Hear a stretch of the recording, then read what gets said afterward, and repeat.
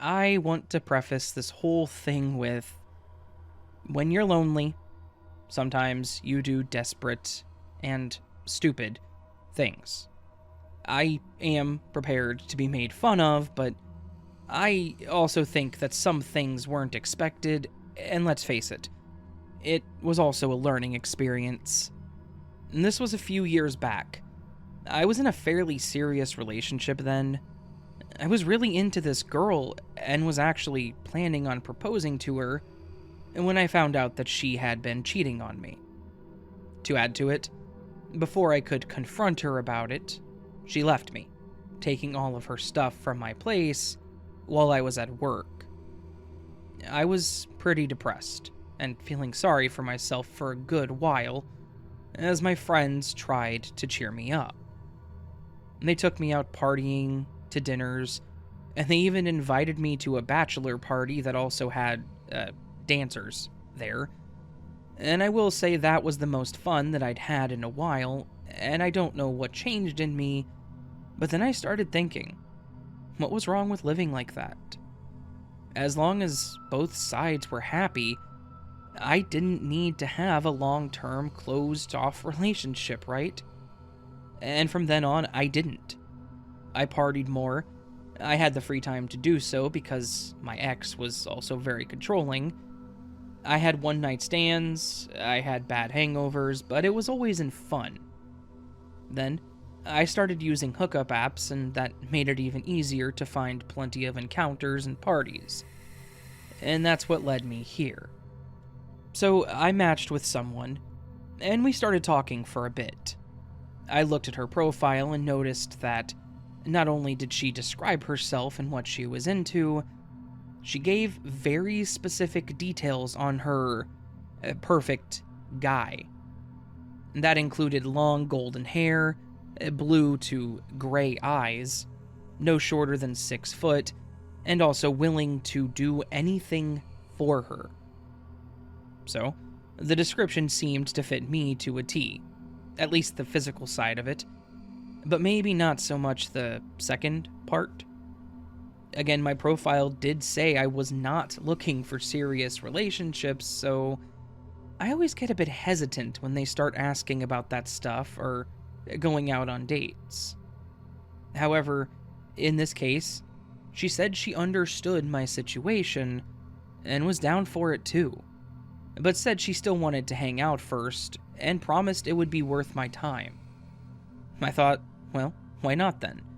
And we scheduled a time for that Friday. We met up at a local bar and grill and had drinks and wings. No fancy dinner or anything like that, so I was already starting to loosen up. After a few drinks, we started talking about ourselves.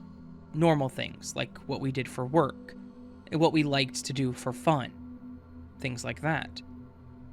Then, she started asking me weird questions.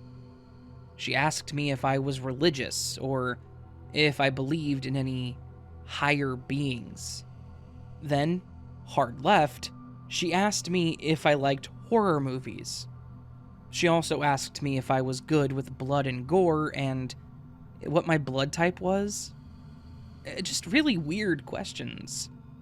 Again, I was already feeling a bit tipsy, so I answered them the best I could. After a few minutes, she excused herself to the restroom and came back, asking me if I wanted to go back to her place. I agreed, and I followed her there in my car. When we walked in, there were 2 more girls that looked about the same age as my date sitting on the couch and watching TV. When we walked in, they both immediately looked over at me, smiling. My date introduced me to them as her sisters, and they offered me a seat on the couch.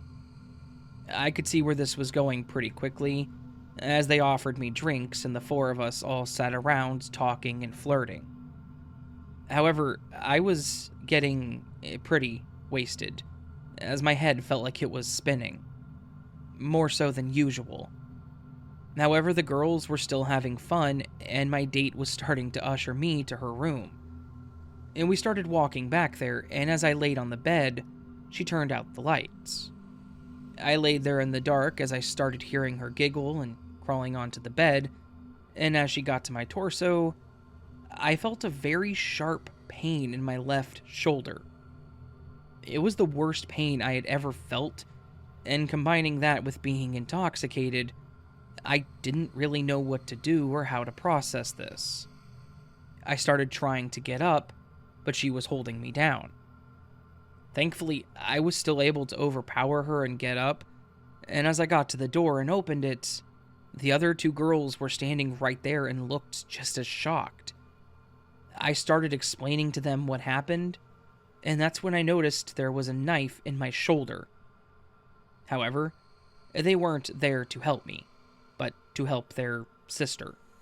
They tried to stop me from leaving, saying crazy crap about being a gift to their father. I will say, I pushed one to the ground and the other one tried to get her sister up. Within this time, I pulled the knife out of my shoulder, as she wasn't strong enough for it to go in too far, and I was swinging it around at them.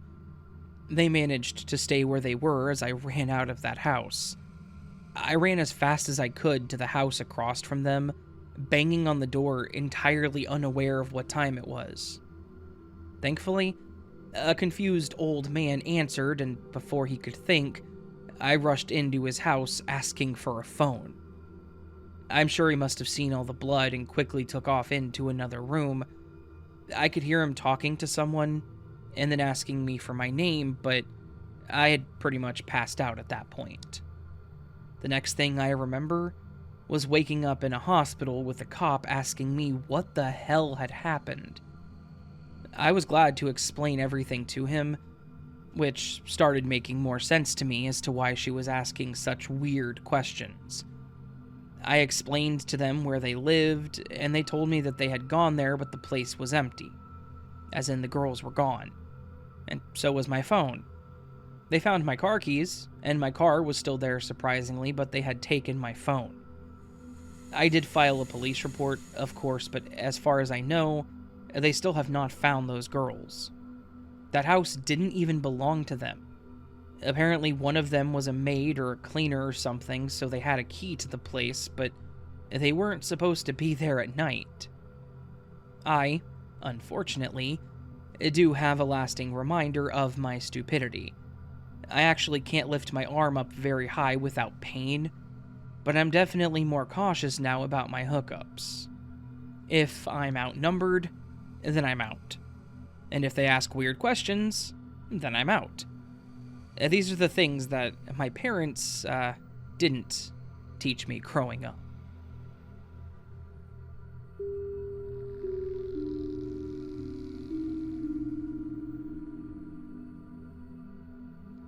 I've always been a bit of a nature buff, and I love to visit the national parks any chance that I get. My favorites are the ones that are the vast and open rocky areas out in the southwest, like Bryce Canyon and such. There's something about the bright red rocks, the big open canyon, and completely unincorporated areas that gets to me. It's the isolation and the disconnection, I think, that I really love. If you're out there and you keep to yourself as best you can, you likely won't see another soul the entire day. One summer, my boyfriend and I decided that we would go camping in the park, and would then go backcountry hiking the next morning. We usually just spent a day in the canyon parks, but I wanted to spend the night because, well, I just did. It was summer. I wanted to camp. Pretty much the end of story on that. I hadn't been camping since I was in my preteen years and still talked to my dad. So, I thought it would be a really fun way for us to spend some time together. We found a part of the grounds that was accessible, but still pretty off to itself, and we started to set up our tent. The spot that we chose was, like I said, fairly isolated, but was also pretty close to a spot of the park that had a nice-sized drop-off. That may sound scary to some, but to me, it was all about the view. A drop-off meant that we would get to see the sky at night, and possibly the thick fog in the morning, depending on how the weather treated us. In my opinion, it was perfect. My boyfriend wasn't a fan of being so close to a steep drop and so far away from other campers, but he relented when I told him how much I liked it. After we got everything set up, the sun was already starting to set, so we decided that we would make a small pit for a fire. We got the fire going and were just sitting around, watching the sunset, and enjoying the view of the night sky. After a bit of this, I kind of got this weird feeling like something was staring at me. You know the one. That weird spine chill that happens when your instincts are scratching at your brain to do something. I mentioned this to him, and he told me that it was probably just a coyote or something, and that as long as we stayed near the fire and didn't pay it too much attention, it would likely just go away. I nodded in agreement, and we went back to watching the fire burn while enjoying a light breeze. Not long after that, I heard what sounded like someone whispering right behind me. This caused me to jump up and turn around, and as soon as I did, my boyfriend said, "Oh, you heard that too?" I said that I did and that it sounded like someone was whispering. We both turned to look, but there wasn't anybody there. He mentioned that it could have been another camper, but that just didn't seem to feel right to me. Something about this felt off. Like it wasn't a person or a camper that was just messing with us.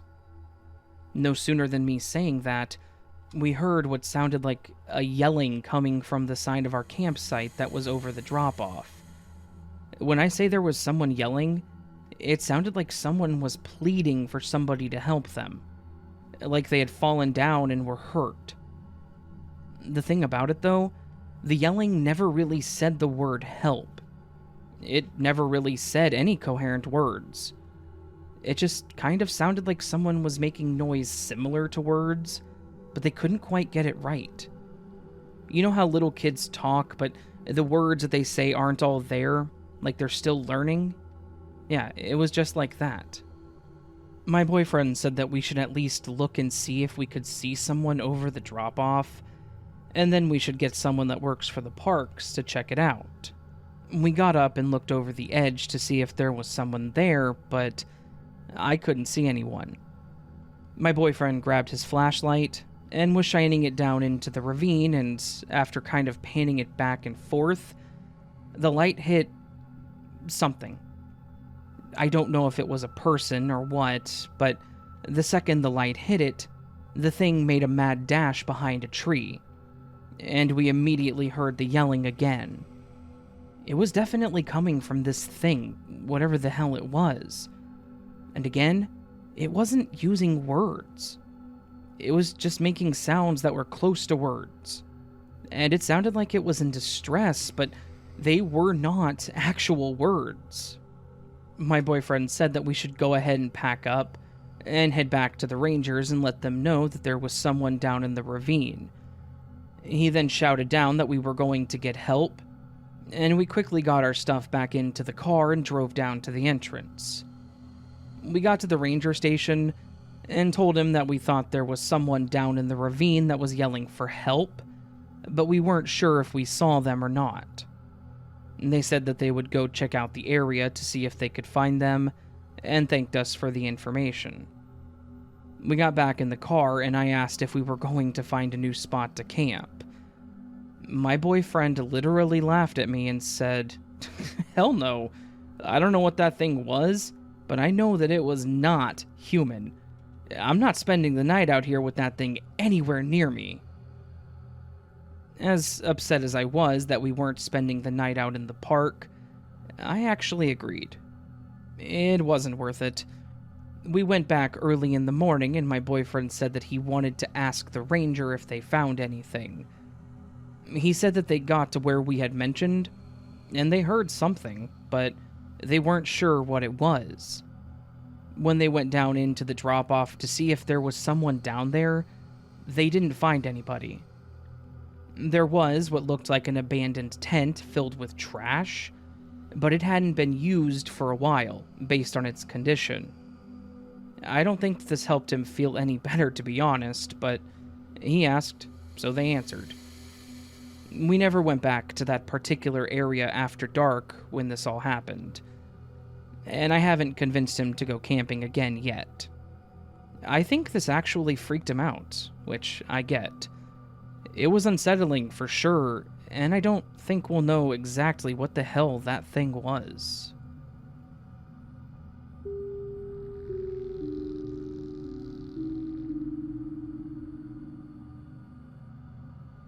I love riding my bike at night.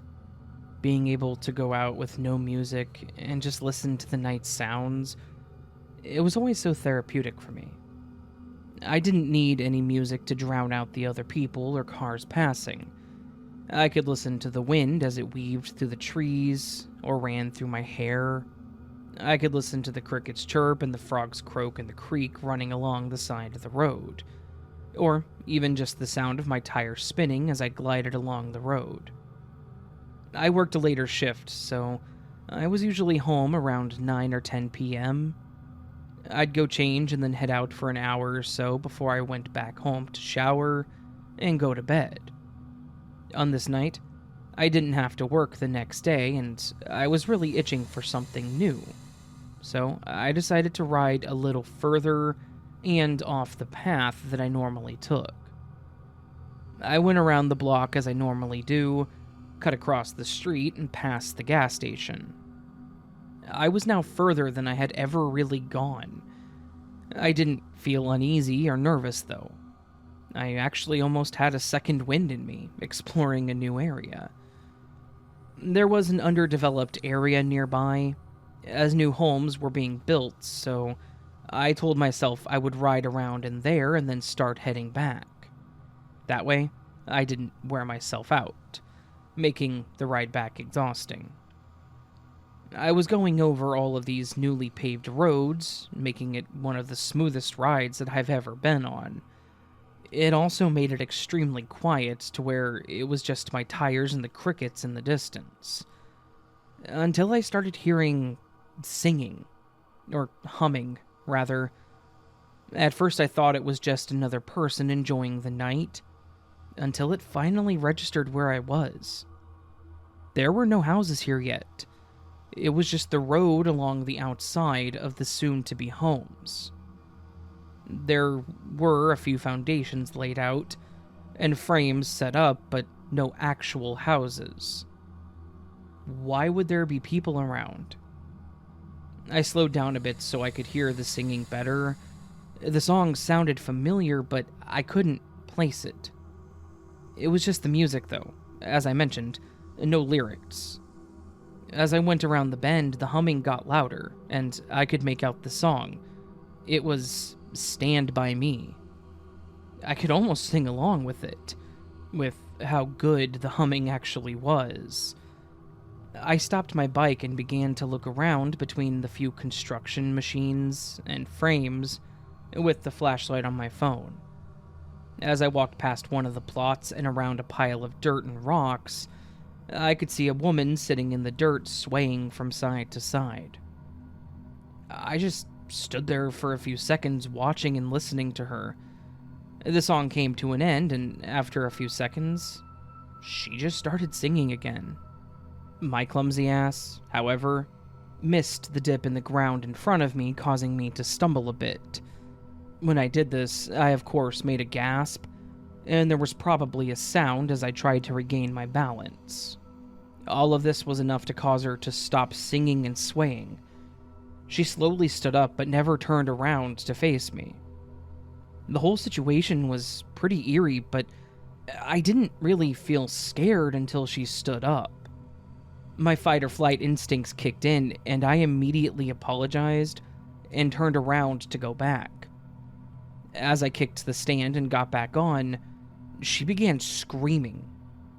It made me jump, and I took off as fast as I could on the bike. The whole time, she continued screaming as I rode away. Even after I was out of the new neighborhood, I could still hear her screaming in the distance. I crossed the street, so I was on the same side of the lights the way home, and when I got there, I quickly put my bike on my patio instead of my garage like usual, ran inside, and locked the door. I've told a few friends about this, and we all laugh about it now, but holy hell, that was one of the creepiest things I have ever experienced. And no, I haven't gone back, but there are a few houses there now, and I guess good luck to them.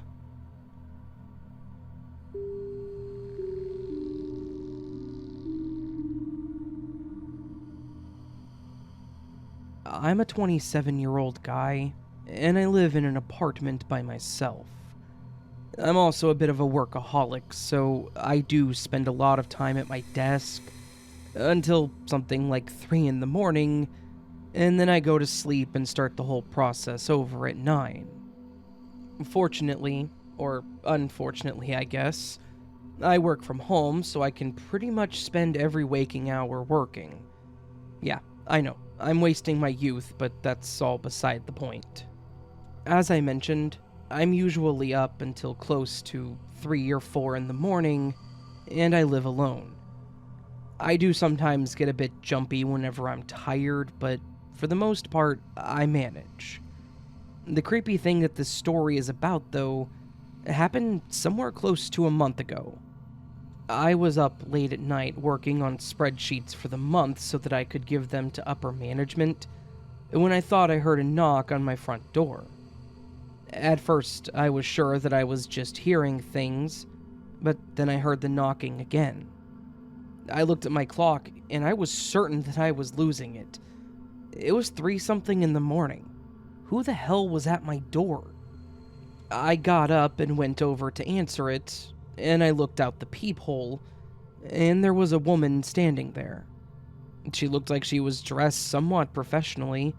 She was wearing a nice shirt and a skirt, and from what I could see of her demeanor, she wasn't acting like she was on something or like she had something wrong with her. So, I went ahead and opened the door and asked her how I could help her. She immediately goes into this spiel about how her name is Michelle Sanders and that she was an officer with the CIA. She tells me that she's on a special assignment and that she's looking for a man named Douglas something or other. She then asks me what my name is. I tell her, and then reiterate that I am not the person that she's looking for. She looks at me for several moments, and then asks to see my ID so that she could verify that I was, in fact, not Douglas. I have to admit that it was stupid of me, but I agreed. I stepped back into my apartment to grab my wallet and get my license. As soon as I stepped back, she pushed her way into the entryway. I will say again that it was 3:30 in the morning, so my brain wasn't firing on all cylinders. So while this was weird, I also really wasn't sure what I should do about it. I grabbed my license and I handed it to her, and as she was looking it over, I asked her what her name was again. She repeated that she was Michelle Sanders with the CIA. It was at that point that I realized that she hadn't shown me any identification, so I asked to see her badge. She looked at me, looked back at the license, and then handed the license back to me, saying, "That won't be necessary." She then walked into my living room and through the hallway, pushing each door open and glancing into each and every room, one by one. Again, I just stood there a bit dumbfounded at the fact that this woman was walking through my apartment, glancing into each of my rooms, and just ignoring me. After about 10 minutes of this, my brain finally started working, and it occurred to me that this was not normal. I pretty much said that. I told her that it was weird to me that she had entered my home and hadn't shown me a warrant or anything, and then mentioned that she should probably leave. She stared at me for a moment, nodded her head, and then walked toward the door. She pushed it open, looking at me as she went to leave, and said, "Thank you for your time, sir. You will not hear from us again." And then she left. She just literally walked out the door and down the hall and outside. I have no idea what the hell any of this was about, and I honestly don't know if she was legitimate or not, though I would guess that she wasn't. She certainly looked and spoke the part, but nothing about this was sensible. I don't think that the CIA would send a single agent to someone's home like that, and I don't think that they just peacefully enter and look through rooms. Plus, I wouldn't think that they would frequently get the wrong address for someone they were looking for. I mean, they're the CIA, not the local PD. So, that's my weird story. Some random professional-looking woman came into my apartment at 3-something in the morning, claimed that she was with the CIA, and then snooped through my apartment a bit before just leaving. It was seriously weird. Nothing ever came of it, no one ever followed through, never came back, or anything like that. I would guess that she was looking for someone, sure, but I don't think that she worked for any government agencies. I guess that I'm just kind of thankful that I wasn't the person that she was looking for.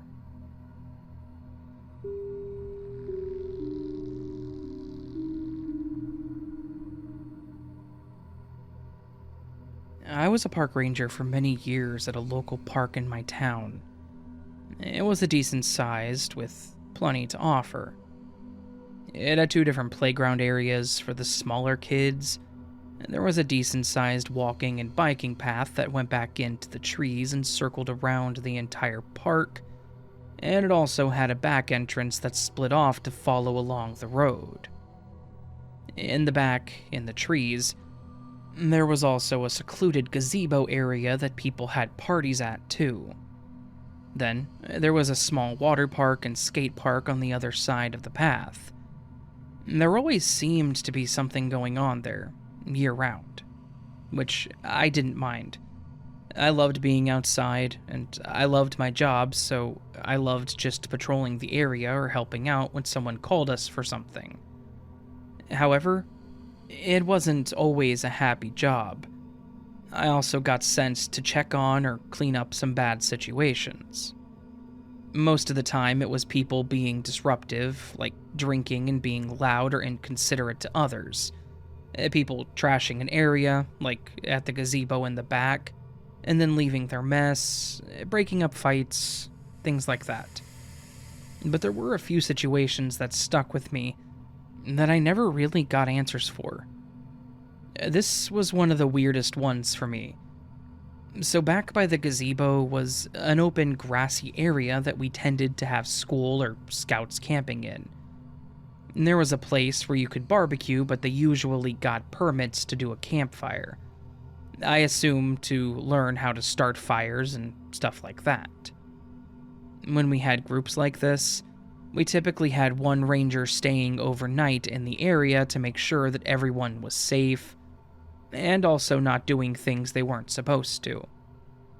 I'd done this a few times, and I loved it, because I got to hang out in the park all night, sleep under the stars, and typically got free food.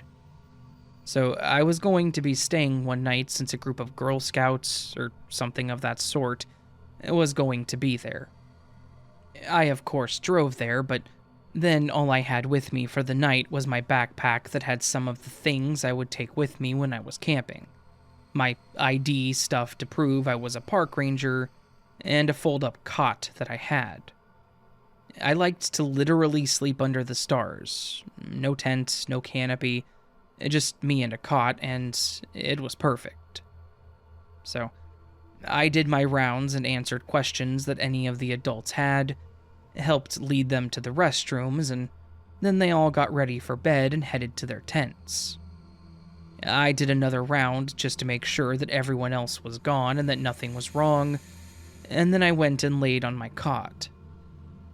It usually takes a while for me to fall asleep though, so I laid there for a while, reading, before I finally started to get drowsy. As I went to put my book back into my bag and turn off my headlamp, I heard crunching like someone was walking. I immediately looked around to see if anyone was getting out of their tent, and I didn't see anyone. I turned my lamp back on and started to look over at the tents again, but again, I didn't see anyone getting out or any movements coming from them. So I started looking around the trees to see if there was someone around that shouldn't be, or possibly even wildlife. We did have the occasional deers or raccoons that may go through, so I was thinking that probably is what it was. But then, my eyes met with something standing in the trees. There's a pretty thick area of trees that separates the front of the park from the back, so it would be weird for anyone to be walking through them. Not to mention, when I did my walk around, there was no sign of anyone around, and not even any extra cars in the parking lot. There was no reason for people to be here as we were long closed, so I just sat and watched for a moment to see what they would do. They had to know that I was staring at them, with my light facing right at them, but still they didn't budge. As I watched this guy, though, my eyes started to focus more in the dark, and I realized a couple of things. One, this guy was huge. I was comparing him to the trees, and his height was daunting. He had to be 7 or 8 feet tall, but maybe it was just because I was tired. But other than just looking freakishly tall, I thought he was wearing a big fur coat. He just looked very furry. The problem I had with this, though, is that it was around August, I believe, so it was way too hot to be wearing a fur coat. I didn't want to alarm any of the kids, so I stood up and thought I would walk over there to see if they were okay, and then ask them to leave if so. As I stood up, the guy backed up slowly and started walking away. That's when I noticed that it wasn't a coat. This guy, or thing, was covered in fur. His legs, arms, everywhere. I started getting closer to the trees when this thing just took off in the opposite direction, but on all fours. He was standing and walking on 2 legs, but then when he ran off on all fours, it seemed so fluid, like an animal, not a human. I'm not going to lie, though. I was not brave enough to follow this thing, but was also not wanting to wake up the campers. I didn't want to scare the kids and look like this psycho, so I walked along the outside of the trees, scared this thing was going to jump out at me, but I didn't see it again. I called out to someone that was on call, and I asked if they knew of anything going on or anyone that was supposed to be here, and he said no. I told them that I saw something in the trees, and he immediately just dismissed it as a deer or something. So I tried to snap out of it and headed back to my cot and laid there. Unfortunately, at that point, though, every little sound would catch my attention. When the wind blew and moved a branch, I would look over at it. I would look around if I heard a car driving by. Anytime the girls shifted in the tents, I would jump up. So, needless to say, I didn't sleep very well that night. Thankfully, the girls were young enough that they woke up pretty early, so I wasn't alone anymore. Some of the adults noticed that I looked off and asked if I was okay, and I just said that I didn't sleep well, and I didn't mention anything else about it. I did tell my friend that worked there too about what had happened and what I saw, and of course he was adamant that I had seen Bigfoot. I live in a state that's known for its sightings, and that's all I'll say about my location, but I never believed in that stuff before. Now I'm not quite sure.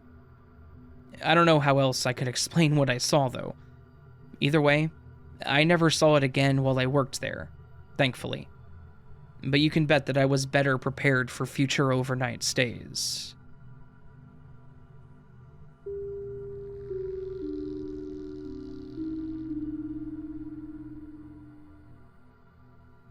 Way back in the early 2000s, I used to have the nerdiest and probably most boring IT job one could ever have. I was contracted out to work as the overnight IT guy, for a group of car dealerships in my downtown area. All of the dealerships were owned by the same people, and they were all a combination of the person's name and the type of car. So think something like Carlin's Chevrolet and Carlin's Mercedes. Not hugely relevant, but it helps you to understand that this was basically a very lucrative business for the owner, and they had quite a bit of money. And that said, for whatever reason, the owner and head of technology for the dealership group was adamantly against using modern technology for backing things up. And every single thing that the company did that was digital was put onto a magnetic tape drive. Most people born after the turn of the millennium probably won't even know what that is.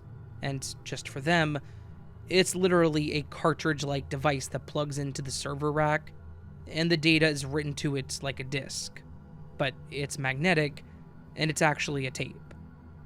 I know that that was a poor attempt at explaining what they are, but what it is isn't hugely relevant to the story.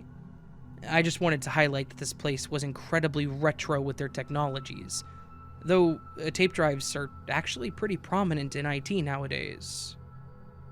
Being the overnight IT guy was, as I said, probably the most boring job in the world. The entire job was just me going to one of the dealerships, walking into the server closet, and running the backup system to run to the magnetic tapes. Because their backend system was antiquated, and every backup was required to be a full backup, I would start it at around 10 p.m., and everything would be done and verified by around 7 in the morning. Because they wanted the most value for their money, I would have to start the backup, and then would be expected to answer any support tickets that came in, or were pre-assigned for the dealership that I was at. This would oftentimes lead to me having to wander around the dark and empty dealership to find the system, printer, or whatever wasn't working properly, and stay in that spot until the issue was fixed. This is when things would typically get creepy.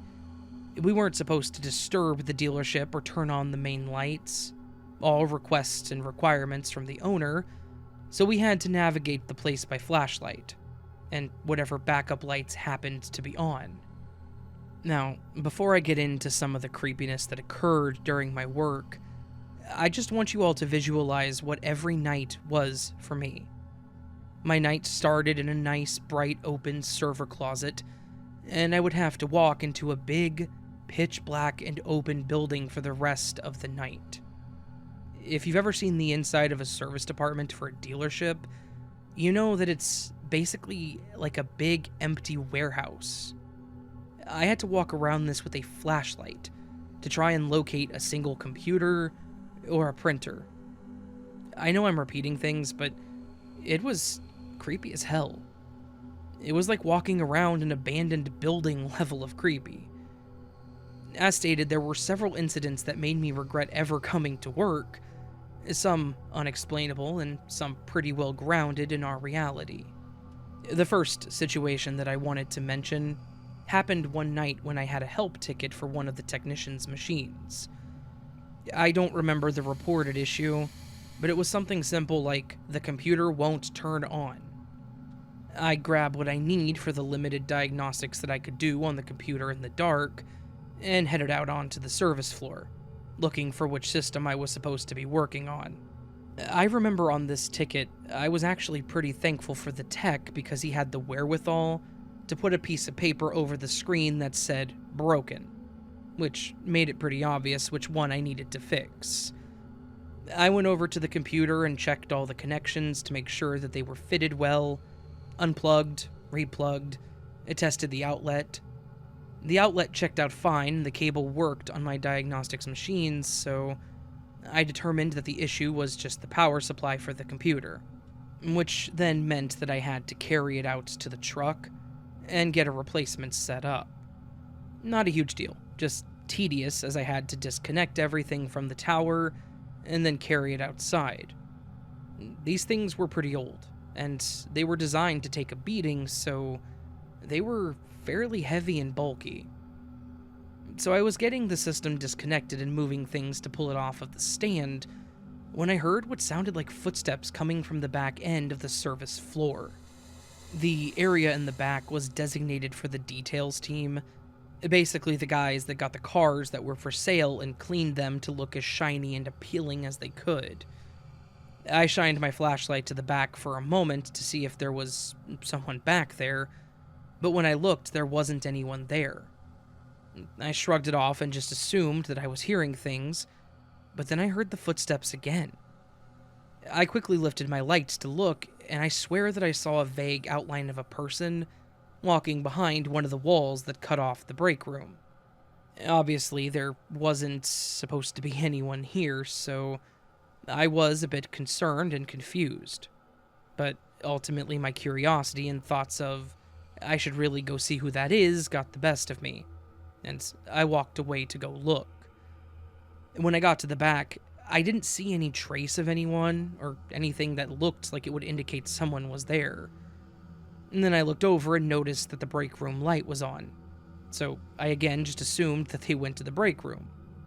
I pulled the door open and started in with, "Just so you know, you scared the hell out of me," but stopped mid-sentence when I realized the room was empty. There was nobody there. No detail guys, no techs, no intruders. Just nobody. The room was completely and totally still, and honestly, it was cold as hell. As someone that had a firm belief in all things paranormal, I noped out of there as quickly as I could. I left the light on, shut the door, and just told myself that I would finish the work for the ticket and spend the rest of that night in the server room. And that wasn't quite the end of it, though. I took the old computer out to the truck and got them the replacement system, but I had to leave my diagnostic system and other items on the tech's desk as I took it out. When I got back onto the floor with the new system and started back toward the desk, my work system and my tools were on the floor, scattered. The diagnostic system looked like it had been thrown onto the concrete. And I mean thrown hard. The case on it was bent, the tools and wires were scattered around it, and it was pretty clearly damaged. I just shook my head, called myself clumsy, and was unwilling to admit that whatever happened was the doing of something paranormal. I got that new system set up and ready in literal record time. Probably a record for the entire IT crew, honestly, and I ran my happy behind back to the server closet and just kind of sat there. The other story that I'm wanting to mention is kind of similar, but ended in a completely different way. I was a bit more seasoned in my work for the dealerships. At this point, I think I'd been working there for 5 or so years, and I'd experienced quite a bit of weird things. Mostly paranormal or just weird, and that does include the support tickets. That said, this was probably one of the scariest things that had happened while I was working there, mostly because it could have gone horribly. Like the previously described night, I was running my backups and had a support ticket for one of the service computers down on the floor. It was a network issue, which was typically just a bad cable, so I really didn't think much of it. I grabbed my Ethernet cables and testing tools just in case, and walked down to the darkness to fix the system.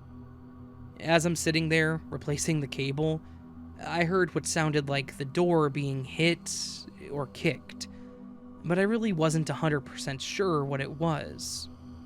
Like most nights, I decided to simply ignore it and say it was nothing important. But unlike most nights, the banging was followed up by the glass on the door shattering. As soon as I heard that, I knew that someone was breaking into the dealership, and I immediately jumped into fight or flight mode. At first I was thinking, I need to confront these people and scare them off. But then it occurred to me that I was a scrawny guy in his mid-30s with nothing more than an Ethernet cable to defend myself, and I decided that that would have been a very dumb idea. I ran as quickly as I could to get behind one of the half walls that blocked the main floor from some of the machines, and I think I literally crawled underneath one of them. I just remember sitting there and thinking that if these guys found me, I was going to die. No doubt about it. The other part of this situation was me trying to figure out why they would break into a service department of a car dealership. Then, I heard what sounded like more glass shattering, and then more. Whoever this was, it seemed like they were going around to all of the customer cars that were in the bays and shattering the windows. After what felt like forever of them smashing windows, they stopped for a few moments and then proceeded to start trashing the toolboxes and throwing things in all directions. I just stayed there where I was, under what I believed to be a rotor turning machine, and tried my best not to breathe. After a little bit, it seemed like whoever it was had trashed the entire service floor, and I could hear them breathing heavily, and then it sounded like they had just left. I think I stayed hidden for around 20 more minutes before I literally moved at all, and then took another 5 or so to just stand up and see what the hell had happened. The service floor was a disaster. I was right in my initial guess. Whoever this was had smashed every window on each car on the floor, and it looked like they had gone through every single toolbox and just trashed everything. As soon as I was certain that the person was gone, I made a mad dash up to the main floor and grabbed one of the phones to call my boss. I told him what had happened, and he told me to call the police. He said he would notify the dealership's owner, and then I did as he said. I called the cops. I waited for them outside of the door and explained the whole thing to them when they got there. Then I had to re-explain it because they were a bit confused on why I was there and what the hell had happened. My boss and the owner showed up at about the same time, and then I explained to them with the police there and showed them the service floor. I think the cops were confused or suspicious of me, but the owner vouched for me, telling them that I was a contractor and had worked for them for a long time, and that if I said it happened the way it did, then that's how it happened. And thankfully, and much to my surprise, they actually had decent cameras in the service area that saw everything, and it actually did happen like I had said it did. The guy broke the glass on the door, walked around and smashed as much as he could, and then he trashed the place. All without taking anything or looking like he had any direction other than destruction. I remember having to sit with the owner as he made a note of everything and everyone that he needed to contact in the morning. And I recall him doing the math and saying that the amount of damage this guy had caused was insane. Apparently, this guy was actually a tech that had worked for the dealership, but had been fired about a week or so prior to the incident. I was told that he was caught stealing from a customer's car and another tech by the exact same cameras that caught him smashing the windows. Apparently, this was him getting revenge, or sticking it to the dealership for firing him. Obviously, he was arrested and charged once they could prove that it was him. The customer cars all got repaired for free, and the techs that still had their jobs all got new tools. So, I guess that's a silver lining to what happened, right? So these are just 2 of the incidents, and probably the 2 that stick out the most in my mind from my time working there. I don't work there anymore, at least not out in the field. I'm more of a desk worker for the same company now, and manage a small team of field techs. Thankfully, none of them have had to call me with anything anywhere near this exciting. And before you ask, yes, they still use magnetic tapes.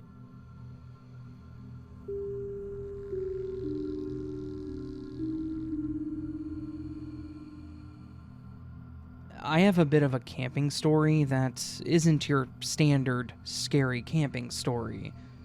Mostly because what was scary wasn't a person, but the possibility of what could have happened versus what did end up happening. When I was around 10 or so, my parents took me and my older brother on a camping trip to a grounds that we'd actually gone camping on before. To the best of my knowledge, there hadn't been any issues in this area prior, and I think what ended up happening to us was actually one of the first. So, this was just supposed to be a normal camping trip for all of us, as a bit of a family vacation.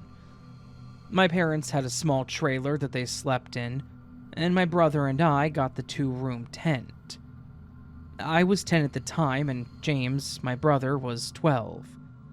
He was more into sleeping on the ground than I was. I personally preferred my bed, but I went along with these trips anyways, because I didn't really have much of a choice. He was the outdoorsy type. I preferred reading in my bedroom. That's pretty much the long short of it. Anyways, on the second day of this trip, my brother wanted to do some scouting in the area, which, for our age, more so meant that he wanted to walk around at the campsite and find things to take as souvenirs.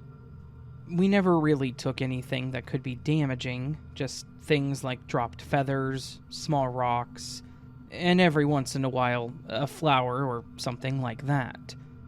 Basic things that we thought were neat or cool looking, but nothing that was ever too big. My parents were a bit hesitant at first, but in the end they said that we could go as long as we stayed close to the campsite. The first thing we did was break that rule, and we walked into the woods way farther than we should have. My brother taking the lead, of course. He basically said that we were still in the area, we just needed to go a bit further to find the cooler things. I wasn't going to argue with him, it was his decision, and I would make sure that our parents knew that if we got into trouble.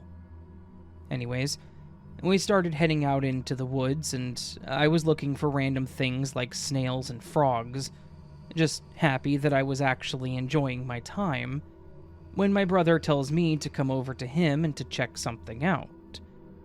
I get up from my spot and walk over to where he is, and he points over toward the tree line. I look over, and I was pretty psyched.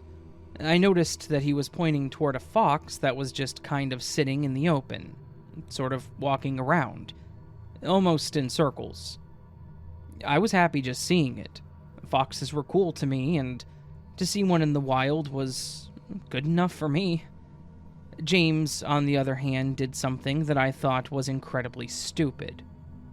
He started whistling to the fox like it was some kind of pet or something. I told him to stop and that we needed to leave it alone, but he just kept going.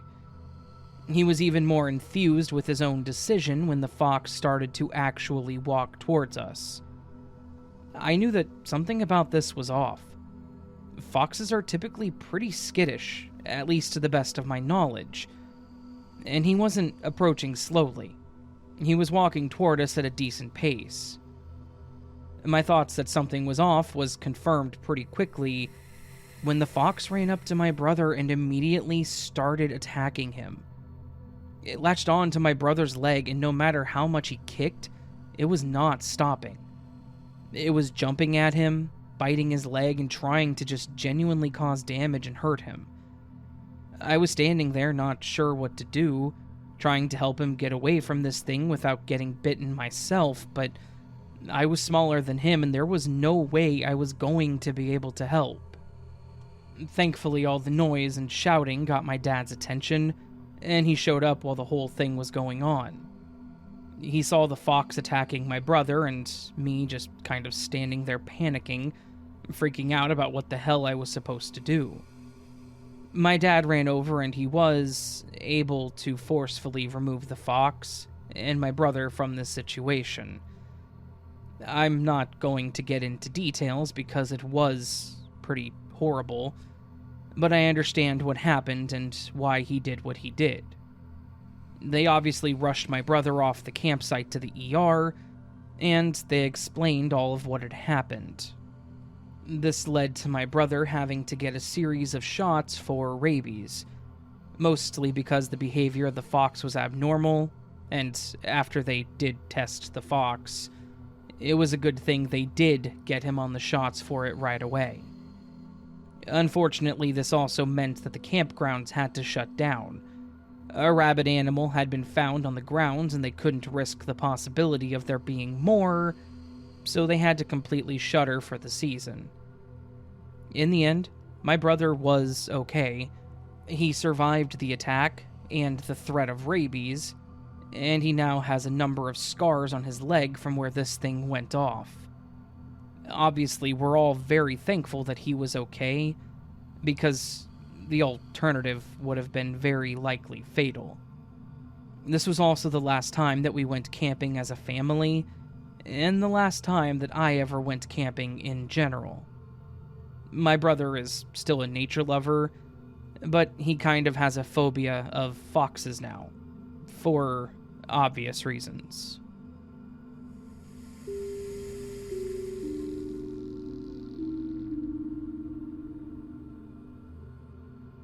I think this happened back around 2003, when we lived in Mississippi. I was about 14 at the time, and my little brother would have been around 9. We had gone trick-or-treating for several years up to this point, and the year prior we did a lot of it around our neighborhood by ourselves. I always loved going door to door, and was even more fun when it was just the two of us. I felt like a grown-up being in charge of my little brother. I was also really looking forward to that year because my brother and I really enjoyed the movie Lilo and Stitch, and he wanted to dress up as Stitch. I was really close to my brother, so I decided that I would go as Lilo and make us a cute matching pair as well as an easy costume for me. While I love Halloween and trick-or-treating, I had a sensory issue and still do. So I don't like to wear a lot of things or layers at once. I already had long dark hair, so I didn't even need a wig. Just a cute little red dress, really. The problem I had that year, though, was what I was hearing on the news. There had been reports of a couple of kids that had gone missing that were close to my age. I wasn't good with locations, so I don't remember what city it was in exactly, but I do remember that it was somewhere close to us. It honestly scared me, as I realized how many times I was alone. My parents often left me at home with and without my brother when they had to run to the store or something short like that. I had to walk down the street to go to the bus stop, and my parents wouldn't even be able to see me from the front door. I even rode my bike around the block or down to the little gas station by myself. Hearing these stories of kids coming up missing, it alarmed me. But my parents didn't seem to think there was anything to worry about. When the news stories came up, my mom would always make remarks about how stupid can you be, and would criticize the parents and blame them for not watching their kids closely. However, she still told us to walk the block by ourselves.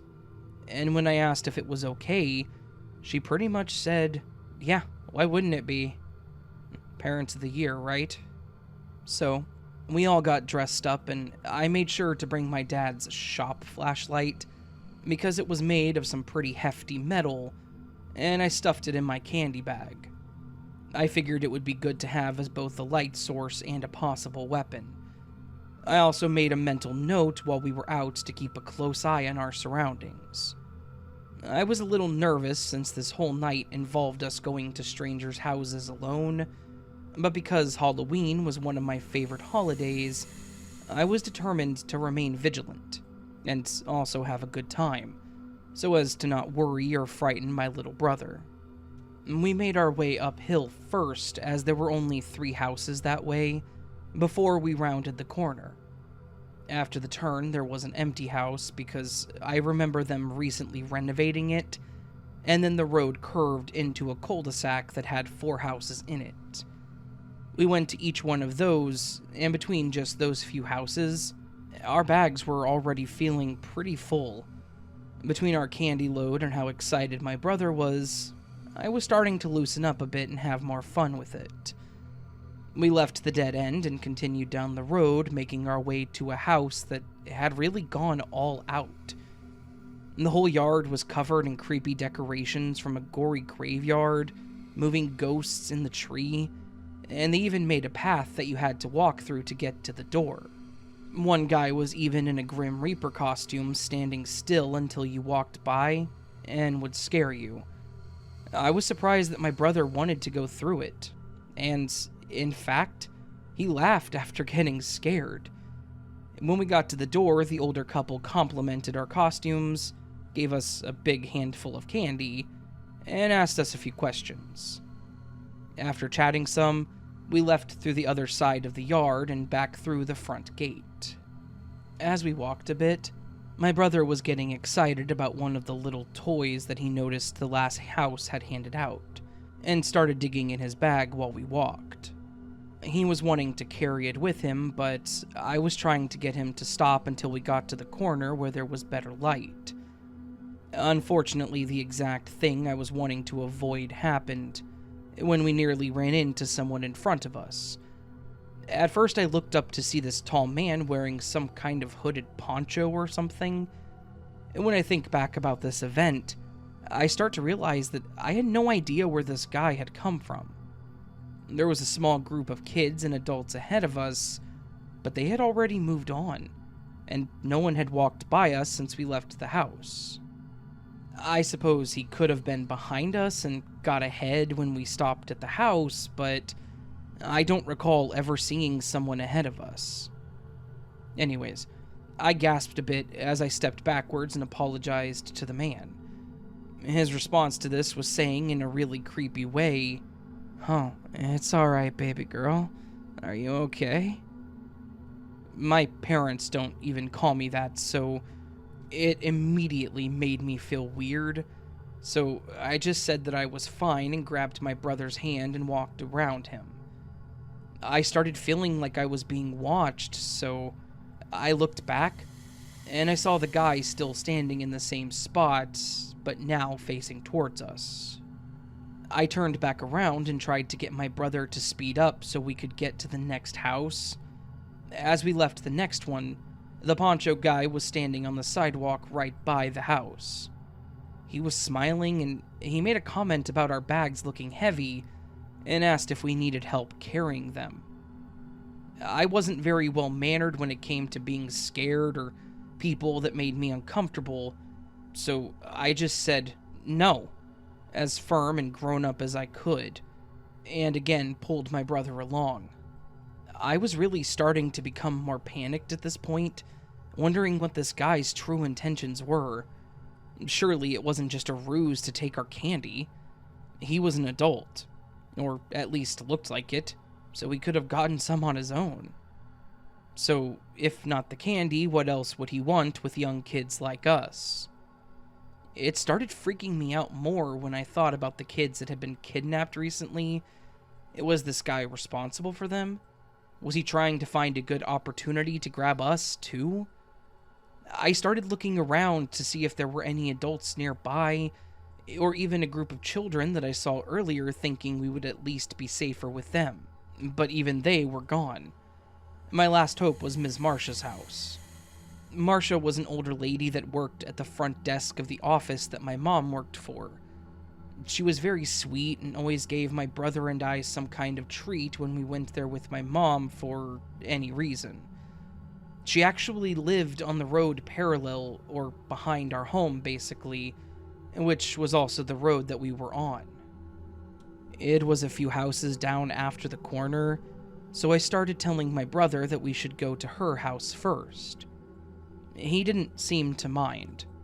Possibly because he was reading the situation too, or he was just getting tired. As we passed the first house, I heard the familiar creepy voice saying, "Hey, you missed one, didn't you?" Before I could say anything though, my brother yelled out, "You're being weird." So I again held his hand, and we ran. I was scared that this guy would get mad at my brother's comment, although I was glad that he said it, and possibly chase us, so I wanted to get there fast. We made it to her house, and I pushed my brother ahead of me as I grabbed his bag from him and started knocking on the door. Thankfully, she was home and had a bowl of candy in her arms. I frantically asked her if we could come in, as I looked behind me and I didn't see the guy. She, of course, invited us in, shutting the door behind us, asking what was wrong. I started explaining the situation to her, and she said that I did a very smart thing by trying to avoid him and going to her home immediately. She gave us both some water, and we sat there and watched TV while she went to call her mom. After a short time, there was a knock on the door. I was trying to keep calm, thinking it was Halloween after all, and thinking that it was probably just kids, but when Marcia answered the door, it was that same guy. He tried giving her some story about us being his kids, and apologized for us running into her house.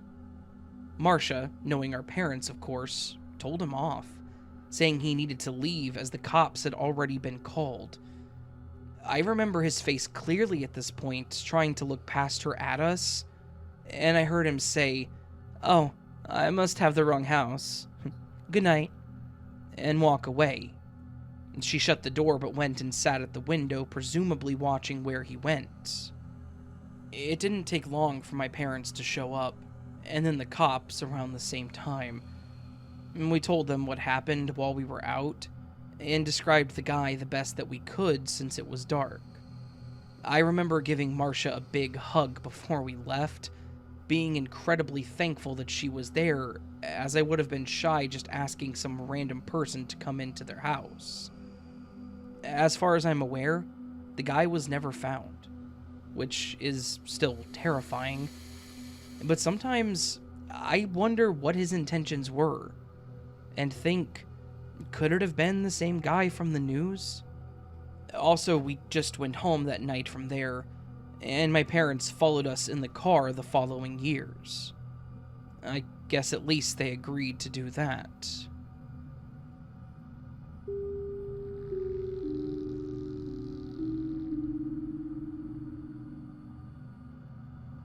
I got my first place shortly after graduating high school in 2009. I already had a stable job that I was working at while in school because they were very flexible when it came to us students, and the pay was decent. After school was out, I started working there full-time as I wasn't planning on going to college, at least not immediately after high school. So, I wanted to make more money and save up to get my own apartment. I applied to a few places and finally landed on this cute little house that was actually split into two sides, making it a duplex, I suppose. One side was a 2-bedroom and the other was a 1-bedroom. My side would be the 1-bedroom.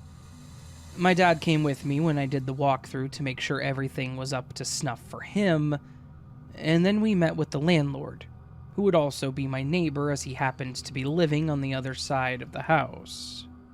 I thought he was around the same age as my parents. He had a buzz-cut style hair, some facial hair, like it had just started growing out, and a pretty average build. But he was short.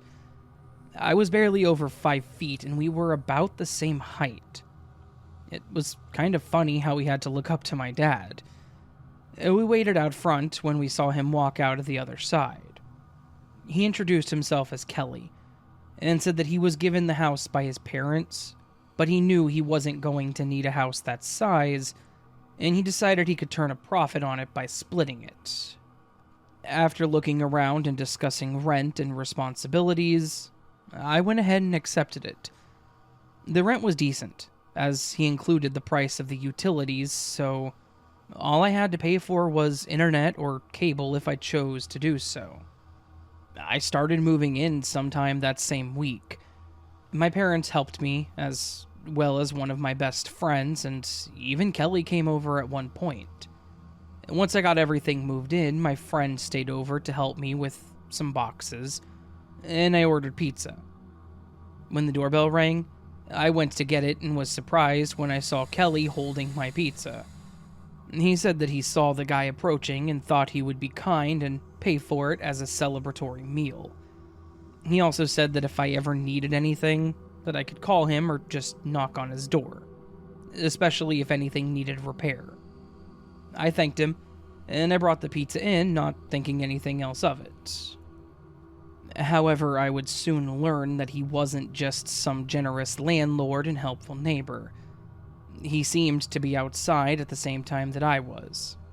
When I was leaving for work, he would walk out and say good morning, or he would actually be sitting out front in a chair waving as I drove by.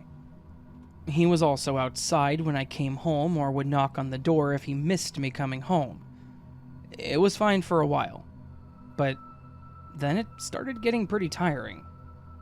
After I got home, before I would even take my shoes off, I would stand by the door expecting him to be there shortly. I was right. I tried dropping a subtle hint saying that I would be sure to reach out if I needed anything, so that way he didn't have to waste his time coming over all the time. He seemed to get the hint, as I stopped seeing him as much in the morning or when I came home. I ended up having a few friends over one night once I got unpacked and settled in, kind of like a housewarming party. Now, none of my friends nor I drank. We preferred eating greasy pizza, drinking weird flavored sodas, and playing video games. So, a few hours in, we're all having a good time playing Monopoly when I heard a knock on my door. It was Kelly. Again. This time he looked annoyed, asking what was going on. I told him I had a few friends over for a housewarming party, and he said something about us being too loud. I apologized, saying that I would keep it down, but before I could do anything else, Kelly was looking over my shoulder and shouting something about the game, and then pretty much let himself in. He sat down, helped himself to one of my root beers, and cracked jokes with a few of my friends. The thing is, he started acting like he was actually getting buzzed. My friends were cracking up, and I was too, but maybe a bit more embarrassed than anything. After some time, I showed him the door, and he left saying that he loved all of us. Shortly after my friends dispersed, the next day Kelly came over and apologized for how he acted. He said that's why he didn't normally drink. I wasn't about to tell him that it was just root beer, so I just accepted the apology and moved on. It progressively got worse when he would be outside, seemingly drunk, and he would start making comments about me being gorgeous and making someone happy one day. He even asked for a hug one time when my friend was coming over. She teased me later that he probably liked me, which meant I could get away with more. My first thought was, gross, as he looked older, and second, I'm not going to take advantage of that. Then he would apologize the next day, saying that he was embarrassed and that he didn't mean what he had said. I just tried to ignore it and move on.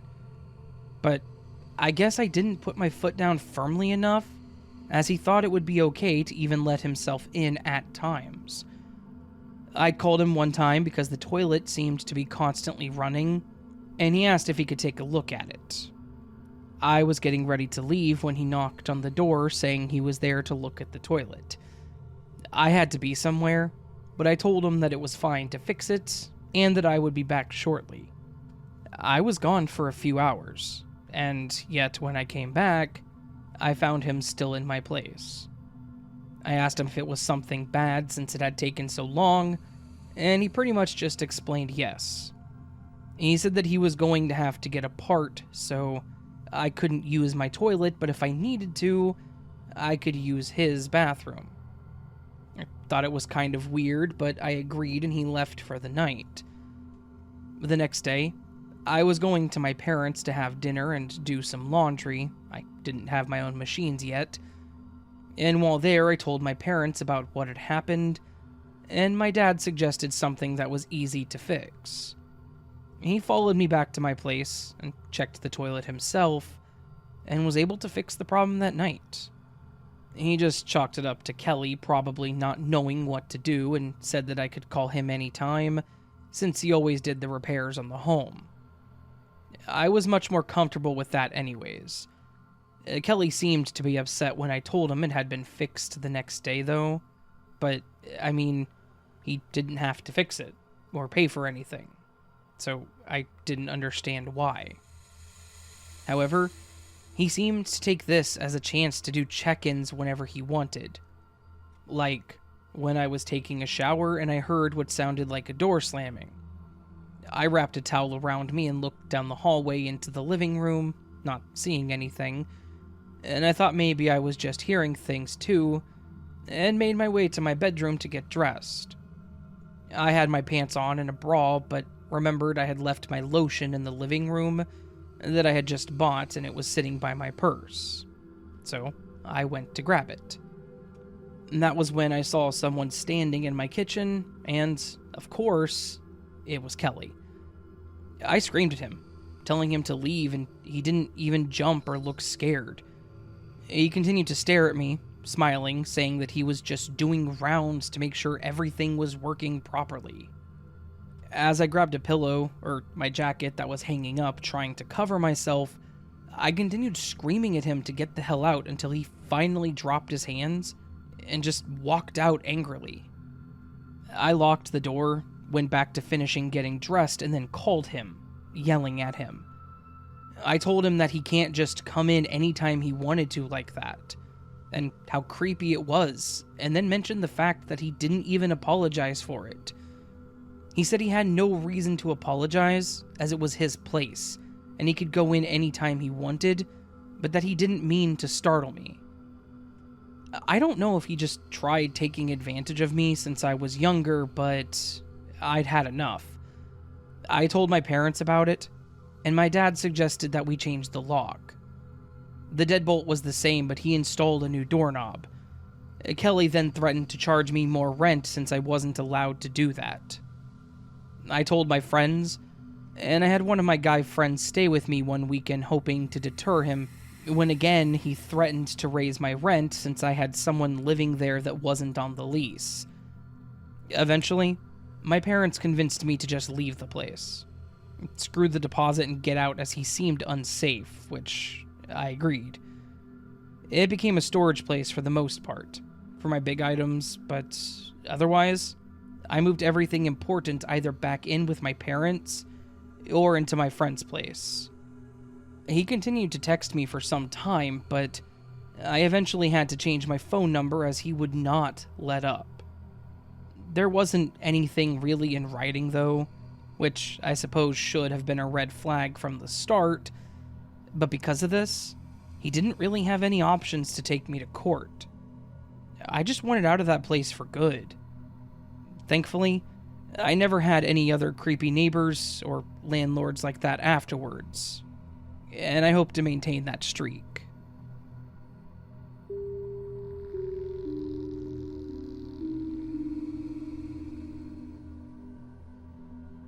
After high school, I started working as a lifeguard at our community pool in the summer. We had an inside and outside pool, so I worked there part-time, year-round while I was in college. For the most part, it was normal. Telling kids to stop running, jumping in the shallow side, just things like that. I rarely had to do anything life-saving, thankfully, though. However, I did still have a fair share of bizarre occurrences that I will never forget. We had a few guys that thought they would succeed at picking up a date at the pool, but it was typically just amusing to watch. There was this one middle-aged guy that often came in, and he always had his hair slicked back. It was obvious he used some kind of product, and even though he stopped every single time, he will always try to get in the pool without rinsing it out. Pool rules. You had to shower first if you had any kind of hair product, body paint, etc. I've seen plenty of situations that made this rule important, even if it sounds silly to some. So, needless to say, we knew this guy. He would come in, finally shower, and look smug as he walked around the pool looking for some poor girl that was alone. Most of the girls handled it themselves and were able to get him to shove off, but sometimes one of us guys would confront him and have him move along. And again, he would, without any confrontation. So, one time he came in, I walkied over to the others, warning that he was here, and we carried on. I saw him approach one girl, and she ignored him. Then, he found another girl that seemed happy enough to talk to him. I thought maybe it was the glorious day and that he was actually going to find love and just leave people alone. But things started seeming off. She got out of the pool, but he continued to stand there in the water. The water was about to their chests, so I could see his arms and hands when he brought them up to pull back his hair that wasn't staying in place. She came back, and they continued to talk for a few moments, and I moved on, skimming over the pool. I would return my view to them every once in a while, and at one point, something definitely seemed off. She seemed to still be talking, but she was looking everywhere except at him. So I started paying more attention, and I noticed his face seemed to be almost glazed over. He was staring at her, his mouth slightly open and not talking, or seemingly reacting to anything she was saying. So I continued watching to see what was happening in this group. Then I realized his hands were under the water, but towards his front, not his sides. I had a feeling that I knew what was going on. I blew my whistle and I hopped down from my stand. The lady made eye contact with me, and I think it finally snapped in her to get out of there. She threw her hands up and tried saying that she had nothing to do with this, and as she finally moved, he did not shift whatsoever. I tried yelling at the guy to get out, and at that point it was pretty obvious what he was doing. I called out on the walkie for help because I wasn't confident I would be able to get him out by myself. Right as two of the other guards came over, he suddenly put his hands up and started smiling and laughing, acting like he had no idea what had happened.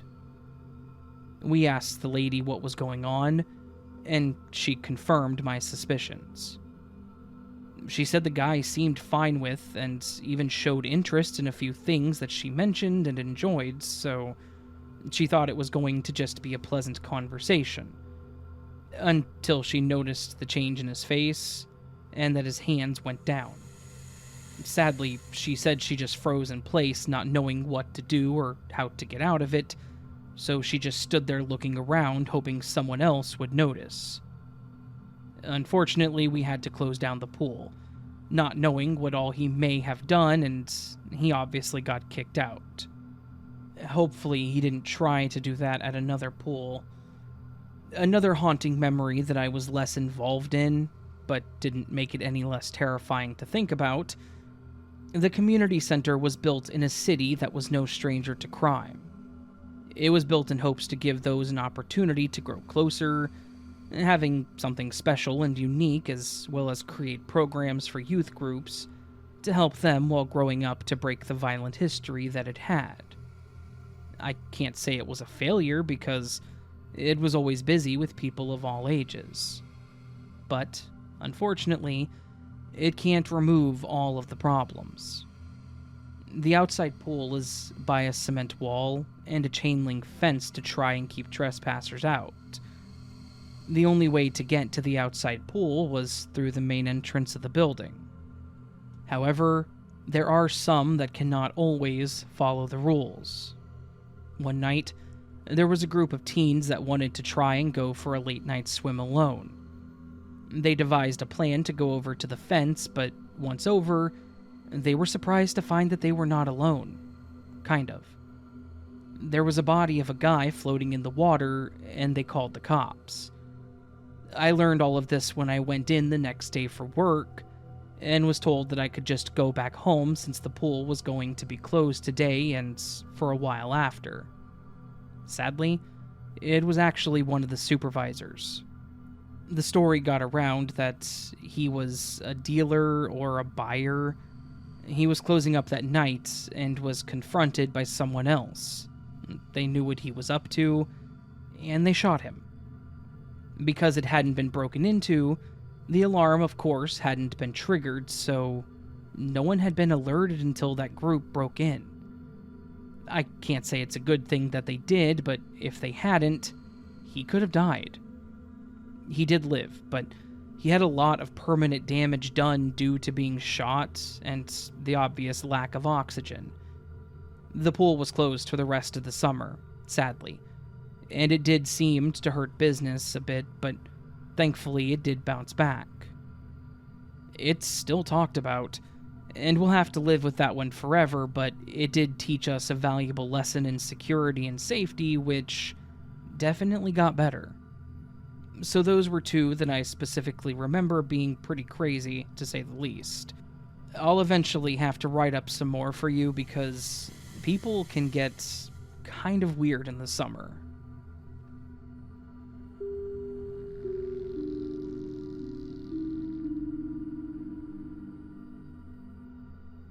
I used to live in a pretty run-down apartment complex. I was pretty young, in my mid-20s, but it was still a place of my own. It was a studio, so not much room, which was fine because I didn't have any furniture when I first moved in. I eventually got a futon, which became my couch and bed, and a pre-owned Lazy Boy style chair. I really didn't need much though, so I was fine with it. And when I say run down, I mean it. Sometimes my bathroom lights stopped working, and I got tired of telling the office, so I watched a video on YouTube on how to fix it, and I did it myself. The doorknob was pretty loose, so I never relied on that lock, and thankfully there was a deadbolt, and I just hoped that the door frame held up. The neighborhood also wasn't the best, with plenty of robberies and car thefts, so what money I did save on the apartment, I put into a reserved spot in the secured parking garage. All in all, it was just a place for me to sleep, eat, and play my Xbox. However, it wasn't all bad. I had a pretty chill neighbor at the time, Stacy. He was a very laid-back, hippie-style guy. I remember when he introduced himself, he told me what his real name was, but then said he didn't like that name because it was too corporate. So, he went by the name Stacy, because he liked it. I saw no real reason to question him, so I knew him as Stacy. He never wore pants. He was typically wearing shorts, like cargo shorts, never jean shorts. If he wasn't wearing a tie-dye shirt, it was either some kind of poncho or just a jean jacket with no shirt underneath. He had dreads that went past his shoulder, and a beard probably equally as long. He had a pretty cool plant that he kept outside of his door. I think he said it was some kind of tree, and he took extensive care of it. I often saw him watering it, replacing the pot, or even putting things like eggshells in it to help the soil, as he put it. He also liked to sit outside of his apartment with a beer and just look out the entrance door. He often left his door open, as he said he was trying to keep it cool in there, and he always had incense going. I just assumed that he had troubles with his AC, as I always did. He also invited me over to smoke, but I always politely declined. That was never my thing, but I don't judge. We were also in a state where it was legal. But, like clockwork, I would come home from work late at night, he'd be out there with his can, we'd have a small conversation, and he would invite me over. I would decline, he would say it was a bummer and wish me a good night. For the area and the building, at least I had a pretty cool neighbor, I thought. However, as expected with an old place like it was, I started hearing a weird scratching sound. The first time, it was late at night, and it was after I got off work, so I figured I was just hearing things, so I let it go. When I heard it again, I thought maybe it was an appliance like the fridge or the AC unit, so I made a mental note to check them the next day since I was off. However, during the day, it never seemed to happen. but it also didn't happen every night. So, the next night that I was laying on my bed and I heard the sound, I sprung up and started hunting for it. To my surprise, the sound wasn't coming from the unit, the fridge, or the hot water heater. So I tried to hone into the sound and traced it to part of my wall. My futon was against the left wall with the chair at an angle facing the TV. The TV was in the corner on the opposite side with my desk and computer against the wall opposite of my bed. The sound seemed like it was coming from the wall that my desk was against, but closer to where my TV was. And this was also the same wall that I shared with Stacy, so the next day, I asked him if he was hearing the sound too. He said that he didn't, but that he would keep his ears open and let me know. Whatever it was, I felt that I needed to let the office people know so that they could look into it. Since it was an old building, I was worried if maybe there were mice that managed to get in and were living in the wall. If that was the case, then they needed to look into it quickly before it got worse. But, as expected, they didn't move quickly at all. I continued to hear the sound for probably a week, and it was driving me insane. You could hear the little scritch and scrapes, and I thought I was going to lose it. I was already having an unrestful night due to other influences, so this was just adding to it, and I decided to figure it out myself. I didn't know what I was going to do, but in case it was a mouse, I grabbed a big pot to use as a trap, and some trail mix that I had as bait. I felt along the wall again, and started moving my TV and the little entertainment center it sat on, so that I could get behind it.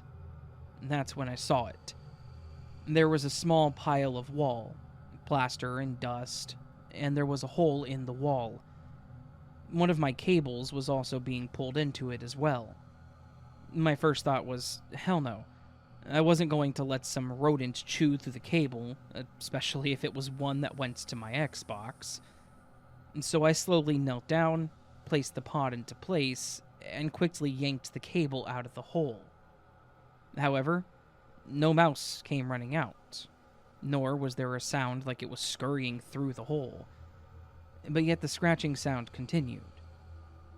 It may have been stupid, but I angled my phone to shine the flashlight into the hole and leaned down into it. What I wasn't expecting to see was someone's hand with their fingers wriggling around. I barely had time to process this when I saw an extremely bloodshot eye looking through the hole, making me jump back. I was kind of on alert, thinking it had to be Stacy, right? This was his wall too, but why would he be doing this?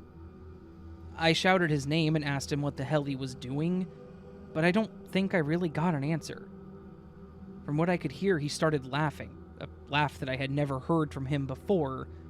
Then he started spouting nonsense. I think I heard things like, "It's there. I could see it. I made it. Oh, where'd it go? Where did it go? I can get it. Get it? Yes. It won't stop. I can make it stop. I found it. Where did it go?" It was just the same things over and over, and I had never seen him like that. So I went out and knocked on his door, but as I heard him yelling, he never answered the door. So I tried opening it myself, and it was unlocked. I opened the door, but I didn't go in after seeing what I saw. Stacy was still on the floor digging at the wall with a fork and one of those small gardening shovels, repeating basically what I had been hearing. I asked him what the hell he was doing, and he stopped, stood up, and unlike his normal look, he was terrifying. His hair was a mess, and he was just in his boxers. His eyes were red, but they also looked hazy. I'm not quite sure how to explain it, but if he was lying down, I would have thought he may have been dead. My anger and confusion turned to fear and concern when he stood up and was just staring at me like he didn't understand how I got there. I told him to sit down and I motioned to his couch, and he slowly walked over to the couch and started talking about hearing them too. and how he was going to find it for me because I was his buddy, and his only buddy. Then, as if on cue, he looked at me and said, "Good night," with a smile, and fell over and started seizing.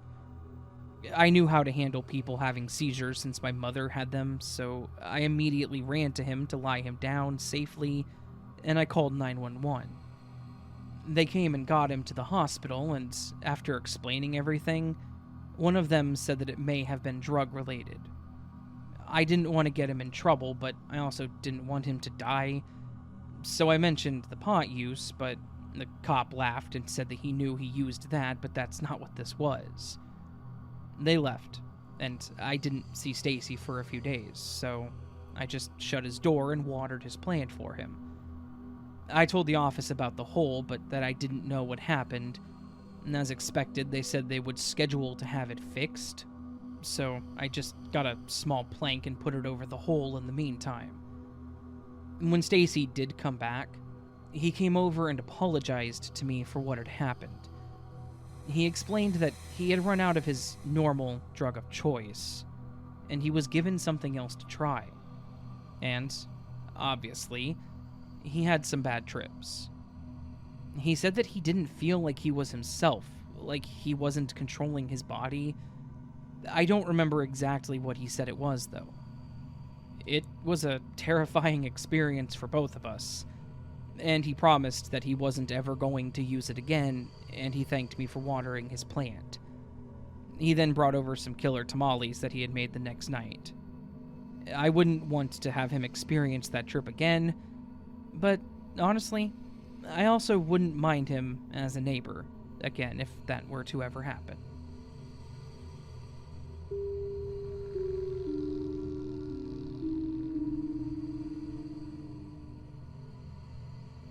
I was a weird kid growing up, and I easily got way too attached to people that showed any interest in me. I think part of it was that I was an only child, and with both of my parents working all the time, I clung to anyone that paid attention to me, liked anything that I was interested in, or was even proud of the work that I had done. It was easy for me to make friends, but difficult to keep them as I know that I could be overbearing. I've worked on myself a lot since then, and I've gotten better, but sometimes I still struggle. Anyways, this is what led me to get close to one of my teachers. It was in middle school. He was our social studies teacher, Mr. J. He made history interesting, though. I struggled at times with other teachers when I couldn't understand something, and they would just refer me back to the textbook. He was actually kind and patient when I asked questions, though. I was typically afraid to ask during class, so I would ask him after it was over, and he was always willing to answer them. It was a nice change of pace. I remember at the time, I was very interested in the Cold War, and I had so many questions.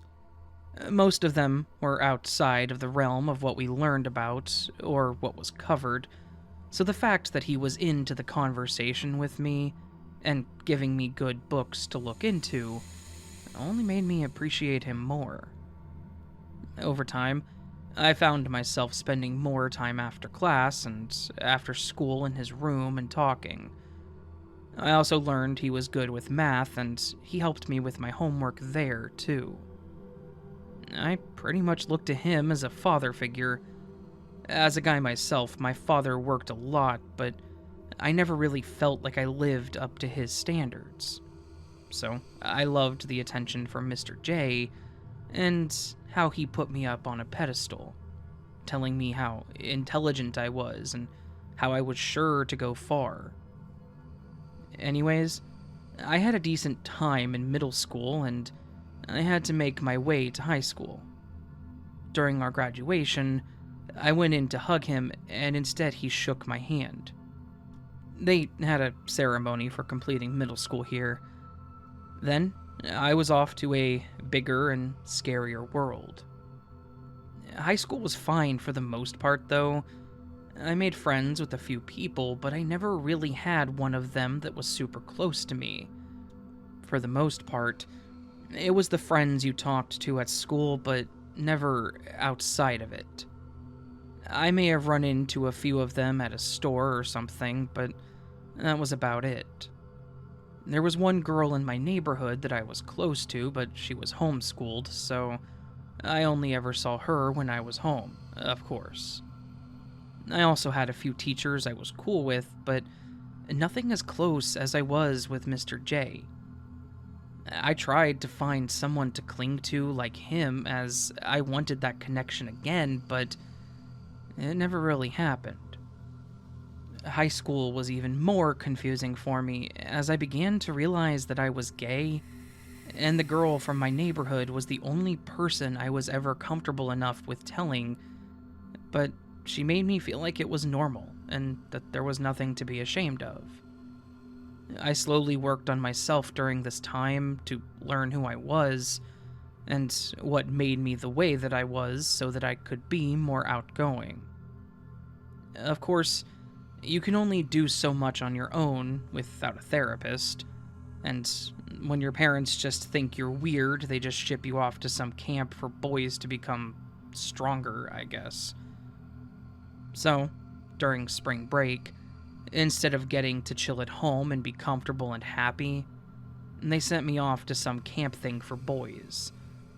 It wasn't Boy Scouts, but was more so for those with special needs. Yeah. Anyways, I gathered my things and my dad dropped me off at the rec center with the rest of the people. I started walking on the lines in the parking lot to keep myself entertained when I heard a familiar voice. I looked up to see Mr. J talking to one of the other boys. My mood completely did a 180, and I ran over to talk to him. This time he hugged me, and it was the best feeling. He hugged me tight, like my grandmother did, but never my parents. It was something that I had missed. He asked excitedly if I was here for the trip, and I confirmed, nodding. He said he was going to be part of the leadership team, so I was going to get to spend 4 days with him. I then told myself that this was going to be a lot better than I would have ever expected, and I even helped him get everyone in line, the bus packed up, and all ready to go. We got to the location, and I again helped everyone get set up. We talked about some basic survival stuff, like certain plants we could eat. We helped start the fires, things like that. The first 2 days went fine. We played some kind of kickball game, and I was on the same team as Mr. J, so he always celebrated with me when I got a goal and just made me feel valued. I loved it. It was the third day that everything changed for me. We would be going home the next morning, so this was a day for us to choose what we wanted to do and just have a day of relaxation.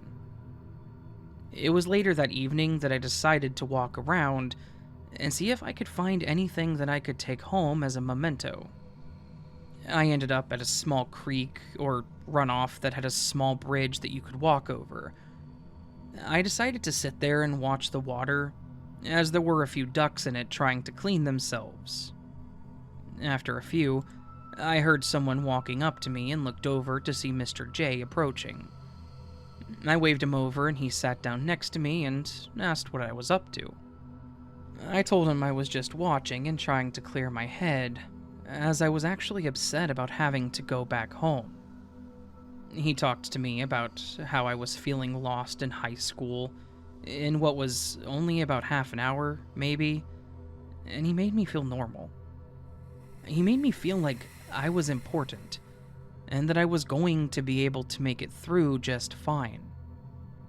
I thanked him. I told him that his words really meant a lot to me, and he said that I meant a lot to him.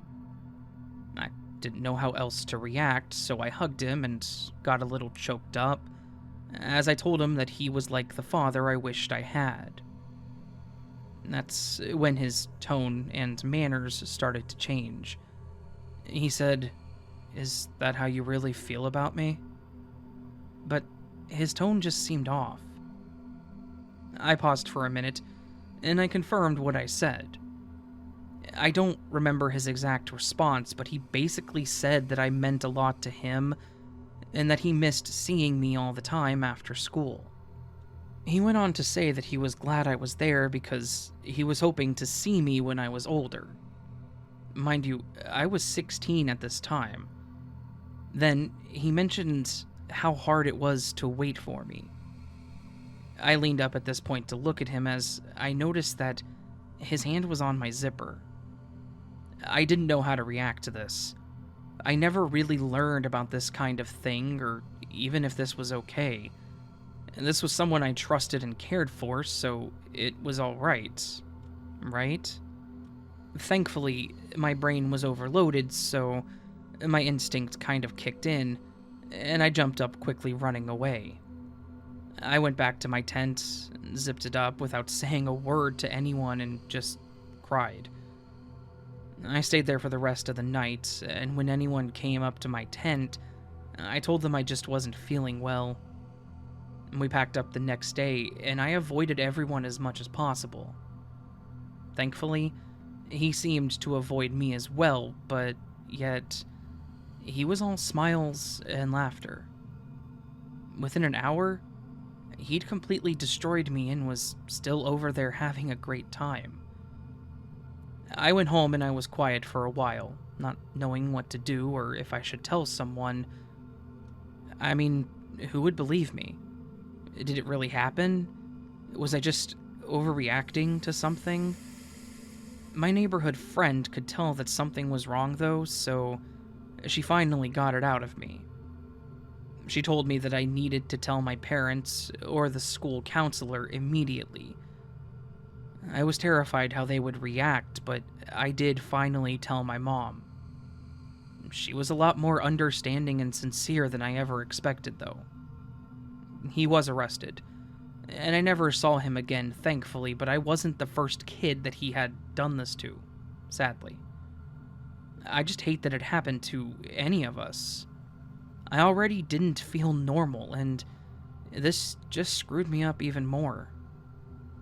Thankfully, though, I have a great therapist now, and I've become a lot more stable with my emotions and who I am. But to Mr. J, I'm glad that we will never meet again.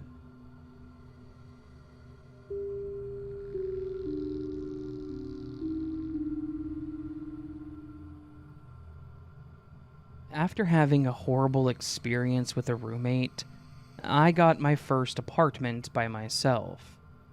It wasn't the best, as they were old buildings, so there were several maintenance calls to have things fixed. But the front office people and the techs were also friendly, and they were really fast at getting things done, so I couldn't complain. The buildings were small and had 8 units in each, and my neighbors all seemed pretty chill. There were a couple of old people that I think had lived there forever, and a young couple that I usually only saw in the halls at night. I think they worked the overnight shifts or something, but they definitely were not the social types, which was fine. It just meant that there were even less problems to worry about, as everyone typically minded their own business. While I did live alone, I started dating a guy that I had met through a mutual friend. Sometimes he came over and stayed at my place on the weekends, or if he wasn't working. He was still living at home with his parents, who were also really cool people, but his drive to work was about an hour, and my place was almost the halfway mark. So, sometimes, he would just stop and sleep at my place if he'd had a long day, and didn't want to make the drive all the way home. He was an EMT, and would often work late or overnight shifts, so if he wasn't catching naps at the hospital while on call, it was just easier for him to stay with me. When he did, he would text me that he would be stopping by, and since it would be later, I was usually already asleep as I worked at 7 in the morning. He would come in, kiss me on the head, and typically take a shower before finally passing out. He didn't have a key to my apartment, partially because I wasn't supposed to make copies myself, so I usually just kept the door unlocked. Again, everyone here seemed trustworthy, and there hadn't been reports of break-ins or suspicious people, so I didn't really have a problem with it. It was one of those nights where he was going to be working late, so on his lunch, he told me he was going to stay at my place, and I agreed. I made a large dinner so he could eat something when he got home too, and around 10 p.m., I finally headed off to bed, texting him goodnight. After some time, I woke up to hearing some noise outside of my room. I figured it was him getting there, so I just tried to go back to sleep, expecting him to be in soon. I even faced away from the door as the bathroom was across from my room. That way, when he opened the door, the light wouldn't blind me. I heard my door creak open a bit, and as I opened my eyes to see the sliver of light on the wall as well as his shadow standing in the hallway. However, instead of coming to my room, he just walked away. I thought that was weird, as he never didn't do what I had mentioned, and it was kind of something I looked forward to. I continued to lay there for a bit, thinking maybe he was going to go eat first, but after I closed my eyes again, I heard the shower running. Now, being an EMT, I know that he can go to some pretty messed up scenes or even lose a patient, so I thought maybe that's what happened, so maybe his mind wasn't in the right place. I decided I would go in there and make sure that he was okay. I got up and I entered the bathroom, and the clothes on the floor, they weren't the scrubs that he was usually in. They were regular clothes, but they were really dirty jeans. He didn't like wearing jeans, so I found it odd. I asked him if he was okay, and he didn't respond. So I started saying something else as I opened the shower curtain when, to my horror, the man in the shower was not my boyfriend. I don't know who was more scared as he started shouting something, but I was also screaming and ran back to my bedroom, locking the door behind me, and I called 911. I could hear some sounds outside my room, like the guy was running around, and I was terrified if he would try to get into my room, but I never heard the doorknob shake or the door even budge. When the police finally showed up, I came out and explained what had happened. The guy was long gone. We walked through to see if he took anything, and I noticed the shower was pretty dirty. It looked like there was mud or dirt or something all over the bottom of the tub. His clothes were gone too, but there were wet prints in the carpet that we could follow. They came out of the bathroom, into the kitchen. There were no puddles and no carpet, thankfully. He had actually taken one of the pre-made salads in the fridge, and then the prints led back out the door. I felt bad as it was late, but they knocked on my neighbors' doors to ask if they saw anything, and I noticed the younger couple was already standing outside talking to the cops. I learned that they had heard the screaming, and when they opened their door to look around, they saw a guy, completely naked, holding a bag and some clothes running out the front door, and they didn't know what had happened.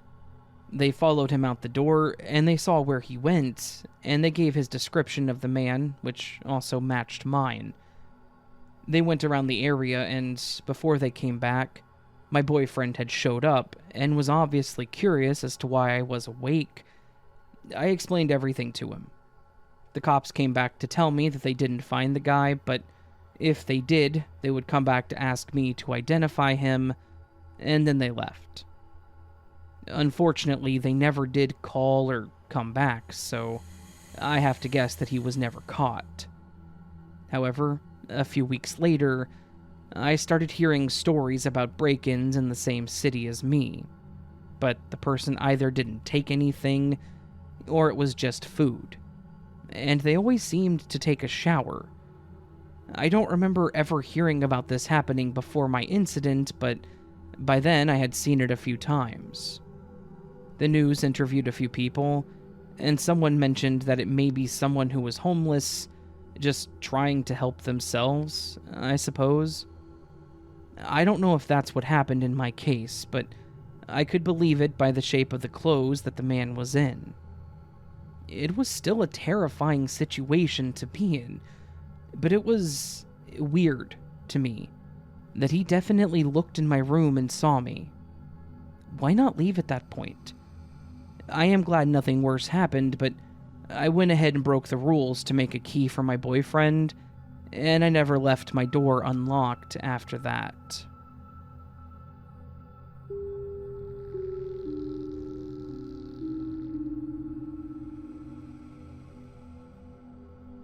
A few years ago, I went camping for the first time in my life. I was about 11 or 12 when we headed out to the forest nearby our house. We were in Poland for the holidays, as every year, and right next to our house was a huge forest. So, one day, we decided to take out my mom's old tent that she still had from the 90s and just stay for the night or two in between some wildlife. Good thing, the place we chose to sleep at was only about 20, maybe 30 minutes away from the house. Bad thing, there are a lot, and I mean a lot, of wolves, foxes, and boars out in that forest. And honestly, I kind of regretted going there in the first place. We set everything up at around 6 p.m., and my sister and I set up the campfire. My dad chopped down a smaller tree earlier with his oak axe, and that's important for a later part of the story, and by now it had dried out enough to catch fire. We sat around it for quite some time, probably around 4 hours, until it was dark, so we decided to just head to sleep then. My two sisters and I on one end of the tent, and my parents on the other. It was probably just the fear of getting eaten alive by some wolves, or maybe homesickness, but I couldn't sleep at all. I heard my dad tell my mom he was going to go out into the forest to get some wood for the morning, while it was still fairly dry, or it would have all soaked up the dew by then. The thought of not having my dad around made it even worse for me to close my eyes for a second. I'm not too good at telling what time it is by just staring at the sky, or trying to figure out how long it's been, so I'll just say it was around 12 or 1 in the morning. I was actually falling asleep when I heard some rattling outside the tent. My first thought? Wolf. I was terrified, and so I just popped out my head through the little curtain that separated the two halves of the tent, basically a thin piece of fabric just hanging on some threads, to see if my dad was back. He was still gone, and it had been about an hour since he went. I laid back down and just tried to fall asleep, but when I turned myself on my side and saw this faint human shadow outside of the tent, I froze and let out a tiny squeak. The person seemed to be holding some sort of axe, shovel thing in hand, and so I thought it might have just been my dad coming back.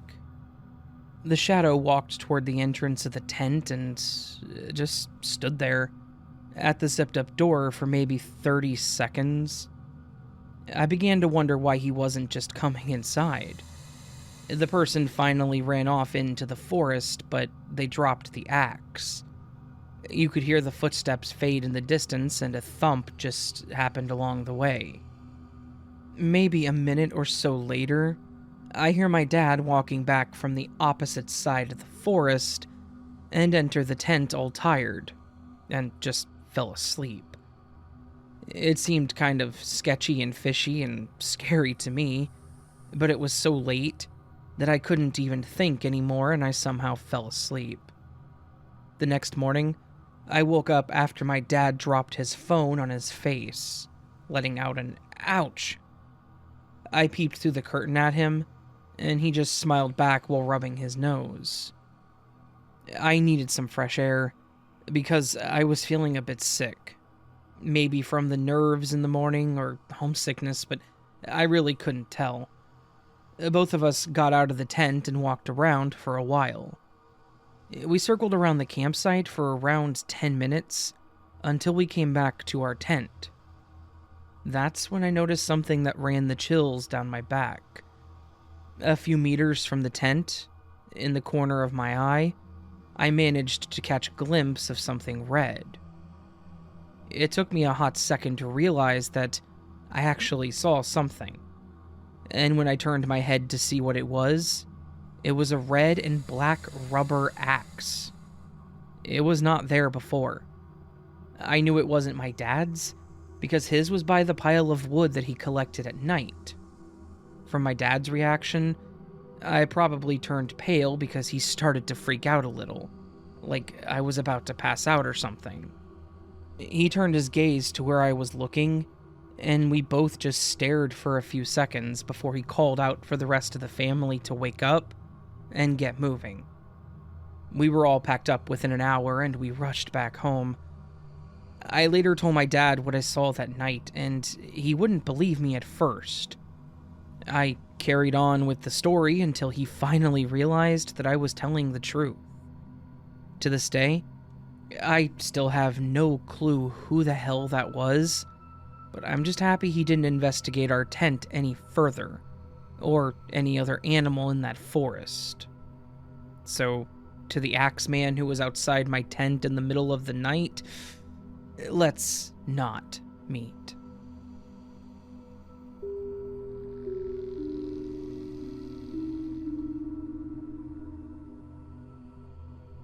Back when I was 16, I started working at a department store in our local mall.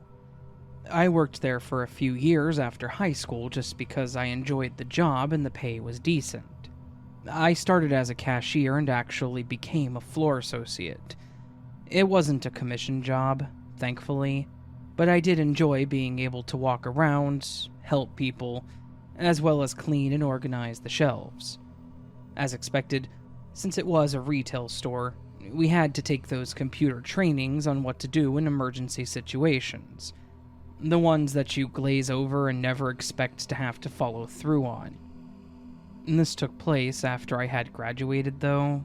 It was actually a Sunday, so we were closing early. I was in the women's section folding up the shirts that were displaced on the shelf, and this was also close to the front of the store, making me also close to the register. The cashier had just gone to break, and I agreed to go over to that section to watch the register until she got back. At this point, since we were closing in about 2 hours, it was just me, another floor associate, Marco, the cashier, Sam, and the store manager, Will. I assumed that Marco was closer to the back of the store because I couldn't see or hear him. I had one customer that I rang up, and another one that I remember seeing come in, but they hadn't left yet. So, while I was folding, I heard a loud bang, making me jump. It came from outside of our store, and all I could think of was that it sounded like something large and heavy crashing onto the floor, like maybe a trash can. I just remember that I stood there for a moment, and noticed that after the loud sound, it was eerily quiet, other than the very soft music playing over the intercoms. Usually you hear people walking and talking, but it was unsettling. Then I heard the sound a second time, which was followed by screaming.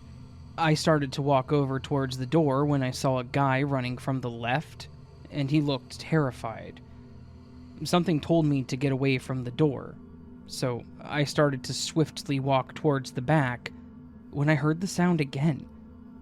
That's when I finally realized I was hearing shooting. The fear finally hit me, and I fell to the floor crawling when I saw Will come out of the back. He was motioning for me to get behind the counter, and I didn't hesitate.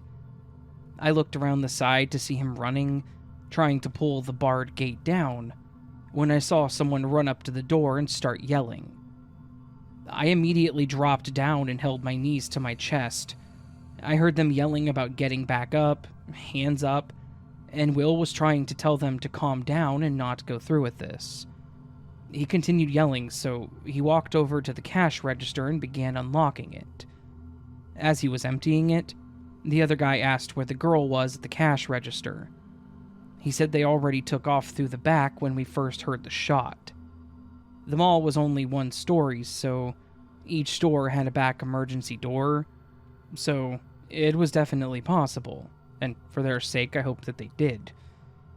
After he finished, I assumed the guy didn't leave because Will stood there and started to say something like, "I swear it's empty," when I heard another shot and Will fell to the floor. It made me scream, but I heard the guy run out of the store too. Everything was a blur after that. I remember trying to help Will. Marco came out from the back and helped as well, and it just kind of spiraled from there. Lots of talking and people coming and going. My parents showed up, freaking out, understandably, as I still lived with them too. I didn't work for a few days after that. In fact, everyone that worked that night was off. To my surprise, the place did actually pay for therapy for any of us that wanted it. The suspect didn't get far, though. Thankfully, when others heard the first and second shots, they called for help immediately. So the cops were at the door when they tried to escape. Will was always a great manager, and after hearing that he was going to be okay, and was actually going to return to work, it made me feel like I could go back too, even though I thought about quitting. I continued to work there for a few more years before I got a job in my field. I took every single one of those safety training classes absolutely serious from that moment on, though.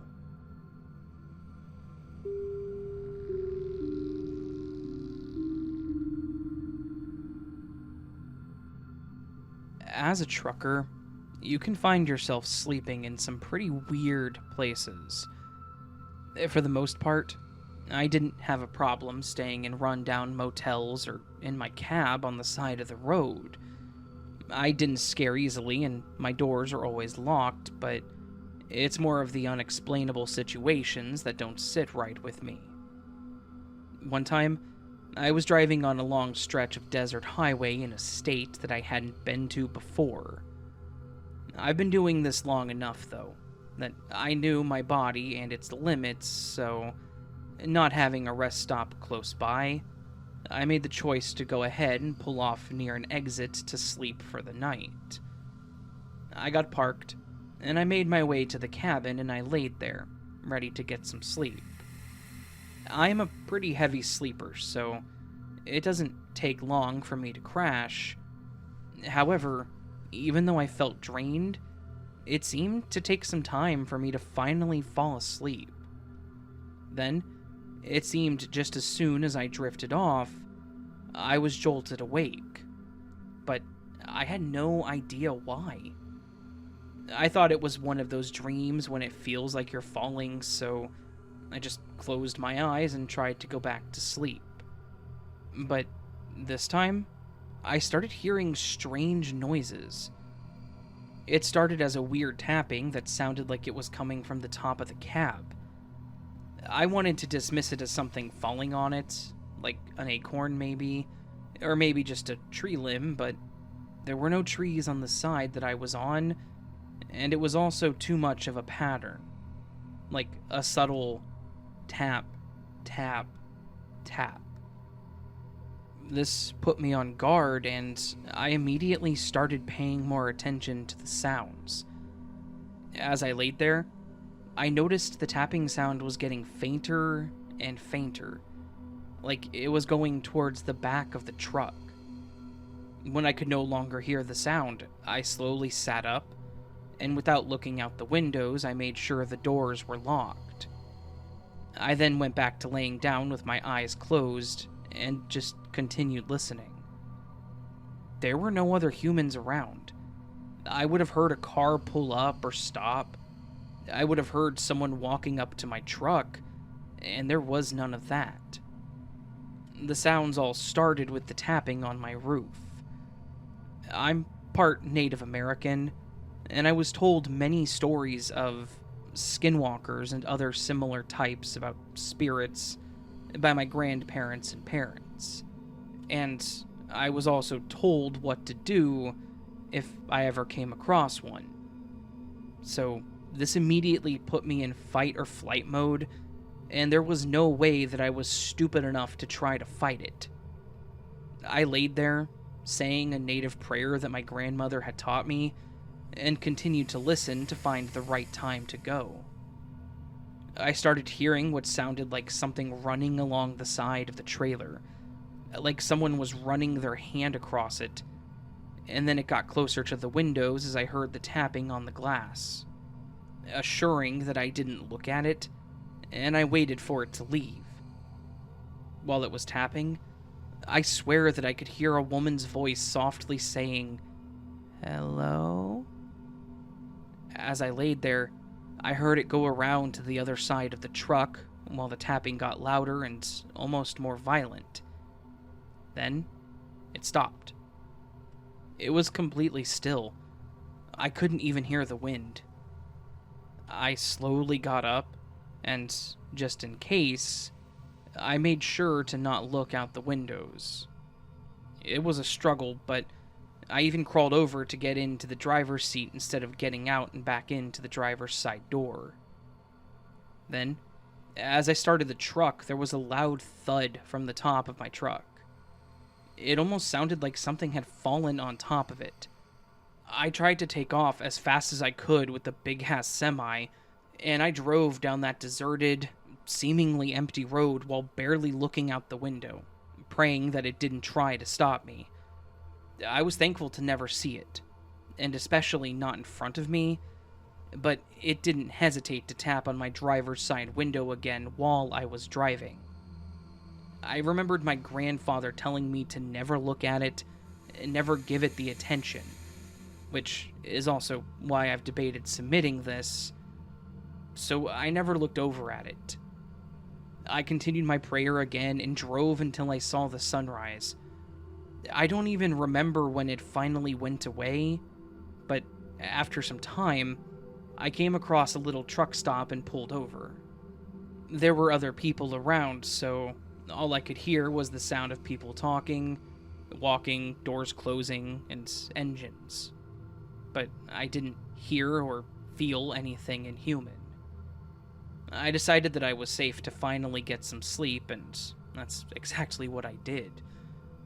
I was impressed with myself for staying awake and keeping my eyes on the road, but I guess that's also part of the fighting to live side of things. I didn't experience anything else on that trip, and thankfully I didn't have to take that road back. I also checked my truck and trailer when I arrived, and there wasn't a scratch or dent on top of it. Skinwalkers are not something that anyone should seek out. You're better off just listening to stories and leaving it there. Because I promise you, nothing good will come of it.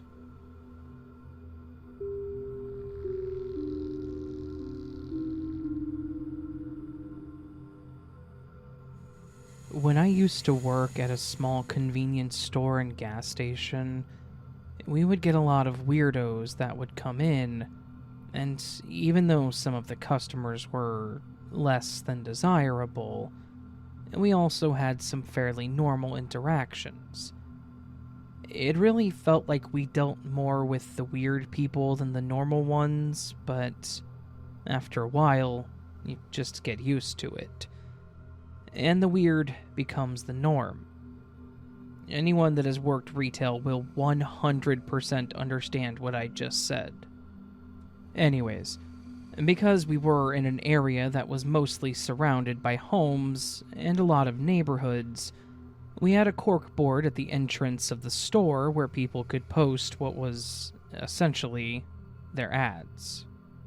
For the most part, people would pin up their business cards for things like lawn mowing and legal services, but we would also occasionally get flyers for nearby concerts, or people wanting to fix others' computers. Things like that. It was basically our own little contained corkboard next door or Craigslist. The only requirement that we had with the board was that they had to have the manager's approval before they posted anything. So, when they came in to post something, we had to put it in the back office for the manager to hang up. It was, more than anything, a quality control process, so that we didn't get dumb things that had zero benefit to the community posted on the regular. This story is actually about one of the things that someone wanted posted to the board. I was working a shift and this older guy in a nice dress shirt came into the store. Nothing weird there. We would get a lot of people that came in just after work to get a drink or something. However, this guy came up to the counter with the flyer and asked me if he was allowed to hang it on the board. I mentioned to him that I'd have to run it by the manager and that he came in first thing in the morning, but I could take the flyer and put it on his desk so he could approve it right away. He agreed, and he handed me the flyer. It was basically a missing persons poster. There was a picture of a guy in the center, and he was well dressed, and this image almost looked like a headshot for a business. The information was a bit strange. It had his height, weight, blood type, and a number of other things, but there was no name for the man. There was a small blurb that mentioned, "If you see this man, call this number," with what I'm assuming was the man's phone number, and then there was mentions of a substantial monetary reward if he was found. Because I'm nosy, I asked if he was a missing person. The man laughed slightly and said, "Well, kind of." I asked how someone could kind of be missing, and he responded with, "We know that he's around somewhere, but we don't know where. He walked out on a job and we need to find him so we can go over his exit interview." I thought that was a weird thing to say, but I just kind of accepted it and told him I would give it to my manager to post. The guy thanked me and left, and that was the end of that. Until a few days later. The manager posted the flyer as requested. It was posted front and center on the board since it seemed important. Then, about 3 days after it was posted, a guy came into the store to buy some beer, and I know that I awkwardly stared at him for a few moments, because I was trying to place him. But then, I realized that he was the guy on the poster. He noticed that I was staring because he was giving me this weird look like he was uncomfortable. I mentioned to him that someone was looking for him, and I motioned towards the board. As soon as I said someone was looking for him, he went pale as a ghost. He walked over to the flyer and pulled it off, and then came back up to me and asked me if I knew who had posted it. I described the guy. Older man, military haircut. It was gray. He was nicely dressed, had large rimmed glasses. Basically everything that I could remember. I then mentioned that he had told me that he needed to do an exit interview, whatever that meant. As soon as I said that, he started yelling expletives about how screwed he was. He then looked at me and said, "Look, I wasn't here. Please do not tell anyone that I was ever here." And he then ran out of the store, jumped in his car, and sped away without his beer. I was so confused. I had no idea what the hell all of that was, but this guy obviously did not want to be found by the first guy. What's weird? I had never heard another thing about this. Neither man came into the store after this. I never saw anything about it on the news or anything, and I never saw his face in any other missing persons listing. I personally do see a few possibilities about this situation. This could have been a prank.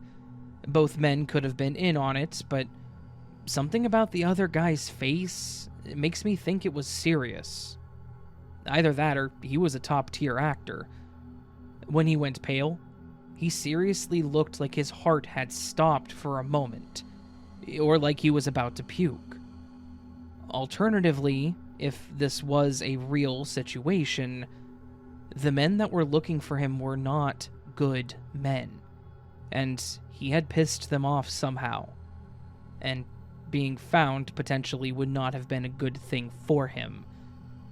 Either way, I kind of hope that he was able to get away, and he made it out okay, because I feel like if whoever wanted to do that exit interview caught him, he's probably not around anymore.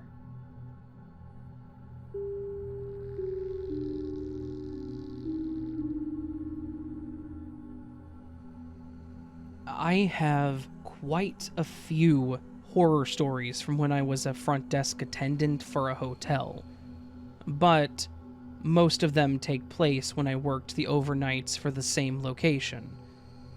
I have a lot of experiences with genuinely creepy and weird people, but I think it would be more fun to share one of the experiences that was a bit more unexplainable, and less just, this one guy was kind of creepy. So, as I mentioned, I worked as the overnight front desk attendant for this hotel for a couple of years, actually. The schedule kinda sucked, and I had to really work to adjust my sleep schedule, and it made days off incredibly difficult, but the pay was decent for the time. And, to be honest, I didn't have much going for me in my life beyond working there. The nights typically consisted of sitting at the front desk for hours, dealing with one or two people that would show up in the middle of the night because they spent too much time on the road. And sometimes, I would have to take things up to rooms if there was an issue or an emergency. Beyond that, I would sit at the desk and pretty much just file out the paperwork that had to be done each night. The story that I want to share happened during my first year on the night shift. I don't recall the time of year, but I think it was early winter or mid-fall. The whole thing started when I got a call from the third floor of the building. It was a guest that I had checked in at the beginning of my shift, and when I checked him in, he seemed like a pretty decent person. He seemed sane, stable, and polite enough. I know that it sounds weird that I'm saying this, but I am saying it to demonstrate that he probably wasn't crazy. Anyways, he called down and asked if I could help him. And he asked me if there was anything I could do about the temperature of the room. I mentioned that there was a thermostat in the room and that most of them were set to a pretty standard temperature, something like 73. He then said that it was set to 73, but that the room was feeling really cold by the door, like there was a major draft coming in from the hallway. And that was kind of weird since his room was literally in the middle of the hallway, so he was nowhere near any draft-causing spots, like windows or exits. I told him that I would go ahead and come up to see if I could help him out and check it out shortly. After I had hung up the phone, I went ahead and placed the "Be Right Back" sign on the desk and went up to the third floor to see what was going on. When I got up there, I was a bit annoyed. The floor was a pretty standard temperature, but then I walked toward his room and noticed that this guy was actually not lying to me. As soon as I approached his door, it felt like the hallway went from this nice ambient temperature to about 20 degrees or so colder. We weren't booked full, so there was only one other guest staying in a room near him, and their door didn't feel cold, so they didn't have the AC on or anything else. But, for some reason, the closer that I got to his door, the colder it felt. I knocked on his door to let him know that I at least felt what he was talking about.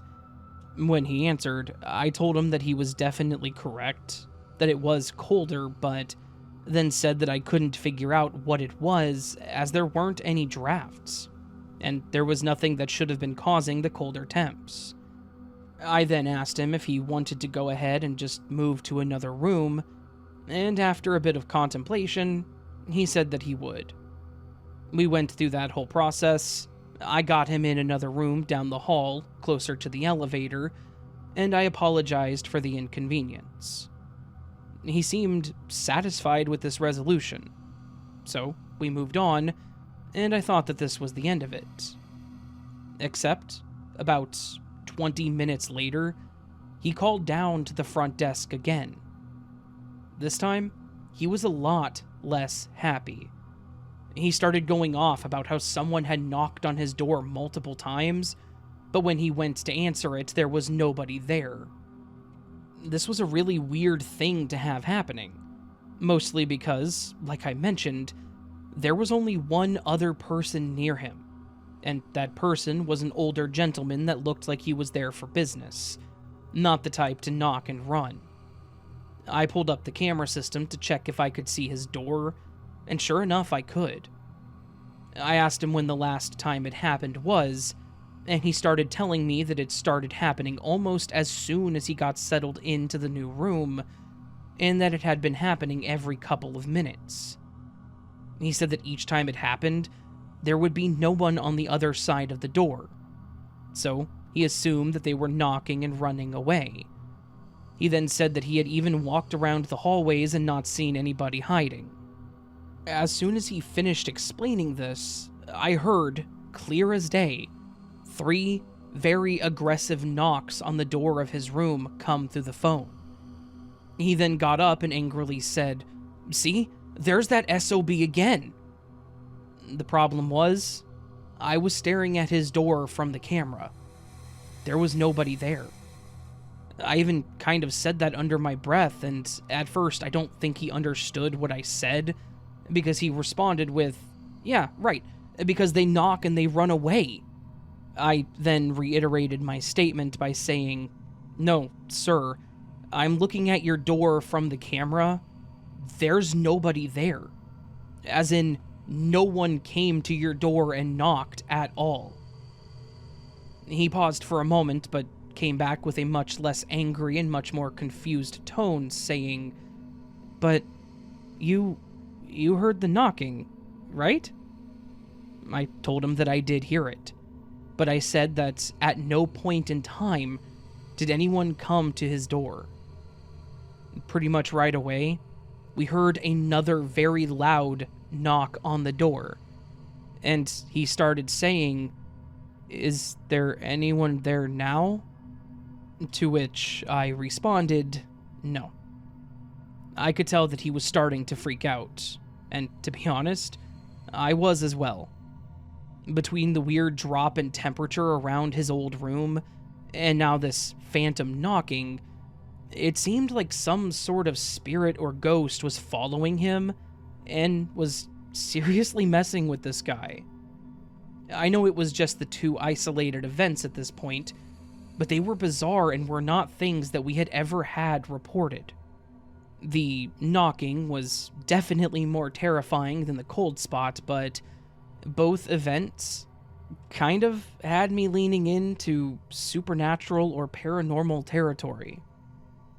After a few seconds of silence, I offered to move him to one of the more expensive rooms on another floor, basically upgrading him for free because of this. He did agree, and when he came down to the front desk, he was pretty pale, and quite obviously freaking out.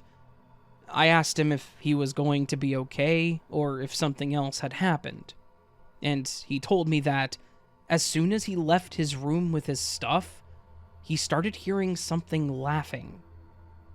I kind of passed over his comment and told him that we would get him taken care of.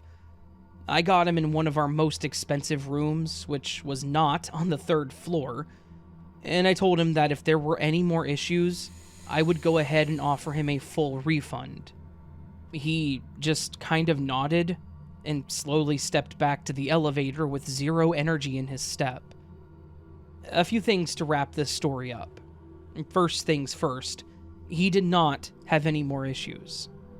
When he checked out in the morning, I was told that he wanted to give praise to my manager for how I handled his issues, basically saying that I went above and beyond for him. And to anyone that will say that he was faking the problems or doing something to cause them, I'm going to say that I highly doubt it. The cold spot issue, well, I guess he could have had the AC on in the room, but that would be kind of dumb to do if I was coming up to see why it was cold. Plus, it felt like it was more in the hallway than coming from his room. The knocking thing, I'm pretty certain was not his doing.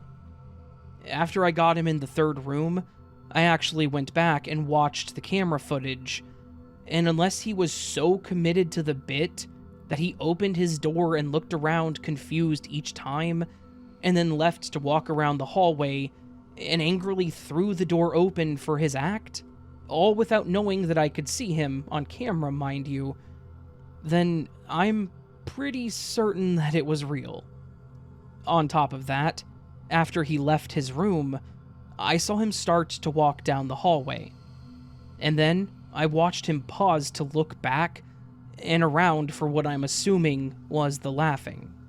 I literally watched the color drain from this man's face on the footage, and there's really no way to fake fear that intense.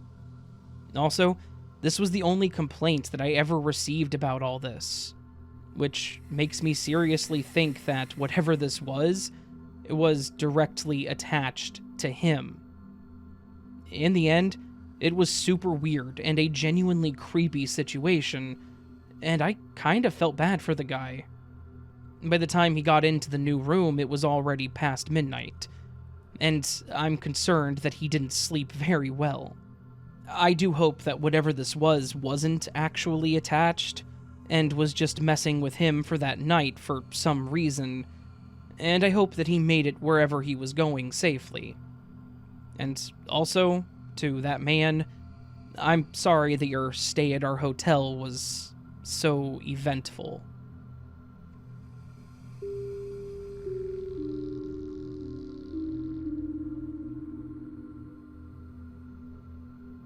Back in the 90s, my friend Brent and I would go exploring old buildings that were abandoned or condemned for fun.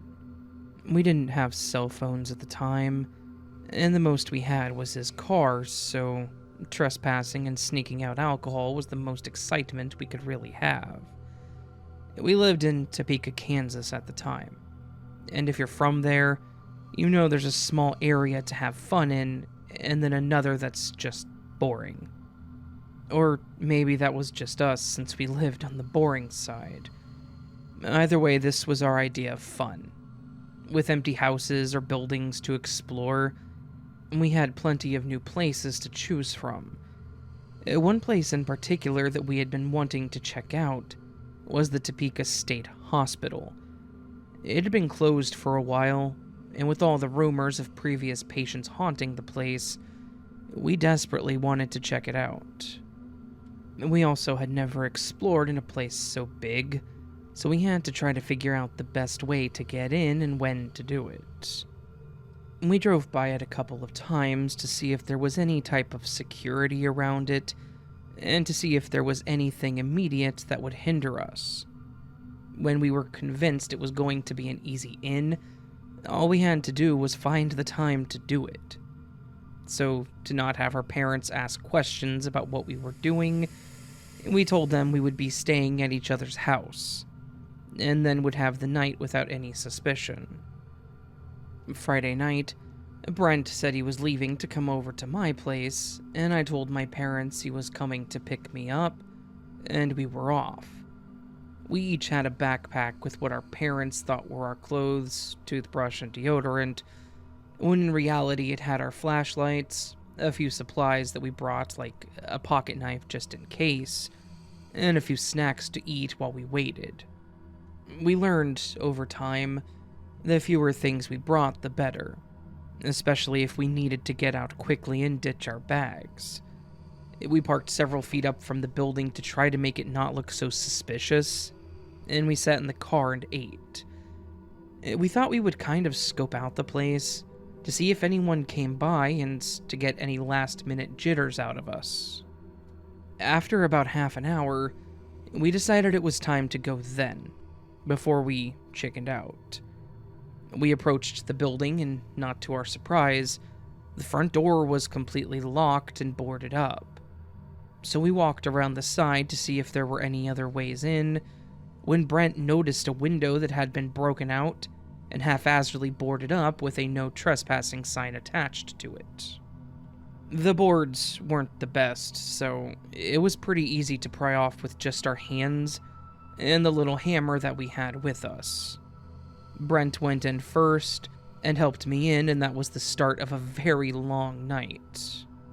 Once in, we turned on our flashlight, put on our backpacks, and started looking around. Immediately, the smell hit me. It was very musty, like what a damp old room would smell like.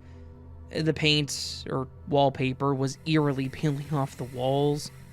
But the honest part for me was how still the air was. I motioned to Brent to stop for a second just to try to listen, and the only thing you could hear was our slight breathing. You couldn't even hear the sounds of the bugs outside. It was just one of those moments that was hard to explain. However, we didn't want to waste a lot of time, and we started moving on. We looked through the rooms where the doors were already open and saw much of what you would expect. Bare shelves, broken bed frames and chairs. The restroom stalls were all broken, and some of the toilets were just busted. There was a lot of graffiti everywhere too, so we obviously weren't the only ones that had been here. As we looked around and just took in what all we were seeing, we heard what sounded like someone walking slowly above us. A little scared, but also not quite ready to leave yet, we decided to go up to the second floor to check it out.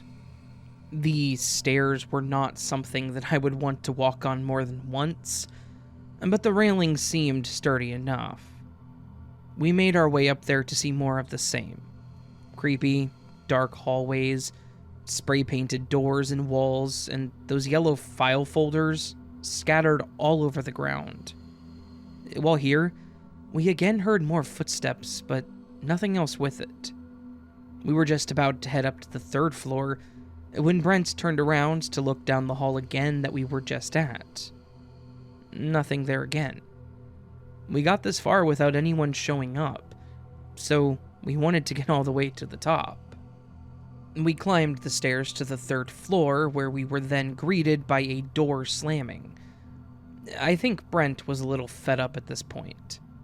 With us both not really being fazed by ghost stories, or at least not willing to admit it, he shouted, "We're not here to harm anyone or anything." After wincing at hearing him unexpectedly calling out, we waited in silence, but heard nothing. Not even the footsteps. We both let out a quiet laugh and continued on. Looking around the room, I saw some really old clothes that looked like they had been disintegrating over time, just sitting in the corner of a room. In this same room, I started smelling sulfur. It was almost like there were fireworks going off right in front of me. I walked out of the room quickly and across to where Brent was, who claimed he didn't smell anything at first. I brought him over to the other room where he could then smell it. As we started leaving the room, though, the door to the room that he was in slowly started to shut. As I mentioned earlier, there was no airflow in the place. It was dead still. So there was no way that a draft had blown the door shut. We stared at the door for several minutes when we started hearing footsteps again, but they seemed to be quicker than before and getting louder. We walked over by the stairs slowly and waited. And that's when I felt a really cold breeze brush my back, and I very clearly heard the word "out" whispered into my ear. I was done. I took off down the stairs, Brent following right behind me, and when I got to the bottom, I leapt out the window that we came through, and waited as Brent crouched down to do the same. As he was doing this, it sounded like someone was running towards us. I yelled at Brent to hurry up when he nearly dived out the window to get out. We quickly took off to his car, not caring if anyone saw us at that point, and then we just sat there, staring at this place for several more minutes to calm down. After a while, we both asked the other if we had heard the voice, and that's why we both started running. So at least I knew that I wasn't the only one.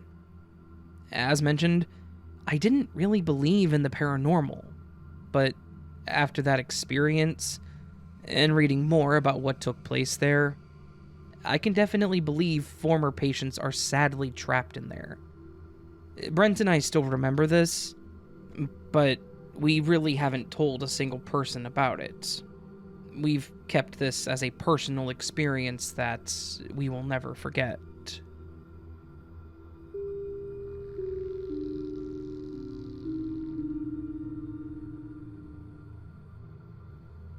This happened when me and my girl were on an impromptu road trip. At the time, we'd both taken some time off work, as I had time I needed to use, and I could tell that she was in need of a break.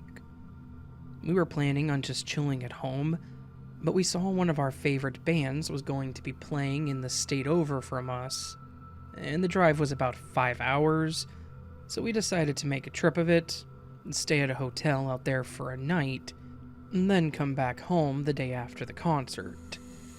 This was also in 2019, so we were a bit more carefree at the time. And we packed a small bag, got some cash to have on hand, and for any toll roads, and then left.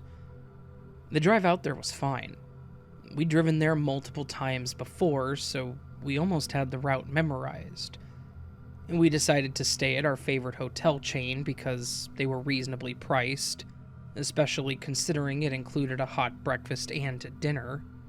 We left early in the morning, so when we got there and checked in, we still had part of the afternoon and evening to enjoy the sights. We did a few things around the town, including a little museum that we had never been to, and we just enjoyed ourselves. That night would be the concert, and I was really happy that we went. Angie, my now fiancée, had a blast, and it looked like she was already feeling better, which made me feel a lot better. The opening band was local, and they were actually really good. We got a copy of their album, and even had the drummer as a friend on Facebook, which was pretty cool. Then we got to talk to the guys from our favorite band. We bought shirts, and they signed them and took pictures with us, and it was all around a good time. We stayed as long as we could, just hanging out until they started closing, so then we headed out. It was midnight at this point, because that was when the venue closed, and we had to quickly leave. It was kind of weird because it was a 21+ show, and the curfew thing seemed a bit weird, but not a big deal. Overall, we had a great time, and we were ready to head back to the hotel. Now, the venue that we went to, we'd not been to before. It was more like a little hole-in-the-wall bar with the stage, so we weren't familiar with the area. We started up the navigation on our phone to get back, but, of course, it was having trouble finding a signal at first. So we were driving around aimlessly, both waiting on the signal to come back, and also trying to remember what direction we came from. I was pretty tired, and she was tipsy, so combined, we probably didn't have the best sense of direction. As we came to an intersection, there was a guy leaning against the building, smoking. He made eye contact with us and nodded, and we continued on after the light turned green. Finally, the signal came back, and, of course, I was facing the wrong way, and it wanted me to do a U-turn. I don't really like doing U-turns, unless there's a specific lane for it. At least when I'm in an area that I'm unfamiliar with, so I decided to go around the block to circle around. As we did, we came back to that same intersection where that guy was, and once again had a red light. This time, though, the guy decided to approach us, waving at us to stop or to hold on. There wasn't another car in sight except the parked ones across the streets at the CVS, so I wasn't worried about holding up traffic. I put on my hazards and Angie rolled down her window halfway so we could talk to this guy. I'd like to think that we're both giving individuals, and we help when we can, even if it means we may be gullible. But we also try to look for the best in people. So while some people may not have even stopped for this guy, the least that we could do was give him a minute of our time to just talk with another person. The reason I say this was that the guy also looked like he had been standing there for quite some time. Like, he had a huge backpack on the ground next to him, as well as a few items sitting on top of it, like a jacket and a piece of cardboard, as well as a jug of what I thought was water next to it. He said hi and asked us what we were doing out so late. He asked it in a joking way, like what a parent might say to their kids. So we told him we were leaving a concert and that we were trying to find our way back to the hotel. He asked us which one, and we proceeded to tell him, and he gave us directions on how to get back there. He even suggested that we avoid a certain street because it wasn't the safest. We thanked him, and as the conversation died down, I could see him looking around in our car a bit. It was a bit awkward, but I had a feeling I knew where this was going. Before I could react, though, he started saying something about our car and it being nice, while Angie pulled a $20 bill from her wallet and handed it to the guy. He smiled and thanked us, but then the conversation became a little weird. He tried to make a joke about Angie being loaded, and asked why she would carry around so much cash in a strange place, knowing that it could be dangerous. I could tell that it became a little awkward for her with the way that she shifted in her seat and the slight nervous giggle she had, so I responded that we didn't know if we would have to pay for parking at the venue. I just tried to think of something so she wasn't put on the spot anymore. Again, he told us that we should be careful then and head back to the hotel as soon as possible.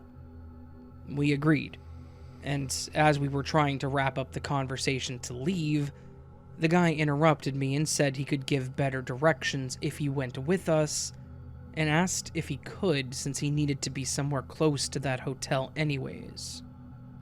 At that point, I was very hesitant, and I was not comfortable with this idea at all. And I think Angie felt the same way by the way she looked over at me, hoping I would have an excuse. Off the top of my head, I told him it was a rental so we couldn't have more people in it than what was written on the papers, which was just the two of us. He quickly tried to call me out on that though, that there weren't any rental tags on the car, so Angie jumped in and said it was a friend of ours. So it wasn't actually through a rental place, but we weren't allowed to have anyone else in it, and we didn't want to risk it. He again tried to push the topic, and say that he was just a homeless person looking for a ride, and I think your friend would understand that. Then he said something that kind of chilled me, and part of it was the look on his face, and the manner in which he said it. He said, "Besides, it's not like I'm gonna kill you and have my way with her or something. I just need a ride." Angie looked at me in complete fear at this point, and I was at a loss for words. What were we supposed to do? Even if we drove off, would he try to come find us? He knew what hotel we were staying at, so it was a possibility. Before I could finish processing, Angie looked at him and said, "Okay, grab your stuff and get in the back." He grinned and said, "Smart girl," and as he was walking away, I could see something sticking out of his back pocket. It had a handle, like a knife. Without taking her eyes off of him, Angie rolled up the window and just started saying, "Drive," over and over in a completely monotone voice. So I gunned it. I looked back and I saw the guy turn and watch us as we drove away, and he just stood there, smiling and waving. We didn't say much, other than agreeing that we both saw what was in his pocket, until we got back to the hotel. Instead of parking next to it, I paid for the garage parking and we went to the second floor to hopefully hide our car a bit. It didn't stand out or anything. It was an old silver Ford with no distinguishable features, so we were hoping that he wouldn't show up. And if he did, we hoped he wouldn't find the vehicle. I even took the necklace that was hanging from the mirror down in case he saw it. We sat there for a few, and then quickly made our way into the hotel, where we tried to relax for the rest of the night. The next morning, Angie called the front desk and asked if anyone came looking for us, and she said that no one did, so we eased up, thinking it was just the night and we would never see this guy again, and then we went about our morning and left. It got worse when we got home, though. I found a story from that city that we were in about a couple that had been robbed from their car. The wife said they'd pulled over to help a guy that looked like he was injured when he pulled a knife on them. He demanded their keys and wallets, and when the guy tried to fight back, he was stabbed repeatedly. They were left on the side of the road, and the suspect took their car and left. Thankfully, the husband survived, but they never found the suspect. Their car was later found crashed into a median, and it was destroyed inside and out. They had pictures in the story, and it looked awful. I'd be surprised if the guy survived or wasn't severely injured from that crash, but it was a terrifying thought that it could have happened to us. Was it the same guy? Was he going to try the same thing? The way he looked around the car and made comments about the cash definitely seemed suspicious. We're a lot more careful now when we go to unfamiliar places, and we definitely don't linger around to be nice to strangers.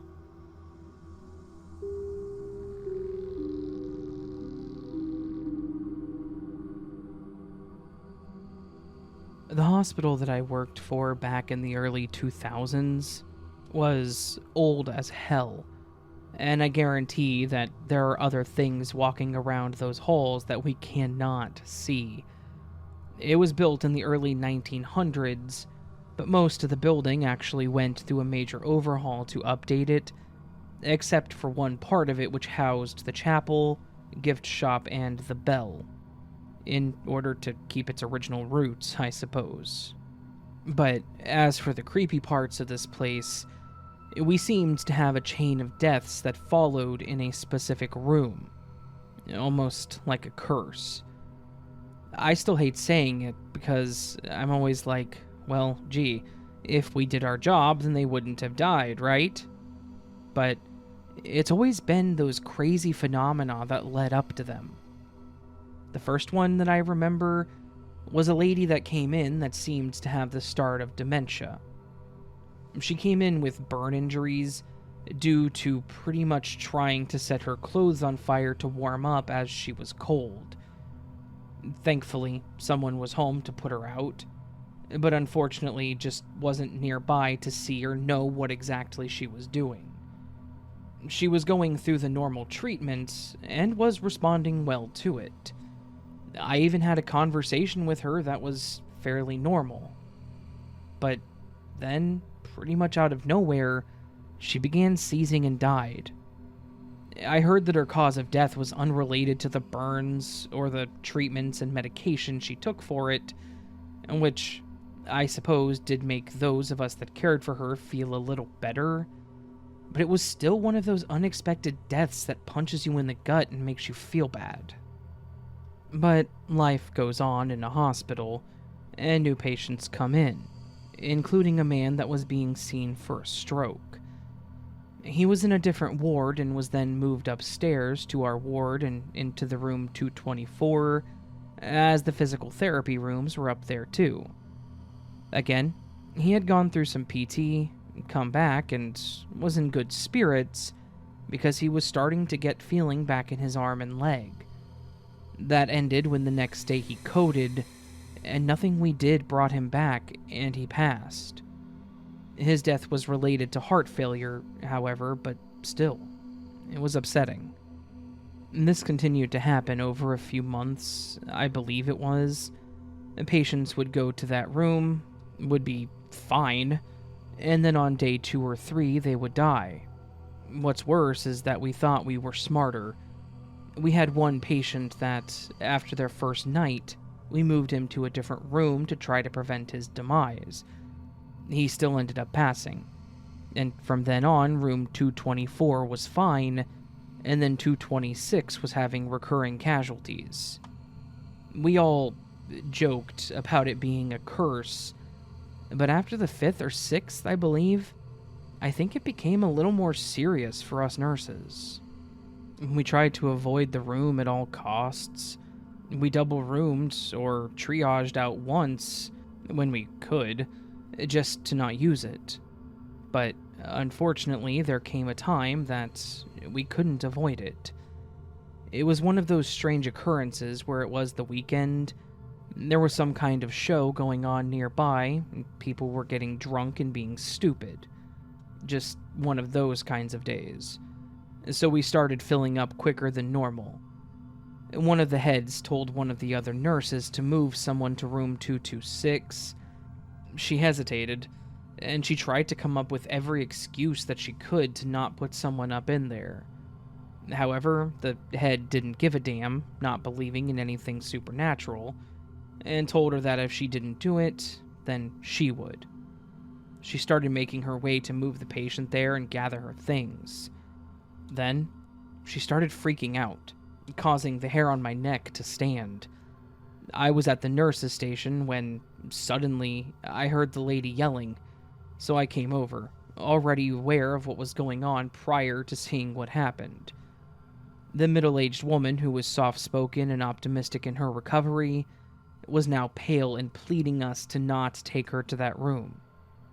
As I remember it, she was saying things like, "Please, I don't want to go in there. Please, I'll die in there, please." The other nurse tried to calm her down and told her that she would be okay and that she wouldn't die, although I could hear the shaking in her voice. The patient continued screaming, "No, please, they'll kill me. They'll all kill me, please. I don't want to die." She was unconsolable.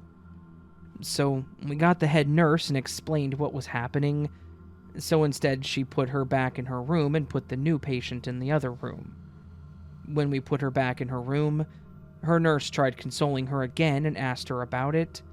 She mentioned how she felt an overwhelming sense of dread in that room, and that she didn't want to be around it. That alone spooked me. Sure enough, however, the younger-looking guy that went in for an ear infection died the next day from, again, something unrelated. The other nurse there was freaking out, and rightfully so. We never want to lose a patient, but then having this feeling that it could have been avoided really takes a toll on you. After some arguing and one nurse threatening to walk out, we finally got them to agree to not use the room anymore. To our relief and, unfortunately, our horror, the unexpected deaths seemingly stopped. We've talked about it on many occasions, and even told a few new hires why we avoid the room. We eventually began using it as a storage room. That way, there was no way that it would get used by a patient ever again. I don't know what happened at that hospital, but after witnessing that, I honestly don't even want to know.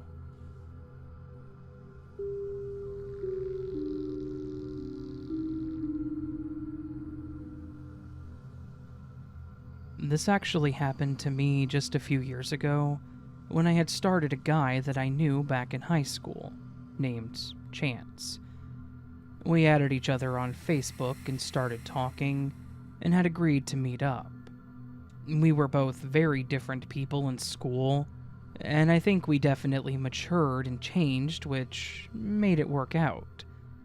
He was typically in the spotlight in class, but he wasn't really a jock or anything. He was on the wrestling team, but he didn't make it his personality. He just had a way with people. He was very charismatic, so everyone got along with him. Me, on the other hand, I was the quiet girl that always avoided attention. I had friends and I wasn't bullied or anything, but I just kind of kept to myself. Our paths didn't really cross much while in school, so it was a bit of a surprise when he added me and wanted to have dinner. I had no idea why he would have had an interest in me, but I decided to move forward with it. Color me surprised when we actually hit it off. He was quiet when we went out, and didn't act at all like the person from school. He said that he gave up wrestling after school because he wasn't really interested in it. His mom wanted him to play football, but he was actually afraid to play and get seriously injured, so they both agreed with wrestling. He was actually a graphic designer now, and was making decent money. I told him what I did after school, which was more schooling, as I wanted to be a veterinarian, but then realized it was a lot harder mentally than it seemed. Seeing injured and dying pets was very hard, so instead I became a vet tech. I pet, house sat, and I volunteered at shelters a lot. I got to see a lot more of the happier side of animals that way.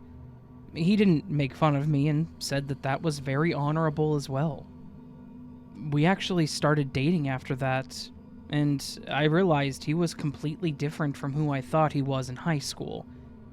We started hanging out a lot, him at my place more than anything because he also lived with his mom still, but we still had a great time. I learned that he was very affectionate, which was really sweet at first, but then he started becoming more and more clingy. It started as just asking me where I was going when I left the living room, but it got kind of annoying when he did it every time. Like, when I was making dinner, I would go sit down for a bit and then get back up to check on it, and he would still ask me. Of course, that was just something small, so it wasn't enough to make me end the relationship or anything. But then, it would just get worse. He would call me at 6:01 on the dot, when I got off work, to ask me what I was doing. If I was out too long at the grocery store or visiting my parents, he would call or text me consistently. I was under some stress as my mom had been battling cancer, so when he did this when I was with her, I got pretty upset. I talked with him about it too, telling him that it was too much. He freaked out and kept apologizing and pleading for me to not leave him. Again, I had no intentions of leaving him. I still thought that it was something that could be worked on and assured him of that, but we just needed to make some changes. To which he agreed. Things started getting better, though. He wasn't as clingy, but he still did have his moments. I even stayed at his place one weekend, and that was when I met his mom, Lynette. After meeting her, I could definitely tell that he was a mama's boy. He was very sweet to her, always willing to help her do anything strenuous, helping with setting the table or doing the dishes. Lynette always involved me with making dinner too, saying it was a woman's job and that she had to make sure her baby was well fed by making sure I could cook. The way she said it, I just thought it was a joke at first. I know that we were in a pretty steady relationship as we had been together for about 6 months or so, but I wasn't making any life plans just yet. She often talked to him like he was still a kid too, which that was weird to me. I also wasn't allowed to sleep in the same room as him, and she made me sleep in her room while she slept on the couch. I mean, come on, we were grown adults. Anyways, still, I got past it and moved on from there. Apparently, me not immediately running after meeting his mom was a sign of acceptance to him, so he started talking about long-term plans, as he put it. He started asking about getting married and how many kids I wanted to have. This caused me to finally slam the brakes. I told him that I was in no way ready to think about any of that, as we hadn't been together for that long, which did seem to upset him, but I was sure to put my foot down on the matter. Unfortunately, things got even worse. While he didn't make plans, he still continued talking about marriage, and to add to the stress, my mother passed away. I was grieving, and it was very difficult as I was so close to her. I thought for sure that I would be able to rely on chance because I needed comfort. I needed someone to help me get through this. But that would never happen. He comforted me the first day, but then, after that, he always tried to one-up me. I'm a mess, going through my mom's stuff, and he just kept complaining about being bored or feeling tired or this and that. I told him that he didn't have to stay there if he didn't want to, and he started complaining more, wanting me to go somewhere with him. I let it go, but I started noticing that he was taking advantage of my vulnerability. He would try to convince me to do things that he wanted, and he would always phrase it like I was neglecting him because of my mom, or even saying things like, "Don't you think your mom would have wanted this?" All the way to the point that he was trying to convince me to have kids. Maybe part of it was the grieving, but I'd had enough. I told him that we needed some time apart so I can get through this, and then maybe we could try again. I thought maybe I was really being a bit much, but I also had just lost my mom. To my surprise, he understood, and he took it way better than I thought. Maybe it was the fact that we had agreed to get back together that he held on to, but either way, I appreciated that he didn't make it difficult. So I decided to try to move forward. I went to the funeral alone. I finished going through her stuff alone and was just alone. One night while I was home, I actually got a phone call from Chance's mother, Lynette. She wanted to give me her condolences and said that she wanted to make a wellness basket for me. I thought it was very kind of her and I agreed, but what I thought was a genuine care call turned into almost a stern talking to about when Chance and I were going to get back together and how selfish it was of me to break up with him. I told her to forget the basket and hung up. This didn't stop her from showing up at my work and even my dad's house looking for me. It was typically easy to get her to leave, but then her appearance was getting worse. Instead of just asking for me to talk, she started saying things to others about me. Like telling guys that she saw at my work to avoid me because I was a harlot and I wasn't a virgin. I was so mortified, but I went out there and personally told her to leave, in a not so nice way. She then started stalking me, watching me as I left work, when I went to the store, and even to my doctor's appointments. I'd finally had enough when she actually showed up to the Halloween party my work was having. She showed up, stopping people as they entered to warn them about me. I won't repeat what she called me, but she was claiming that I had numerous diseases.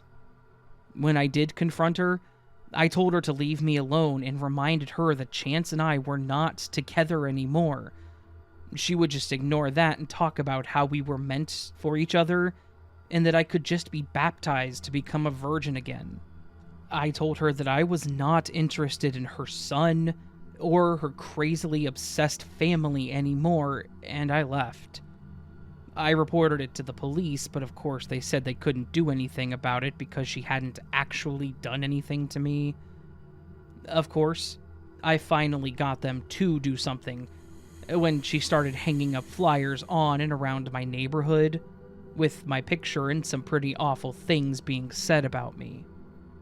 I got a restraining order, and she was also told that if she made any flyers or anything of that sort about me again, it would also violate the order.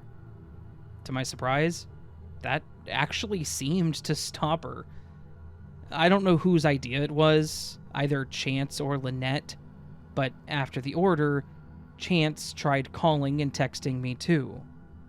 Except he was a little easier to get to back off. I told him I didn't want anything to do with him or his mom ever again, and he just stopped calling.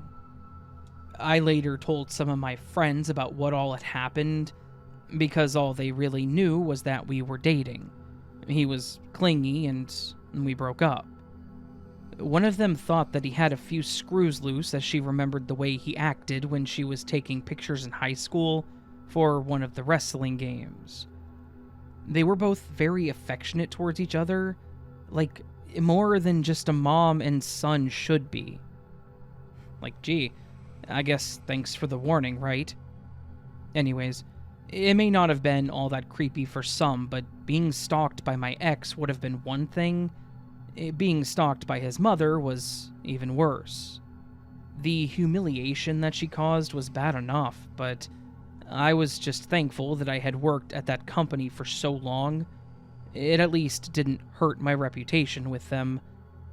They even joked about it with me, thankfully. I've stayed single since this happened, and I'm not sure that I want to even think about dating anytime soon. But as for Chance and Lynette, I really hope that we never ever meet again.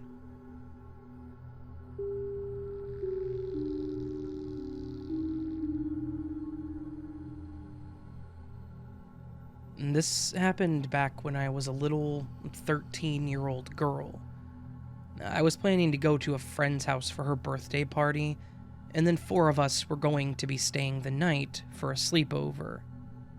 I was getting to the point that I cared about my appearance, and I liked wearing makeup, so I packed a little backpack with my cutest outfits and makeup. I was excited to have a makeover with some of my best friends. I got to the party, and there were already about a dozen or so people there. My best friend Lacey was ready and waiting for me to arrive, and the birthday girl, Heather, greeted me and took the present from me. The theme for their birthday party was American Idol, if that tells you roughly the time frame that this took place. There were other mutual friends there as well, and some that I didn't really know, and also my crush. We had cake, and Heather opened the presents, and then we played some games, and she was kind enough to team me up with my crush as well.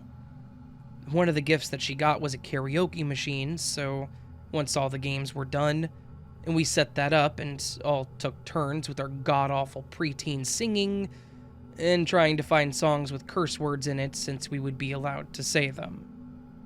As the party started dying down and people left, we would then be left with just the 4 of us.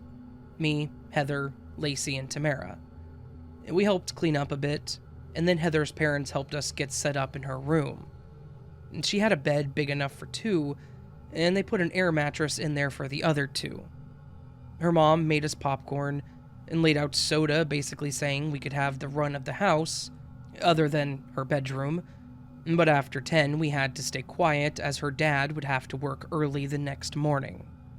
She also had an older brother, but he had taken their van for the night, so it was just going to be us. We decided to watch a movie in the living room, a scary movie, of course, and then agreed to take it back to her bedroom so we could talk more and listen to music. We got set up in there, and we started talking about whatever young girls talked about. Boys, school, home life, rumors that we heard, things we wanted to try, and just stuff like that. Tamara had brought some teen magazines for us to read, and they had some different makeup and hairstyles that we all wanted to try on each other. We started doing each other's hair and makeup, and gossiping about some of the teachers and other people we didn't like, and just ultimately were having a lot of fun when we heard a loud banging coming from outside. Heather lived in a neighborhood where the houses were all very similar and very close together. Their backyard was pretty much shared with her neighbor behind them, so when we heard the loud noise, she could pretty much pinpoint where it came from. And we also had the window open because it was cooler, so the sound was amplified as well. She mentioned her neighbors argued a lot, so they were probably just fighting at the time. We continued on with our night when we again started hearing another loud banging sound. And that's when Lacey turned the subject to them, asking if she's ever been able to hear what the arguments were about, if they ever got physical, or if they ever had to call the cops before. Heather assured us that it was never that bad, but they did just get loud, so sometimes she listened to them. She couldn't always make out what they were saying, but sometimes they took it outside where she could. Lacey was wanting to listen to it at this point, and she stopped mid-eyeshadow application to go to the window. We just kind of teased her for being so nosy, and tried to finish our makeup when Lacey said, "Your neighbor's kind of creepy." Heather tried to say something about them not being all that bad, but then Lacey cut her off, saying that he was trying to get in through the window. That stopped all of us, and we went over to the window to see. Sure enough, there was a guy trying to open one of the windows from the outside. He was pulling on the sides, and when nothing was happening, we saw him pull something out of his pocket. We still don't know if it was a knife or key or whatever, but we watched him slice the screen and then beat on the glass. I remember looking over at Heather to gauge her reaction, but she looked just as curious as us, but also a bit nervous. We continued to watch as the guy broke the window and started reaching around and climbing inside. Then, we saw a woman inside run to the window and start screaming at the guy. And once he got all the way in, she started shoving him back, and he grabbed her by the face or throat, and they moved away from the window. We couldn't see them at this point, but we could still hear them screaming. Looking at Heather again, and the fact that she looked scared, I asked her if we should tell someone, as that did not look like a normal fight, and she agreed. She ran to grab her home phone, and we continued to watch to see if they would come back to the window. After a while, Heather came back and asked nervously if she should call 911, as she's never had to do that before. Neither had any of us, so we didn't know if we should or if we should wake up her parents. We didn't want to bother anybody or get in trouble for calling 911, but as we discussed it, Lacey said, "He came back." So we all went back to the window and watched as the guy stopped at the window, looked down at something, and then walked over to the door next to the window and walked out of it. He seemed to stand there after he closed the door for several seconds, and then looked up at the sky and wiped his face. As he turned away from the door, he looked around and, to my horror, he looked right at us. That felt like forever as we all just sat there and stared back at each other. And now, it was still dark and there was a light above the door, but his facial features, we couldn't really make them out. Unfortunately, I don't know if we could say the same for him. The awkward stare was finally broken when he looked around and quickly ran away from the door. However, instead of running towards the driveway to leave, he walked towards Heather's house. I think we all noticed it at the same time and immediately moved away from the window, but Heather quickly ran out of the room. We then followed her to the living room where she was checking the front door to see if it was locked. As we all stood there trying to figure out what was going on, we started hearing the doorknob rattling. I think it was Tamara that let out a small yelp of sorts, and I was just frozen in fear. Lacey looked out the window and confirmed that it was the guy, and I remember that I started crying. I thought we had just witnessed something that we shouldn't, and now we were next. I ran back to Heather's room, planning to hide in the closet or under the bed, when I heard Heather yell and run into her parents' room, banging on their door. I was just standing in the bedroom at the time, so I heard them open the door and ask what was wrong. And Heather tried to explain as she pulled them to the living room.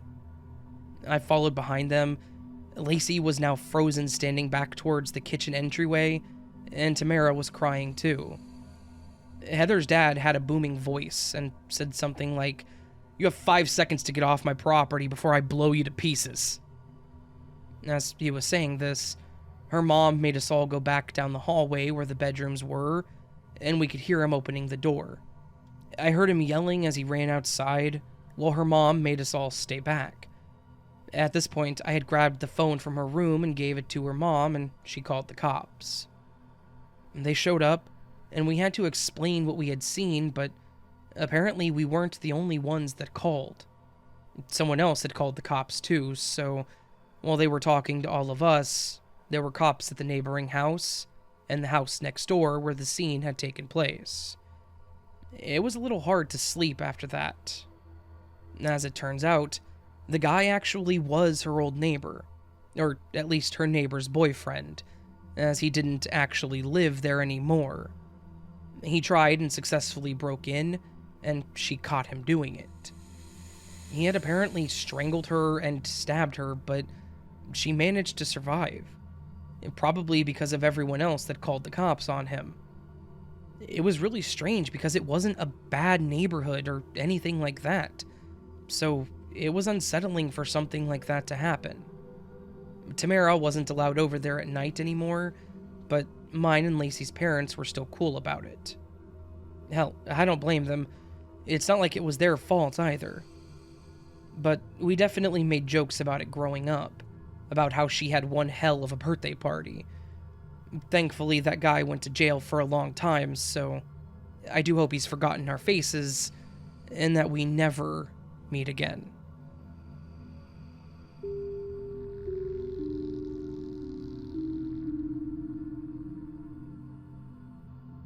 You may have heard this time and time again, but I didn't grow up in the best environment. I ended up in an alternative high school after getting into a fight with one of the teachers. I'm not the same person that I used to be though, so judge me if you want. I don't care. Anyways, the alternative school didn't do us any favors either. The teachers all looked dead inside. They all had the same pissed at the world mentality. They didn't have any cares for us or what happened outside their own classrooms. And they barely cared what occurred in them. If you didn't turn in work on time, then it sucked to be you. There were never grace periods or teachers willing to work with you. It was an old rundown elementary school that they had turned into an old school, while the little kids got a whole new one. It was drab and colorless, like they ripped out all the happiness, color, and cheer and took it with them. I was definitely one that would occasionally skip classes too. My home life wasn't any better. I never knew my dad, and my mom was hardly ever home. If she was so blitzed out of her mind that she could hardly remember my name. The only thing I cared about, or that kept me going, was my little sister, Shayla. She was probably around 6 at the time, and I did everything for her. I was often left alone with her to bathe, feed, and change her when she was younger. Shayla's grandma, we had different dads, would watch her sometimes during the day, but then would drop her off around the time I got home from school. I would ask her where my mom was, and she never knew either, but would still leave us at home. So, it was really just Shayla and I growing up for the most part. However, there was one other person that I did start to grow close to. That was Miss Grace. That was her first name, and she told us that we could call her by that to be more personal and less of an authority figure. Grace was completely different from any other teacher. She was bright, happy, and compassionate. She was never not smiling while in school.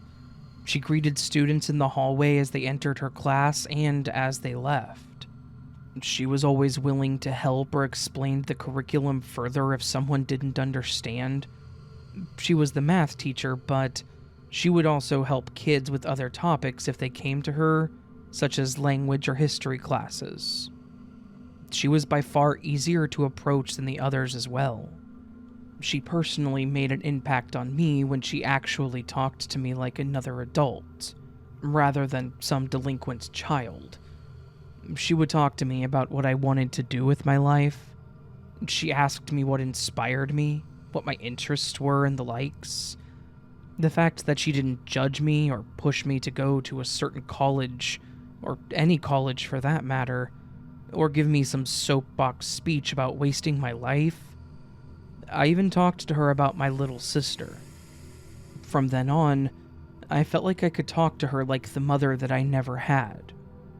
She asked me about school, how I was doing at home, and even about my little sister. If not for her, I probably wouldn't have graduated. Anyways, while I was genuinely grateful for Grace, I was still hanging out with the wrong crowd. I didn't have a job, and there weren't many places in the area that hired under 18, so since I was often left to fend for myself and my sister, and without any food or money in the house, I had to get money somehow. So we stole. We would go to stores in the next city over so we could potentially get away easier. We would take anything that could fit into our pockets. Cheap jewelry, video games, CDs, or movies. We also tried cars that were unlocked in parking lots. I know it wasn't right, and yes, I do regret everything I did, but at the time, I didn't know what other options I had. One thing that we never did, though, was break into houses. We never had any tools to do so, nor was I ever really interested in it. On this night, though, we didn't have much luck, so my friend suggested that we try to hit up some houses. He said that he knew a neighborhood that he had been casing recently that would be good for it. It was a normal middle-class looking place. Small houses, some in better shape than others, and most of them didn't even have garages, so he thought it would be easy to tell if someone was home or not. I still did not like the idea of houses, though, because I thought the charges for a B&E were worse than stealing a few cheap watches from a retail store. They were all pretty mad at me, but said that I could either walk home from where I was, or I could just be the driver/lookout. That way I would still get a cut of whatever we made. I ended up agreeing with the latter. We got through literally 2 houses, one of which they couldn't even get into. I tried telling them this was a bust and that we should leave, but they ignored me, and they made their way to the next house. They had me park on the road, turn the lights off, and wait. After a few minutes of sitting there, looking out the house and back to the road in front and behind me, I started getting really nervous. Something was telling me that we needed to get out of there and fast, but I had no way to really alert them other than flashing the lights like they told me to. I decided that I would signal them and then just give some excuse about seeing a car drive by or a person walking down the street. However, before I could do so, I heard a gunshot, and it was from the house that my friends were in. I started to panic. As far as I knew, my friends didn't have a gun, so my only thought was that they just got shot. I didn't know what to do. Do I leave? Do I try to get them out of there? Before I had time to process, though, they both came running out of the front door, telling me to get out of there. I found out afterwards that one of them did indeed have a gun, but I had no idea. My other friend claimed that he didn't know he had one either, but I still don't know if I believed that. We burned out of there, went back to one of my friend's places, and checked out our hall for the night. I know it might sound stupid, but even though I'd gotten into fights, guns were never my thing. I cut contact with one guy because he was chilling at my place and brought one, knowing that my little sister was there. I went off on him and nearly threw him out the door, so the thought that we may have hurt, if not killed someone, scared the hell out of me. My friend said that he heard something which made him fire, but claimed that he didn't see anybody. My other friend said that he wasn't in the room when he heard the shots, so he couldn't confirm. I didn't really believe them. We had never done this before, so why would you immediately fire instead of trying to leave first? I couldn't get the thought out of my mind all night, and I even told them that I wasn't feeling well and decided to walk home. I personally decided to go to school the next day to try to make things feel as normal as possible. However, that day would not be the normality that I was hoping for. Ms. Grace's class had a substitute. The thing is, though, Grace never missed class. She never had a substitute, so I found it strange. I didn't put two and two together until it was almost spelled out for me. Rumors started spreading that Grace was into something bad, and that's why she wasn't there. Then, it turned into that she had been shot. I got home and tried to look into it more, but I couldn't find anything on Grace. However, they did gloss over the news that there had been a shooting in the same area that we had been in. It was, in fact, Grace's house that we had broken into. The guy that shot her dropped out or just didn't go to this school, so he didn't know her. The other guy did, but didn't have her as a teacher, so I don't know if he really didn't see her or the shot, or what happened. And I never will. The news was agonizing to me, knowing that I was part of the reason that she was hurt. Someone that cared about me. Thankfully, she did survive. And in fact, she came back probably sooner than any other teacher would have. She'd been shot in the back in her right shoulder. She had on a sling for a while, but otherwise, she was her normal, smiling and bubbly self. This added to the grief and guilt that I had. After talking with her over the next week or so, contemplating my options, I finally cracked. I didn't want to go to the police, being that my friends would find out, and I would have a label slapped on my forehead. So, I asked to speak to Grace after school, posing it as help with homework. I had never cried in front of someone before, but Grace was the first person to see it. I broke down and told her everything that happened, and I apologized until I didn't have a voice. The only thing this woman did was grab my hand, smiled, and forgave me.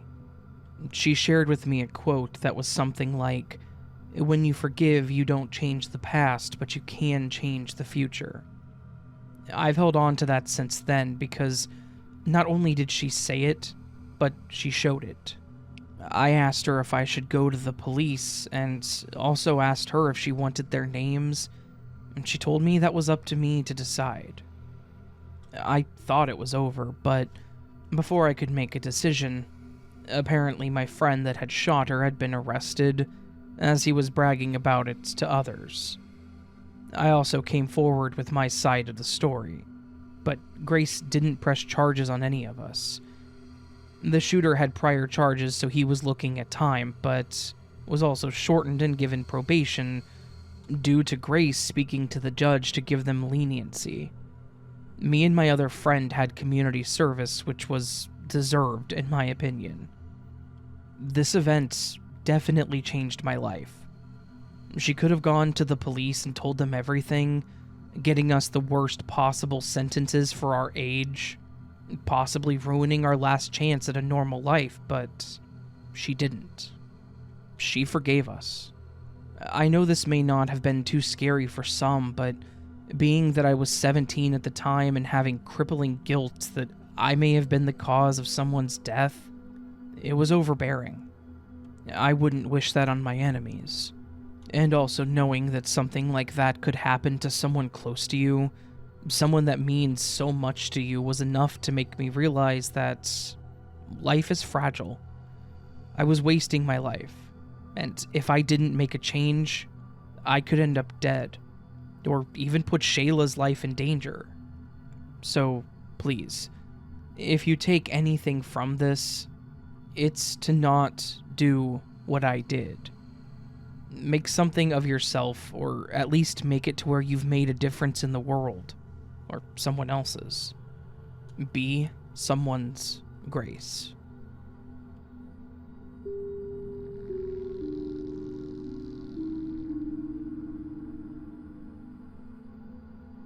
So, I've been wanting to submit this for some time, but it still weighs heavy in my mind, so it's taken me a while to put it into words.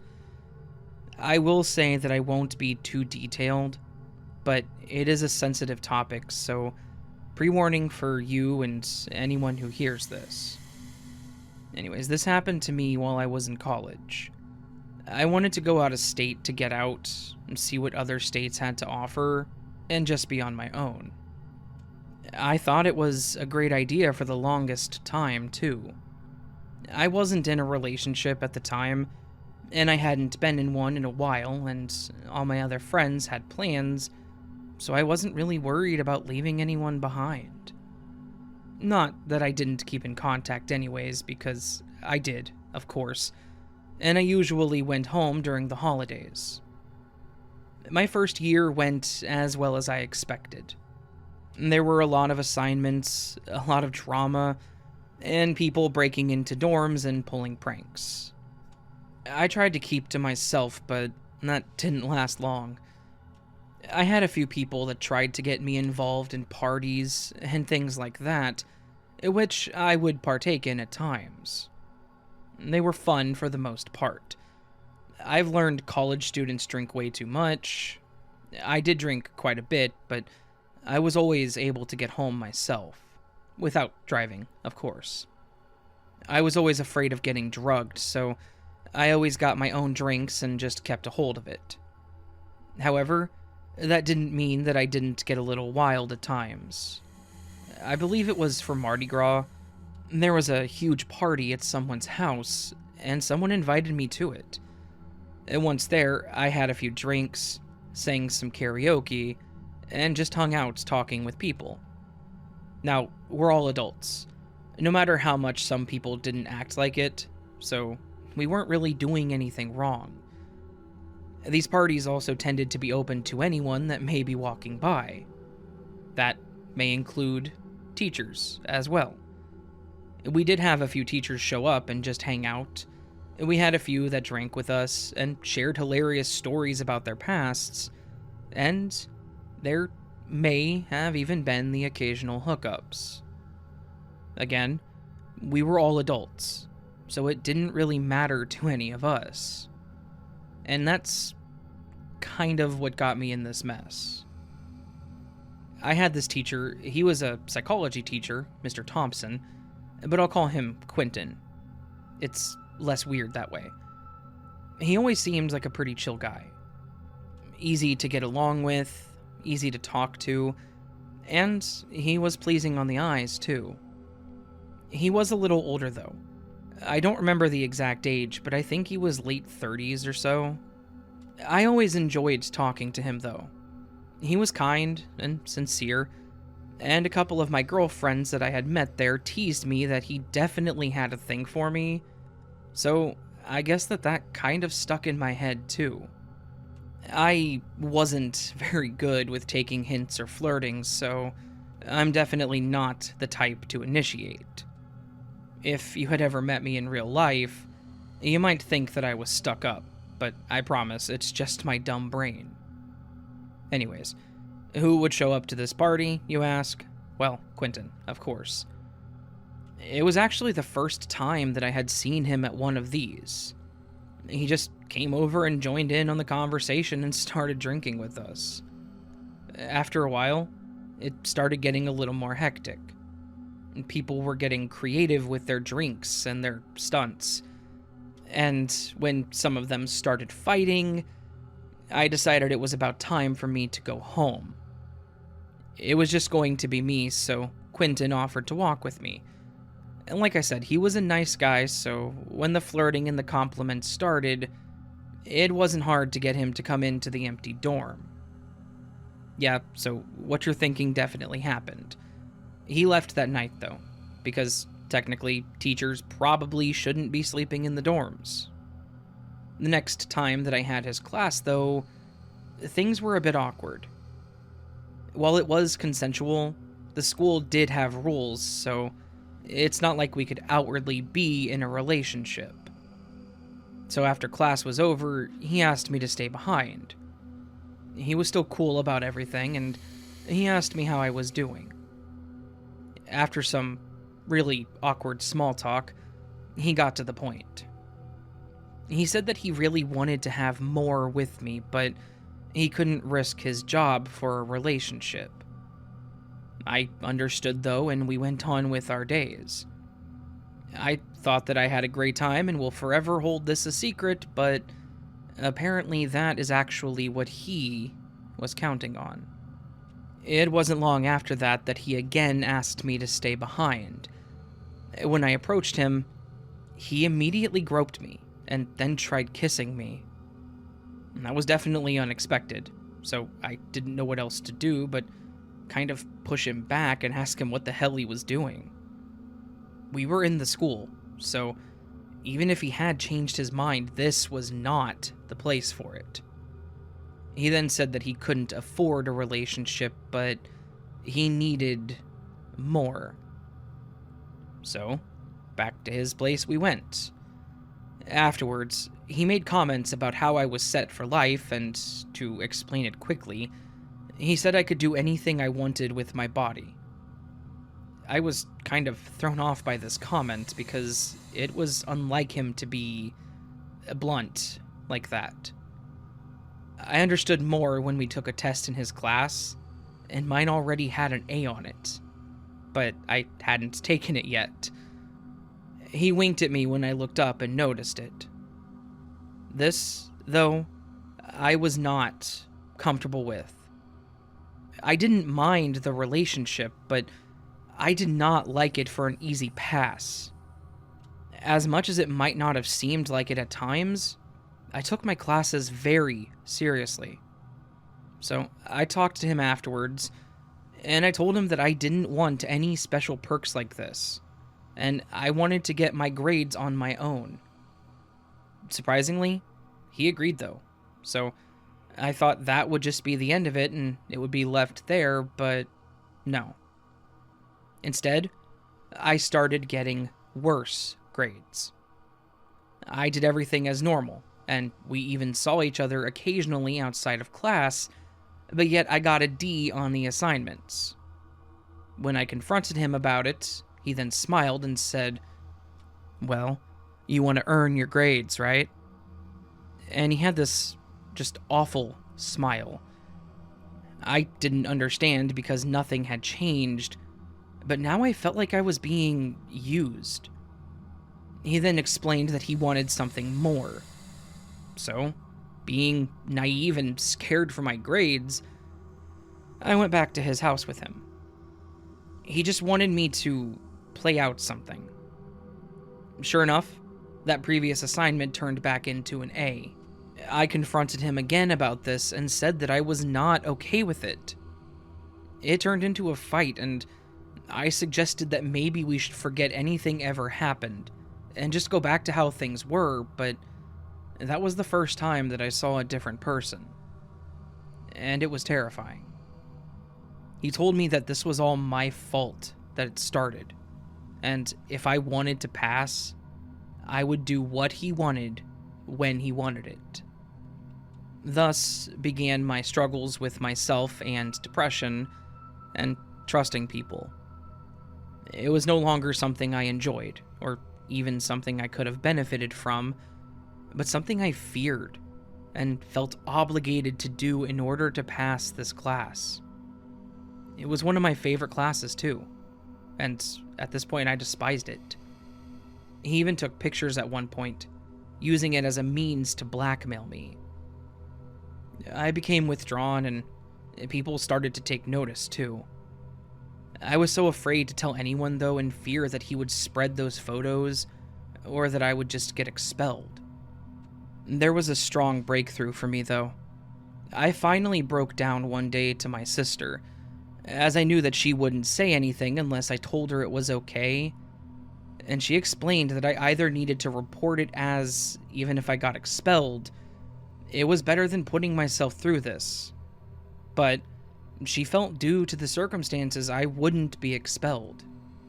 So instead I confronted him and told him I was done, and if he tried to give me a bad grade because of it, I would report him to the administration. He wasn't fazed by this though, and the next day, there were photos of me, granted my face wasn't in it, posted on the community board. It was humiliating and terrifying. I was looking around to see if anyone realized it was me. I felt I only had one option at that point, and that was to just drop out. I didn't know what to do, so I just stopped going to class. However, he had my number, so he would constantly call or text me, taunting me to come back or tell me how much I would have to make up for the missing assignments. Then, he would randomly be walking around the dorms like he was looking for me. I started feeling closed in, so I just moved out. The dorm was part of the tuition, so it was only a matter of time that I would be kicked out anyways, since I had stopped making payments. Thankfully, I had a friend that lived off campus, and after explaining to her that some things came up and I wouldn't be able to attend class anymore, she agreed to let me stay there until I figured out what I was going to do next. I didn't stay there long, because he was still close by, and I found out that he was pestering my friends, asking where I was. That then got them asking me why he was specifically asking. The rumors started flying, and things were getting pieced together, so I went back home. I went back to live with my parents. My sister lived nearby, so she spent a lot of time with me, so I stayed out of my head. She also convinced me to at least tell my parents what happened. Of course, they were confused and disappointed that I dropped out so suddenly, so I suppose it was only fair since I was going to be living with them. And they took it a lot better than I expected. My mother held me like a child again and comforted me, while my dad was the normal dad type and he became furious. He wanted to contact the school, but I told him not to, since I did start it consensually. I really just wanted to move on. But, to my surprise, while my parents promised to leave it alone, Quentin wouldn't. He managed to get my parents' contact information from what I assume was my emergency contact details through the school, and he actually showed up at their house. My mom recognized him immediately and started yelling at him to leave. I wasn't home, thankfully, as I was with my sister, but my mom called us to tell us to stay at her place for a while until they were sure that he wasn't around. I don't want to dwell on this too much, so I'll just say that I couldn't avoid him forever. My parents and I had to file a restraining order just to keep him away from us.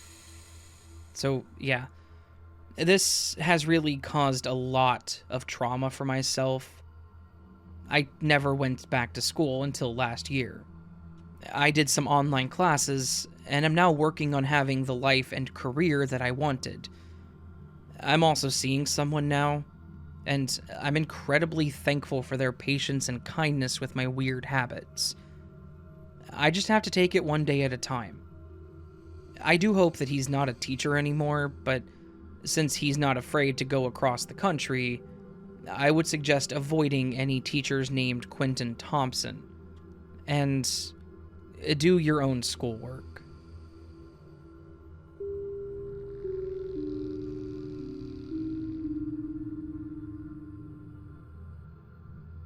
To start this story, I have to tell you a little about my sister. We were born exactly a year apart. Our birthday is on November 23rd, Jen being the older one. We've always been inseparable, but we did everything together and matched like we were twins. We even joked about going on dates together with guys, and as teens, joked about having a double marriage. Things like that. We always said nothing could come between us, but people change as adults, especially when you're smitten by someone. Love truly is blinding. Jen met this guy named Eric at work, and they started dating. He seemed really cool at first. I went over to have dinner with them at her place, and he seemed very well-mannered and very sweet to my sister, so I joked with her that I hoped I could find a guy like him. Things seemed to be going pretty well with them. They were probably together for 6 months or so, before we started noticing changes. Jen started becoming a little more reclusive, which it wasn't like her at all. She was a very social person and outgoing, so it was weird for her to decline parties and dinners with family, or when I would invite her out for just a day together. We used to do this a few times a month, and she always seemed to have an excuse, and it actually kind of worried me.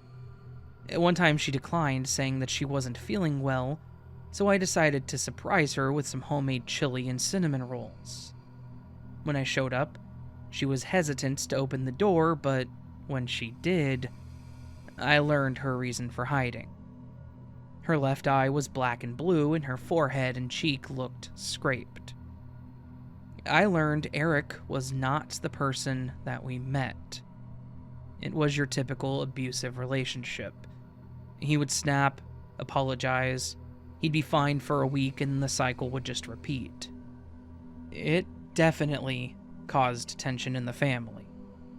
I loved her, and I could at least understand that it wasn't an easy thing for her, so I still tried to let her know I was there for her when others weren't. However, it was difficult at times when I was around both of them. I've always been a bit overweight, whereas my sister was always the taller and slim one. I'm very aware of it, and it's very hard to offend me about it. That didn't stop Eric from commenting, though. He hated when I was around because he always knew how I and the rest of the family felt about him. He would crack jokes about my appearance, and my sister would try to defend me, but I ended up stopping her, in fear that he would do something to her. Anyways, after multiple attacks, he finally hurt her enough to put her in the hospital. My dad told her that she needed to leave this guy for good, otherwise they were done with her. My mom didn't say much either. I was still there for her, but I pleaded for her to leave him.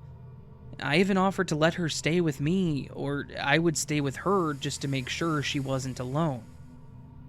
However, while feeling heartbroken, confused, and alone, my sister sat in the hospital with her thoughts, and of course he called her, pleading her to take him back, and said that he was going to go to therapy, and all that crap.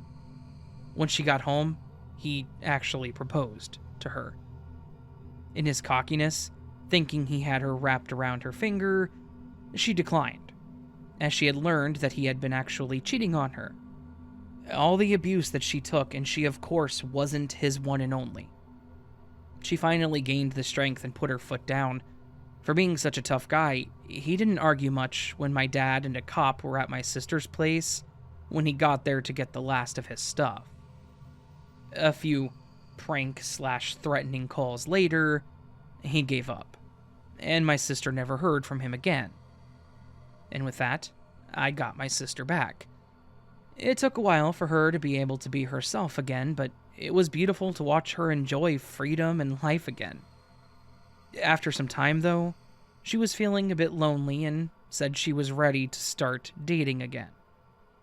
I'd been looking on a few apps and sites, so I thought it could be fun to get her profile set up, and maybe we would get lucky and like each other enough to double date.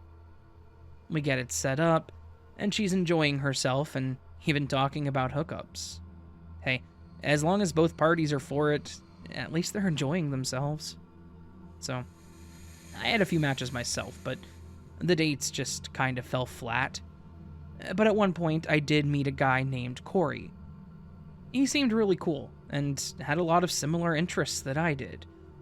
I was starting to get into streaming games, and he said that he wanted to do the same but hadn't started anything up yet.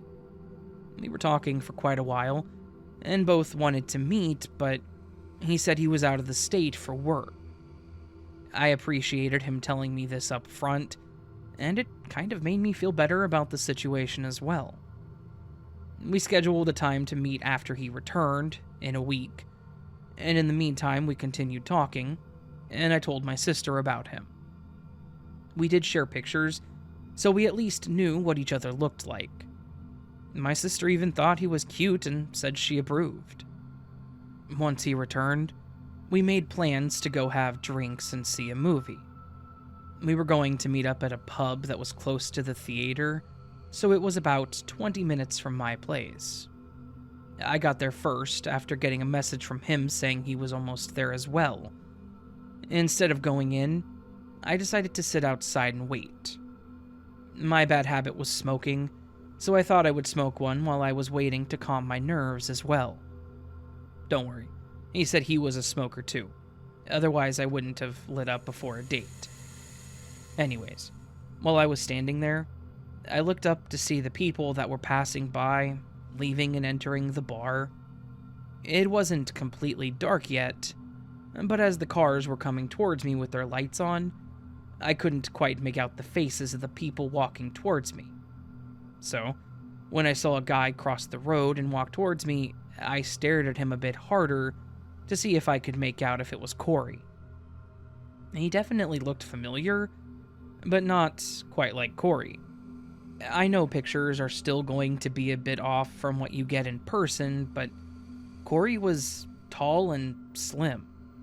He didn't have much muscle or form to him, I guess, but something told me to figure out who this person was. Thankfully, a car was driving by the opposite way, so I could actually see his face a lot clearer. It was Eric, and he looked pissed.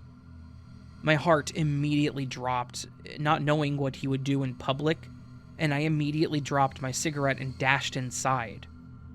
I ran to the back as they yelled at me that I couldn't be back there, and I tried to explain to them that I was being followed.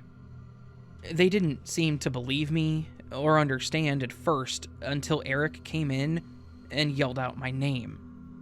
I pulled out my phone and called 911, and I tried to stay low so he didn't see me.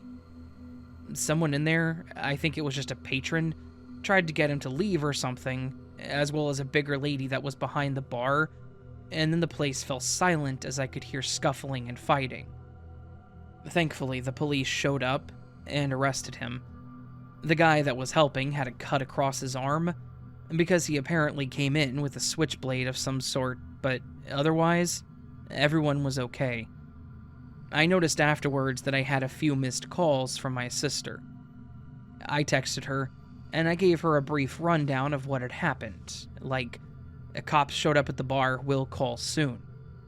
So she at least knew I was okay since I wasn't responding. I gave a statement, and I told him who the guy was and a little backstory. Apparently, one of the cops that showed up actually knew his history too, and had even received a call from my sister to do a check on me at this place. Once things started calming down, I called my sister to figure out what the hell was going on. She was freaking out, talking about how she was getting messages from Eric, threatening that he was going to kill me and kill her. My sister had a restraining order against Eric, so he instead tried to stalk her any way that he could other than physically.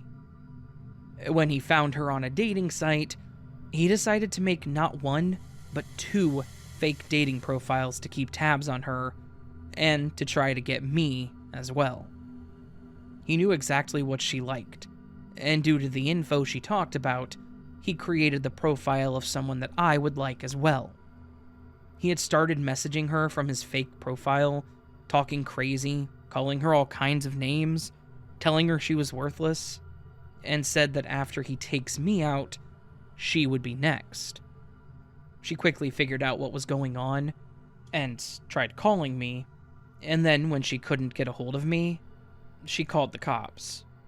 I'm thankful that I decided to wait outside because who knows how much of an advantage he would have had if I hadn't been out there. And sadly, this damaged my sister even more as she felt like she put me in danger, even though I've told her that she could not have known. He used pictures of 2 different guys, and we still have no idea whose pictures he used. Nor would I ever have blamed her for it. We got off the dating sites just to be sure, though, and kind of let fate do its thing instead. This was all a few years ago, and I could thankfully say that we've had no more run-ins with him, and he actually did some jail time. Just be careful out there to everybody, and not everyone is fake, and not all the fake ones are life-threatening, I'm sure, but you really just never know. And maybe just meet up for coffee in a police station parking lot, just to be safe.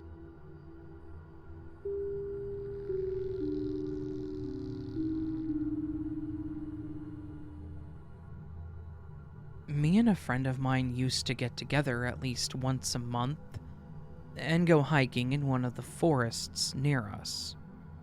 We even made a few trips into the local national park because we wanted to get through all of the trails. The one by us has a few different paths in it that can take some time to get through, so we dedicated each trip to one path. However, that's also because we tend to divert off the trails so we can get away from the groups of people and tourists and actually look around and enjoy the view. This event occurred one of the times we were going through that very park. We gathered our normal bag of gear that we took with us: water, a couple of snacks, a few emergency items like a small knife, first aid kit, things like that. And we met up at the park. I typically left my cell phone in my car because once we got deep into the trees, it was kind of worthless anyways. My friend Troy, though, always kept his on him, even though he always had the same result. So we got there and started heading to the last path that we hadn't tried before. This one was a bit more of an incline, so we found ourselves taking a few extra breaks on our way through. It was also towards the beginning of summer and was super humid that day, so I know that was probably part of it. We stopped and waited for people to pass and looked around to try and find a good place to divert from the path. We finally found one as we estimated where the lake would run and decided we wanted to head towards that. We walked over by some trees, past a pile of dead branches and other debris, and were now no longer in view of said path. The trees provided some shade too, which did make it a little easier on us as well. I don't feel like it was long after this point that we ended up running into this guy. We were laughing and joking about something, and we were pretty loud about it, when I saw this guy just standing in front of the tree. I nudged my friend to get their attention, and they stopped and they looked at them with me. This guy didn't even look back at us, and the way he was dressed was even more bizarre to me. He had one of those thick, puffy jackets on, with some really dirty and ripped jeans. He also had some long hair that looked like it hadn't been brushed in a while, as you could see the huge knot in the back of it. I didn't know what to do, so I just apologized for disrupting him, and when he still said nothing or looked over, I motioned for my friend to walk around him so we could keep going. As we did, I looked back to see his face, and I noticed that it looked just as dirty. But it was more the look on his face that confused me even more. He looked very cross, like he was trying to remember something or was extremely angry about something. I'm curious to know if he was really mad or possibly injured or lost, I asked him if he was okay, and I didn't get a response. As my friend was telling me not to, I decided to approach him to, I guess, get a better look at him. Still, he didn't take his angry look off of the tree in front of him. When I got closer, I also noticed that the dirt on his face looked flaky, like it was dried blood. So I again asked him if he was okay or if he needed any help, but still nothing. My friend kept saying that we needed to go and that he was freaking him out, but part of me didn't feel right leaving him. So I pulled out my extra bottle of water and a bag of trail mix, and I set it next to the tree. As I started walking back, that's when I heard the guy mumbling something. So I turned back around thinking he was talking to me. He was just mumbling a bunch of nonsense, though, as I couldn't make out anything he was saying. So I just continued walking back to my friend when he did finally say something coherent. Not that it made much sense, though. He said, Tell me your secrets." I replied with, "I'm sorry, what?" Him, still staring at the tree, "He has secrets. Tell me your secrets." My friend was about ready to leave my ass at that point, so I just turned back and we made a brisk walk away from him. I looked back a few times and he never moved, so we carried on. After a little bit of time, we finally got through the trees, and we didn't quite make it to the lake, but did find a little offshoot stream of some sort. We sat there for a few, splashed water on our faces, and just kind of chilled for a bit. We noticed the orange and pink in the sky, and knew that we needed to start heading back, so we started making our way out. As we were walking, I was curious if that guy was still there so I could report it to someone to let them know, because that definitely was not normal, and he probably needed help. I know we took either the same path back, or pretty close to it based on the trail of flat grass and dirt that we left, so it wasn't hard to trace our way back. And we definitely found the guy, but he was far from okay. As we approached, it looked like he had his hands on the side of the tree, and we could hear grunts or mumbling as we got closer. Again, my friend stayed back while I got closer, and this guy was seriously smashing his head into the same tree repeatedly. There was blood all over his face, his hands, his chest. You could see the blood dripping on his shirt and coat, getting caked into his beard, and all over the ground in front of him. On top of this, he was now screaming, "Tell me why! Tell me why! What are you hiding?" Over and over with every smash. While this is happening, my friend is yelling behind me, "What the hell are you doing? Don't touch him! What is wrong with him?" And I'm just trying to figure out what the hell to do. If this guy didn't stop soon, he's going to cause some serious damage or even kill himself. I decided to basically pummel him, but it didn't even faze him. He started crawling back to the tree to keep going. I told my friend to run back to get help because I didn't want to leave him alone, but I wasn't going to be able to stop him and make him come with us. My friend didn't waste any time though, and he took off back towards the trails. I tried a few times pulling him away from the tree, but every time he would make his way back to it. With how many times I repeated this insane process, it seemed like my friend got back at record speed. Thankfully, he was accompanied by a park ranger who was able to subdue the man enough to get some ties on his wrists and get him to sit on the ground. From there, though, he just rocked back and forth sitting on the ground as he screamed and cried. Some police showed up too, We gave them our statement and had to try and convince them that we had nothing to do with him, except for trying to save his life. And then we were finally allowed to leave.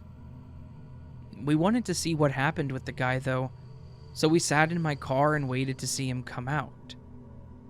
When they came down to the entrance, the guy was sitting in the back of one of the little trailers the ranger drove around in, and he looked out of it. I don't know what happened to him from that point on, though. The only other update we got was when a detective called me and asked if I had seen anyone else with him. And he mentioned that because they'd found other items indicating that there may have been someone with him at some point. I did tell them that I had left food and water for him, and I even mentioned the brand so they knew, and they said that that wasn't what they meant. They explained that they had found some clothing and a note. They wouldn't give more information than that, so I assumed it's probably important or serious, maybe, but I saw nothing else there. So, yeah, that was the last time that I saw that guy, obviously. And the last time I was ever approached about it, other than when my friend brought it up to remember or tell someone else about it. We did go back to that trail that same month. I think it was about 2 weeks after. We went so we could see if we could find anything else to tell us what had happened. The trail, of course, was different due to some new growth, but once we got around the general area, the tree was pretty easy to spot. The tree had bark missing, and there was a gouge in it. It was at the perfect height for someone to be smashing their head into it. It was eerie seeing it standing right where he was, racking my brain as to what was going on in his head. That was actually the last time we took that path. My friend thought it was too messed up to look at anymore, so we never went back. I know it's entirely possible the guy was just a little messed up and that there was nothing else to it other than he needed help, but that is just a scene that I can never get out of my head.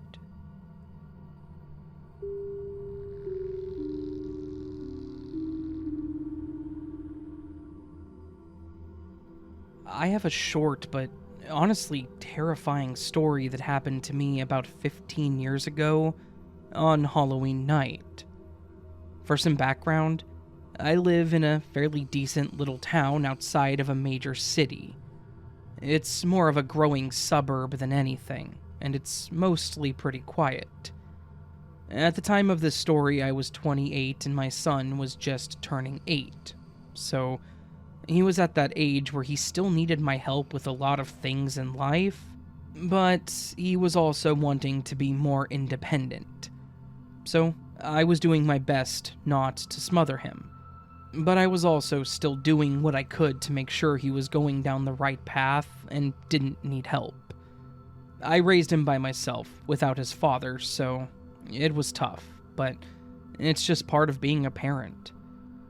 On this particular Halloween, he wanted to go trick-or-treating, and I, of course, was going to go with him.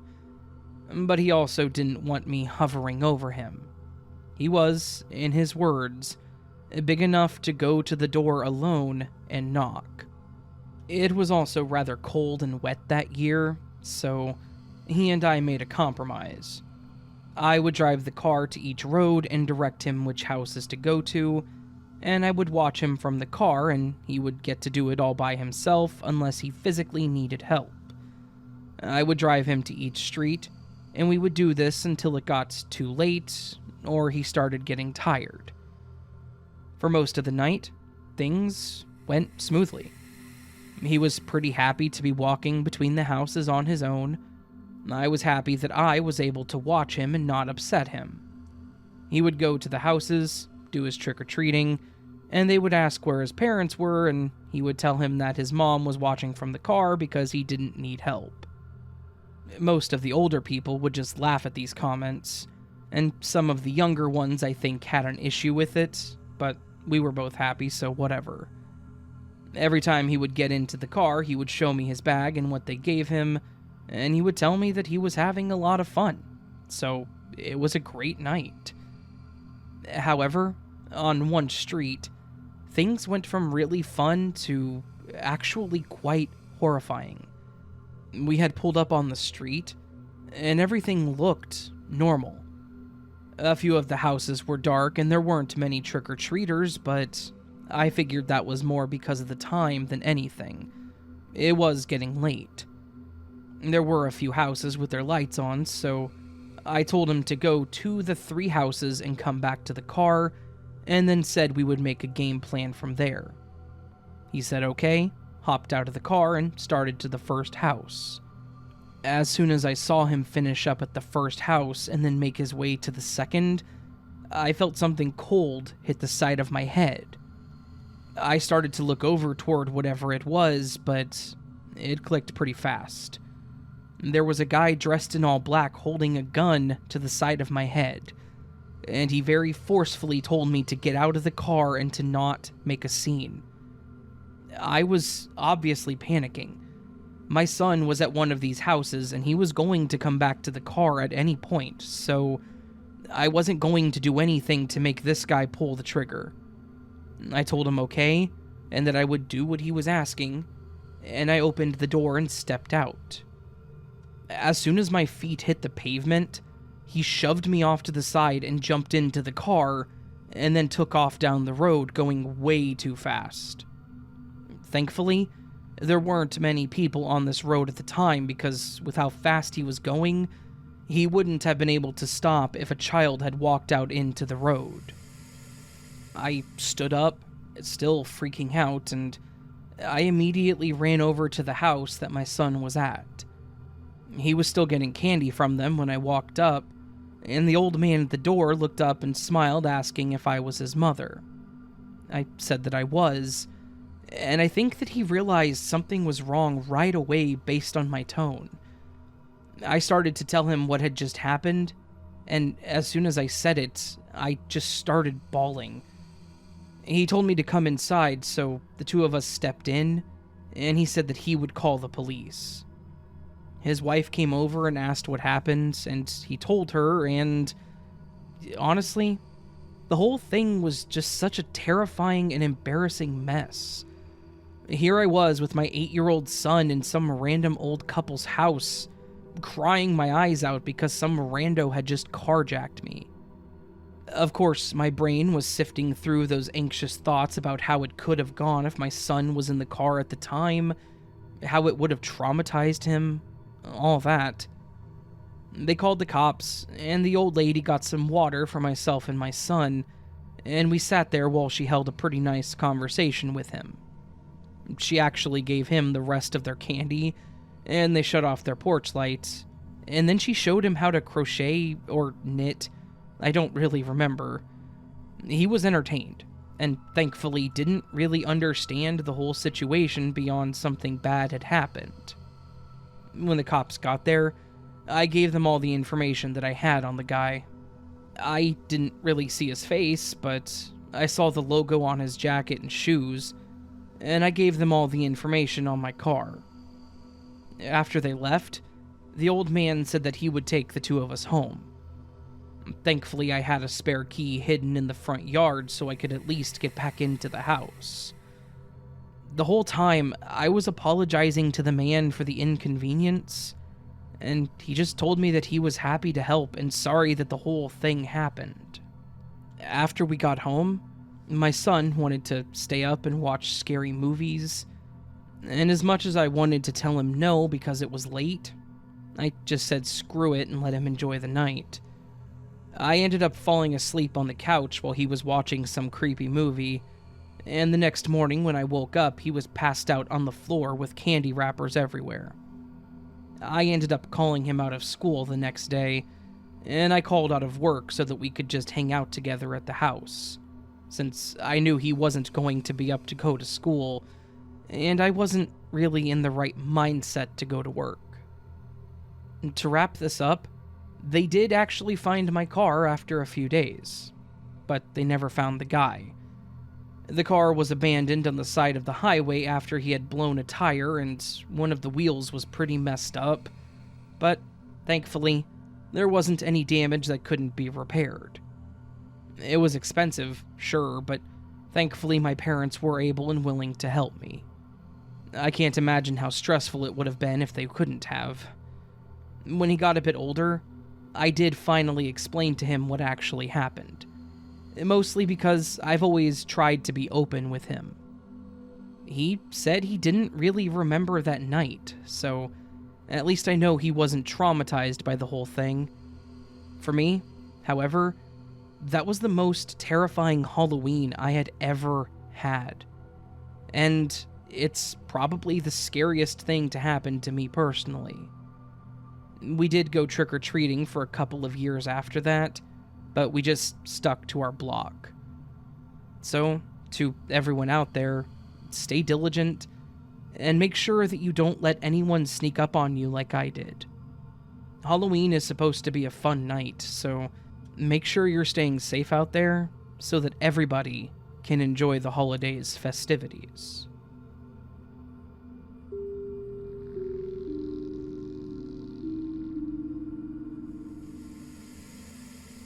Hey there. So, this happened last year while I was working at a local thrift store. We had always been one of the more popular and busy shops, so there was never a dull moment. But that also meant we were typically the go-to for donation drop-offs.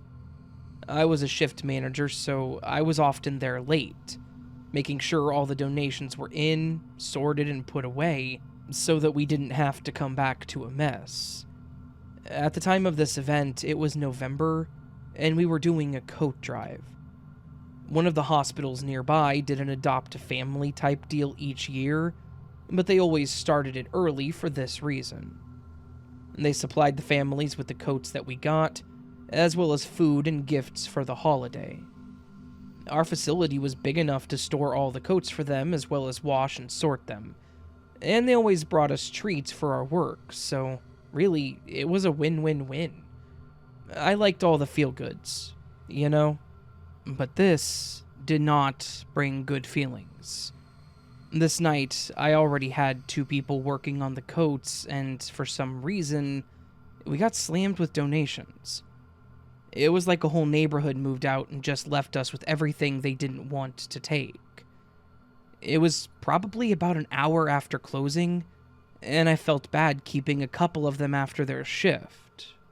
Everyone was so kind and thoughtful of others when it came to covering breaks or shifts, but I never expect anyone to stay longer than they're scheduled. This is why I usually stay late, so when we finally got everything in, I told them that they could head out. One of my guys, Ollie, agreed to watch the store so I could at least take a quick break before he left too, which I was thankful for. I went out to my truck so that I could smoke really quick and call my boyfriend. Afterwards, I usually just sit there with my window down, enjoying the night air, while doing something on my phone before I have to go back. This time, though, I just cracked the window and never fully rolled it down. I guess I was just being lazy or just too tired to bother with it. They were manual windows after all. I think I was reading some article or story because I was pretty involved in my phone, to the point that I wasn't really paying attention to my surroundings. So, when I noticed the time and went to get out of my car, I felt my soul leave my body, as I saw a kid standing by my driver's door staring at me. After letting out a hefty yelp, I caught my breath and realized that this kid had not budged. You know how when you scare someone by accident, so you also jump from being startled? Yeah, they didn't do that. They just continued staring in my truck. So, I say kid because they definitely looked younger, not to mention the old-timey school uniform that they were wearing. They had long, straight dark hair, and bangs long enough to cover their eyes. I always parked in the same spot, which was right below one of the few lights in the parking lot. Because of this, the light hit the top of their head, causing even more of a shadow on their face. After a few seconds that honestly felt like minutes, they hadn't moved from my door, making it so that I couldn't get out. So I just asked, can I help you? They didn't say anything, so I put my face closer to the glass to make out their face. And that's when they finally spoke. Can you give me a ride home? In a low, almost monotone voice. I continued to sit there for a moment before they finally repeated, saying, Ma'am, can you give me a ride home? Now hearing their voice, I was certain that it was a kid. They couldn't have been more than 14 years old or so. I had a son that was 12 at the time, and he was about the same height. But even though they were just a kid, something felt wrong.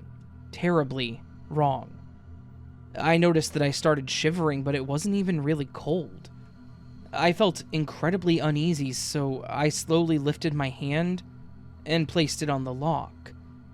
I spoke as I locked the door, trying to disguise what I was doing, and I told the kid, I'm sorry, hun, I'm still on working, just on break. Are you okay? Are you out here alone? The kid just said again with no emotion, Yes, please, ma'am. I'm scared and I just want to go home. Can you let me in? For someone who said that they were scared, they didn't look, act, or sound scared at all. They didn't look around, there was no breaking in their voice, and their breathing didn't even seem erratic. So, I told them again that I was still on the clock, and that I had to get back, but I offered to call an Uber or their parents, or even the police if they felt that they were in danger. They declined my offer, insisting that I should be the one to take them home. I was starting to become overwhelmed with fear. I couldn't get out of my truck because they were standing close enough to breathe on the window. I also did not want to get out with them so close to me. I didn't know what they were planning. So, in case something were to happen, I wanted to make sure that I knew what they looked like. I took my cell phone and shined the flashlight on their face, and that made it even worse. I realized it wasn't their bangs or the shadow in the darkness covering their eyes. Their eyes were pitch black. I could see their mouth and nose and followed it up to their eyes, and they just looked sunken in and dark, like they had no eyes at all.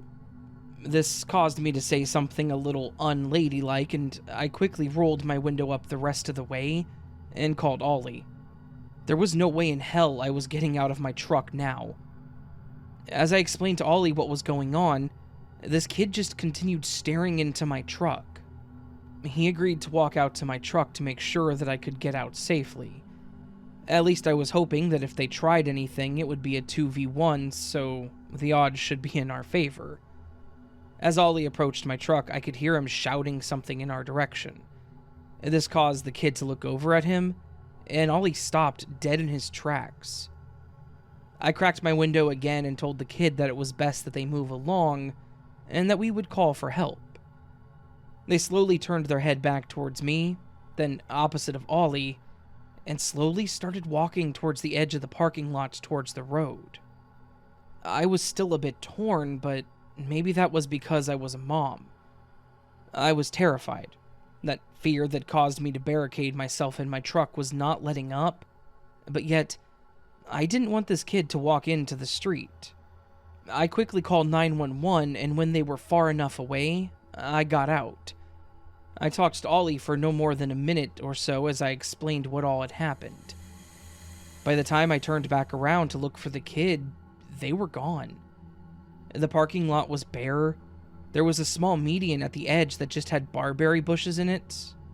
If you aren't familiar with them, they're pretty much just small purplish leaves and thorns everywhere. There's no way they tried to hide in it because of those thorns. There was nothing else in the lot, and I was in complete confusion as to where they could have gone. My shivering seemed to get worse, but again, I wasn't cold. I sure was terrified, though. We both went back into the store, locking the doors and waiting for the police. Thankfully, Ollie agreed to stay with me until they arrived, which made me feel better, and also made my experience more credible, I suppose. When they got there, we told them what we had witnessed. I left out the eye thing because I didn't want them to think I was crazy or pulling some prank. I basically explained that there was a kid around here with no adults, and that they were asking for help but took off. They looked around the building, in that same lot, and even across the street. As you may have guessed, they never found them. But they said that they would make a report and check for missing and runaway children reports. I never heard anything else about it after that incident. Ollie and I have never forgotten about it, and, in fact, we've talked about it on occasion. He told me about when he stopped walking towards me. When they turned to look at him, all that he could see was a dark face with faint, glowing eyes. He said it was like the glare that some people's eyes have in photos, but there was no reason for that to happen by just looking at them.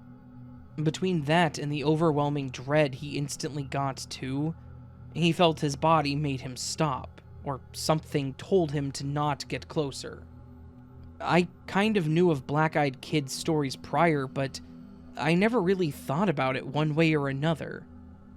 I started looking into it more after I told a friend about this, and they were up in arms, thinking that I had just experienced one. I can definitely believe it now between the weird clothes, dark yet glowing eyes, not to mention the eerie feeling they brought with them. If it was a black-eyed kid, then I hope to never experience anything like that again, because I don't know how I would react, and I don't want to know what would happen if there wasn't a barrier between us.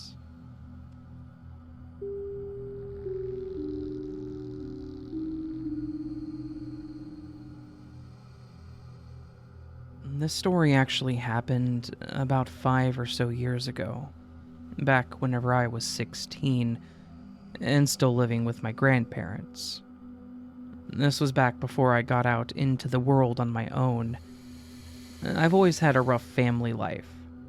My mom was in prison, and I've actually never even met my real father. 3 years prior, my mom had done some pretty bad stuff that I won't list here. Because of this, when I was around 13, my brother Rowan, who was 16 at the time, and I ended up getting shipped off to live with Grandma and Grandpa. I wasn't a huge fan of my grandparents. They were both incredibly controlling and also incredibly dismissive. Basically, you had to live by their strict rules, but they didn't really care what happened to you. I know it sounds contradictory, but it is what it is. The story takes place in late March of that same year, and I will say that it was during a really rough time in my life. I gave a bit of backstory, but during this year, when I was 16, my brother was actually killed in what was likely a mugging that went bad. It was assumed that some guys held him up, and he may have tried to fight them back. They didn't like that, so they killed him. He was found in a nearby park and was pronounced dead when he was found. We found out through the phone call from the police. My grandparents didn't seem to really care, and basically just said, "Oh well," but I was devastated. My brother was the only person I felt I could trust at this point in my life, and not having him meant that I was left to navigate everything on my own. Obviously, this hit me like a sledgehammer to the skull. I was struggling to sleep, I didn't want to eat, and I had sunk into a super heavy depression. After a couple of weeks of just feeling dead inside, I was at a loss of what to do. All I could think about was my big brother and the fact that he was never coming back, and that there was literally nothing in this world that was going to undo what that person had done. One night, during this depression, I was lying in bed and trying to go to sleep when I decided that I was going to go sleep in his bedroom. Looking back, it was obviously just me trying to cope, but it felt like a good idea. If nothing else, I could maybe just lie there and think of all the good memories that I had with him. So, I grabbed my pillow, and headed towards the hallway down into the basement stairs. His bedroom was down in a small finished section of the basement, in a room that was connected to the laundry room, but he had its own door into the main area. It was small, pretty much just big enough for a bed and a dresser, but it was where he had slept for the 3 years that he lived there. So, I got down there and I went into his room and I just kind of sat on the edge of his bed and thought about him more. I was sitting there and hoping that somehow he would respond. I just sat there and begged for him to talk back to me, to tell him that I was going to be okay, to let me know that I needed to move on. I knew that I needed to move forward, and I knew that I needed to keep living for the both of us, but I wanted him to tell me. It makes no sense from the outside, but to me, in that moment, it was the only thing that made sense. He had helped me navigate through my childhood while our mom would disappear for days at a time. He was my guide through my early teenage years. It was because of him that I felt like I could take on anything, and with him gone, I felt like I was just going to fall apart. As I was talking to him and telling him how much I missed him, the whole room started to feel strange. The only word that I can think to describe it is charged. Like when you're outside during a lightning storm just before it rains. The air started to have this electric feeling to it. It was almost heavy on my skin. As I was sitting there and pretty much watching the hair on my arms stand up, the lamp that was on his dresser started to flicker down to a dim, almost like it was being disrupted. Then I heard a pop, and it burned out, leaving the whole room dark. I was just kind of sitting there on the bed in the dark and staring at the now burned out lamp. I remember that I was thinking it was odd that it happened, and the whole feeling in the air was weird too. While I was just kind of sitting there and taking it in, out of nowhere, I heard someone laugh quietly. It was kind of like the voice was far away from me, but also playing in my head. And it wasn't just any laugh, no, it was Rowan's. I went from a little bit freaked out to honestly laughing my back end off at this. I knew then that Rowan had done this from wherever he was on the other side. It may sound stupid to some people, but I honestly feel like my big brother heard me crying and talking to him in his room, and he wanted to make me laugh. So he played this dumb trick on me. I feel like it was him that made the air feel charged, him that shorted the bulb to make me jump, and when he saw that he had successfully scared me, he couldn't help but laugh at my reaction. When that clicked, I couldn't help but laugh with him. He'd gotten me one last time, and he was oh so proud of himself. Afterwards, I just kind of crawled up onto the bed and fell asleep for the first time since he had died. I was actually able to get a full night's rest, and I'll admit that after that night, I pretty much set his room up as my own. I moved my clothes down there, as well as a few belongings, but pretty much kept it how he had it. Kind of as a way to say, yeah, you got the last laugh, but now your room is mine. Just in case he was still around. I know a lot of people don't believe in the afterlife, but I do. And I really do feel like this was him playing a small joke on me to get me to liven up a bit. That was the last night that I felt miserable, and I only got better from there. I do still miss Rowan more than anything, but I've moved forward with my life and things have been going pretty well for me since. And I'm much more at peace with his death.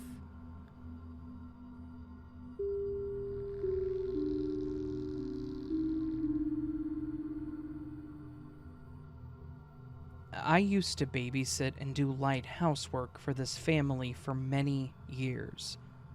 They had one kid named Jacob, and at the time, he was probably around 8, I believe. I started watching him about a year earlier, so I had gotten to know him and his family pretty well. Jacob was your average little boy, nothing weird about him, and he was very soft-spoken and well-mannered. He was obsessed with SpongeBob at the time, so we watched a lot of that, but that was probably the worst it ever got with him. I was already out of high school at this point, so there were times that I watched him last minute when there was an emergency or something they had to do quickly. So when they called me asking if I could watch him the following day unexpectedly, I didn't hesitate. I didn't have anything to do that day as I was on summer break from my college courses, so at least I could make some extra money. When I got there, Jacob's mom, Anna, explained that she had to take her Aunt Barb to the hospital for surgery. I don't remember what the surgery was, but it wasn't major. It had something to do with a vein in her leg, I believe, or something similar. Anna was planning to just take Jacob with her, but as kids do, he became a bit upset at the thought of having to sit quietly at a hospital with very little to do. So, she asked if I could watch him. I had to be there around 10 in the morning because her surgery was going to be around noon, and they wanted to get there earlier for check-in and paperwork. When I arrived, Anna and Barb were both there as she went ahead and stayed the night there. I'd met Barb before, and she was a very sweet lady, and seemed to be fairly close to Jacob as well.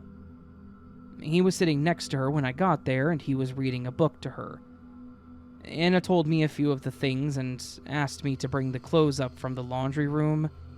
I gave well wishes to the two ladies, and they were off, leaving us to our day. The day started out fine. I got the laundry out and even folded and put it away. I even helped him put together a little Lego set. Overall, it was a normal day there. Anna said that she expected to be home a little before visiting hours were over, so she could still come home and make dinner, and said that she would call when she was out of surgery to check in on us. I was expecting to be there until around 6, so I was thinking it would be a laid-back day of watching movies and playing around on my laptop. Jacob played in his room some, and then came into the living room and watched TV with me for a while. It was probably around 2. We'd already had lunch and we went back to watching a movie. But then, out of nowhere, Jacob started whimpering. I looked over at him, thinking maybe he was holding back from laughing because of the movie, but he looked visibly distraught. I asked him if he was okay, and he didn't respond. So I put my hand on his shoulder to get his attention, and that's when he started bawling. The crying was just non-stop, and I had no idea what was wrong. I tried to calm him the best that I could and tell him everything was okay, and try to find out what was going on. When he did finally stop to breathe, he said very softly, "Barbie's dead." I didn't think I quite heard him, so I asked him again, and he said, "Aunt Barbie died." He called his great-aunt Barbie, and knowing that she just went in for something simple, I tried to assure him that she was okay, and that he would probably see her soon, thinking that Anna might take him up there tomorrow or something. He looked so sad for a little boy, like nothing I've ever seen on a kid before. I was almost choking up myself, but I held it together. I thought for him, but he put his hand on my cheek and smiled, saying, "It's okay. She's not in pain anymore." I was pretty confused at this point, and I didn't know what else to say, so I just watched as he sat back down on the couch, let out a big sigh, and continued to watch the movie. I didn't know how to feel about all this, so I just sat there looking over at him every once in a while, and saw him smiling and giggling. I thought that maybe it was just some weird thing he decided to do, Maybe he overheard them talking about her surgery and was scared, not really knowing what it was, so I just let it be. And I thought I would just tell Anna and her husband, Tom, about it when they got home. It had been a few more hours and a few snacks later that I realized that Anna hadn't even called me to give me an update. But I just thought that maybe she had forgotten and would call when she got the chance. It was more for her to check in on us, so I wasn't really worried. But when it hit 5 p.m. and still no word from her, I thought I would call her at least and leave a message saying everything was okay. Which I did since she didn't answer. I also called Tom since I knew that he got off around 7 to give an update as a sly way of calling to see if everything was okay. Soon after, I got a call back from Tom, and he seemed a little disheveled in his conversation when asking how Jacob was. As mentioned, I got to know this family pretty well. So I asked if there was something wrong, and he said that Barb had had some complications and surgery, delaying Anna from coming home. He then asked if I was willing to possibly stay the night, or at least later, and that they would pay more, and also offered to pay for dinner. Of course I agreed. I gave him well wishes, and then we waited for dinner to arrive. It was probably around 9 or so. Jacob had fallen asleep on the floor in his room playing when Tom finally came home. He apologized for making me stay so late, but then told me that Barb had actually died during the surgery. I was shocked at first, knowing it wasn't supposed to be life-threatening, but she had complications with the anesthesia and stopped breathing. It's not something that happened often, I guess, but it was still a risk, and sadly a life was lost. That's when I remembered Jacob's little episode he'd had, and I told Tom about it. I told him about the time and how it was like a switch and the tears started falling, and he claimed that she had passed. He thought it was really strange too, and confirmed that they never mentioned that she could die from the surgery or anything like that. So he had no idea where he would have come up with the idea. Other than that, though, he didn't really have much more to say about it, and he thanked me for my time. He tried to pay me double, but it didn't feel right, so I didn't accept it.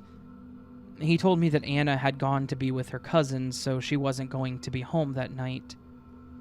I actually talked to Anna about it many months later, not wanting to bring it up too soon, and it seemed to touch her a bit.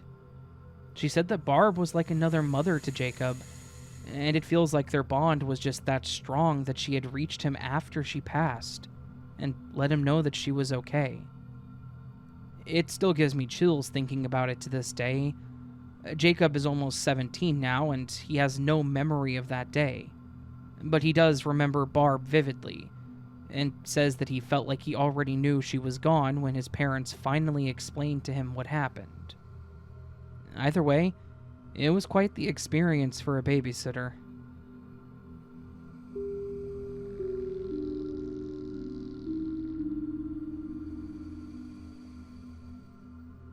This is about my father's sister, Susan. My aunt, Sue, as we called her. My dad had 7 siblings, 3 sisters and 4 brothers. He was the middle child and Sue was the second youngest. Growing up, I knew my grandparents as being very self-reliant and independent. They lived in the same house since they got married in the 30s, and I even stayed the night there with siblings or cousins on many occasions. They really were the glue that held the family together. We had parties and holiday gatherings there, and it was always a great time. The only problem that ever came up was typically started by Sue. Now, not everyone in the family was well off. One of my uncles had his own business, an aunt was a realtor, and I think another uncle was some kind of doctor, or did something in the medical field, but I don't remember. Everyone else, however, just had normal lives. Like, my dad was a semi-mechanic. My mom was a school teacher. Another uncle did carpentry. All seemingly normal jobs, so it's not like any part of my family was wealthy. I think my grandparents just had good savings and retirement, I suppose. Regardless, everyone was able to support their own families. Everyone, that is, but Sue. She was the one that had odd jobs here and there, and never had one for more than 6 months, probably. She didn't complete high school, as she had a kid when she was 17, but she did get her GED. She started going to culinary school but never finished it.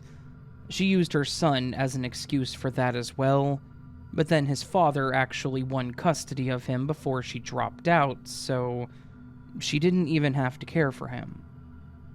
I was old enough to understand what was going on because she would always end up getting money from my grandparents, and even my dad and other aunts and uncles before.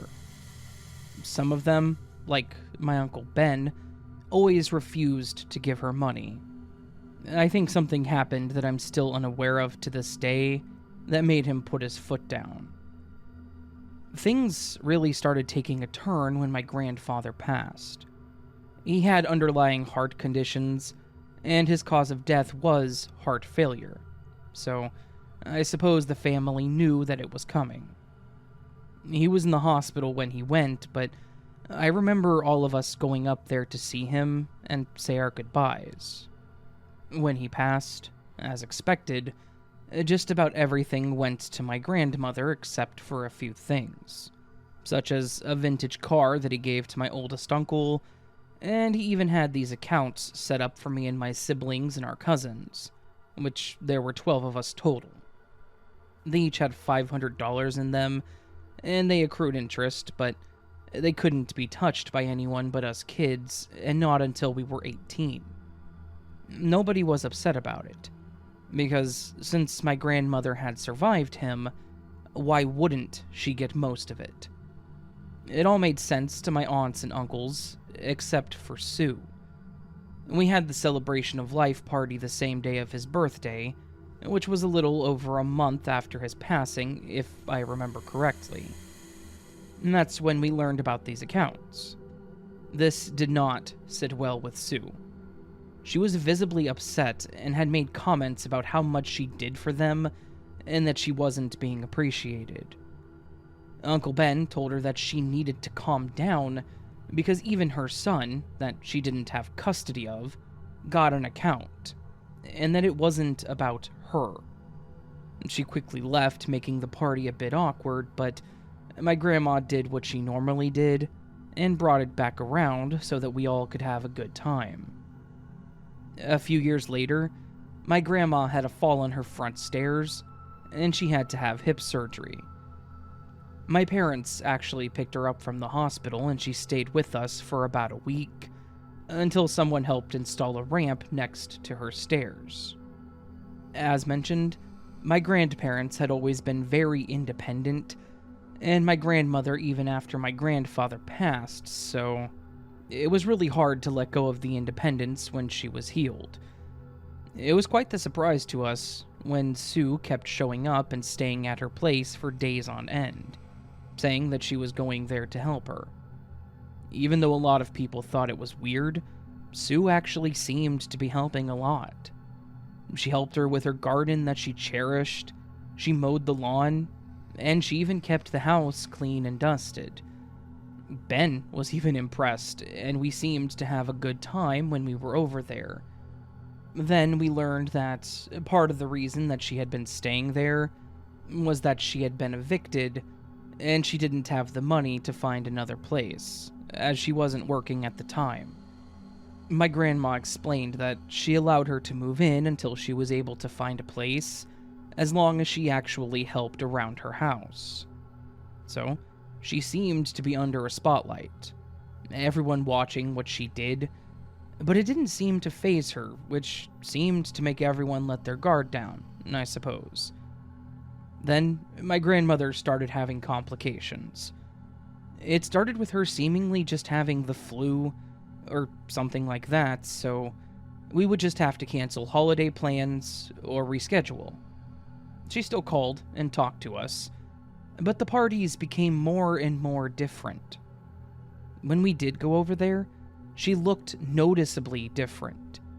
She was thinner, sometimes she even had bruises on her arms and legs, and said that she was going through bouts of illnesses causing a loss of appetite, so that's why she was losing weight.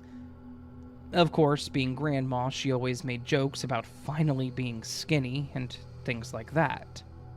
She said that she was fine, as she was taking medications that she was prescribed, as well as vitamins, and we moved on. But she always seemed to have something wrong with her when we talked to her or visited. I know that she was older, she was in her 70s when this all happened, but my grandma had always been in great health. No cancers or other genetic diseases really on my paternal side, so to see her going from healthy, even after hip surgery, and slowly becoming this frail woman, it was alarming. She always had a reason for her ailments, and Sue always seemed to be right there to explain more in detail as to what was going on. She would always go on about all the different medications that she had to take, and I think everyone seemed to question it. How could someone's health change so much? How come they always defaulted to these strong and sometimes harsh drugs for someone her age? My dad and Uncle Ben and Roger always became upset about the whole thing and mentioned talking to her doctor about it because they didn't think that it was right. Grandma, however, would always try to calm them, telling them that she was fine and to not worry about her. But I knew that it would still eat at them. My dad talked with my mom a lot about it, and what options, if any, they would have. As time went on, her list of medications increased, and the worse she looked. It obviously ate away at her as she always dressed her best, but she stopped wearing her sundresses and hats, and was typically just wearing pants and a blouse, covering as much skin as possible. She still talked to everyone, but she wasn't the outgoing self that she had always been. It was heartbreaking. I was really close to her, so when she seemed to not be able to focus on our conversations, it really started affecting me. Then, one day, while we were having dinner, my dad got a phone call from Aunt Sue. She was inconsolable, as she had told him that my grandma had died. I had never seen my dad so upset in my life. We weren't allowed to go over there, so we stayed home with the neighbor and my parents went to the house. I was old enough to know what was going on at this point, not to mention the conversations my parents had at home and with my aunts and uncles. It was a terrifying thought. They all thought, and still think, that Sue had something to do with it. There was apparently a fight between Sue and Ben when they arrived.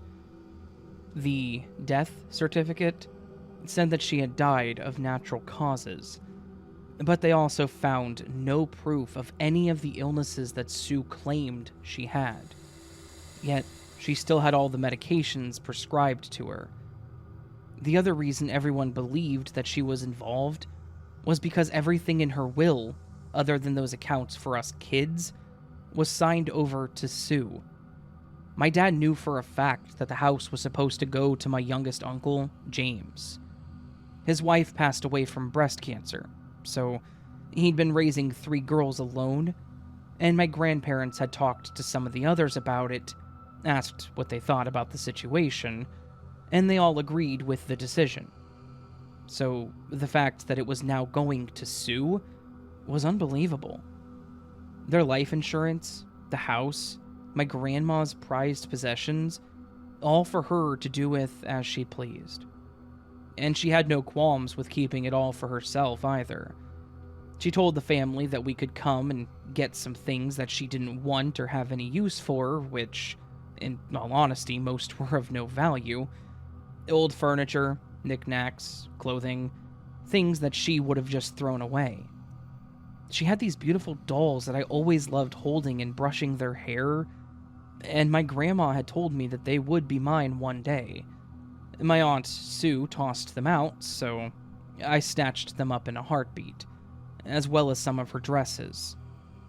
Other than those items, she pretty much just mocked or tormented the rest of the family, acting like she was better than all of them and that she earned it all because she took care of her for so long.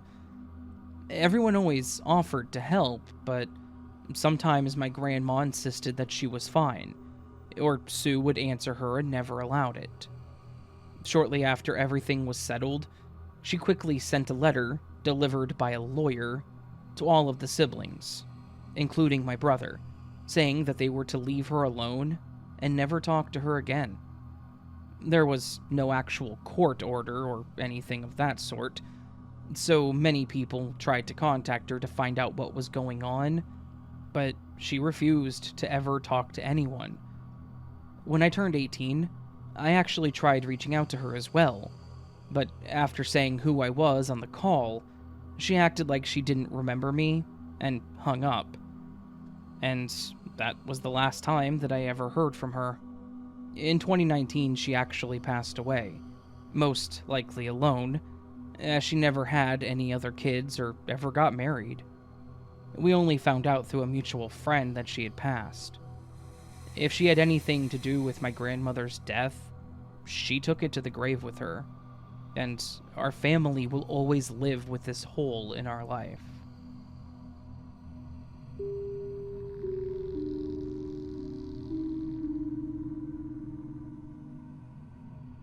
Okay, so this happened when I was babysitting 2 kids just a few months ago, and I knew that I had to share this with you.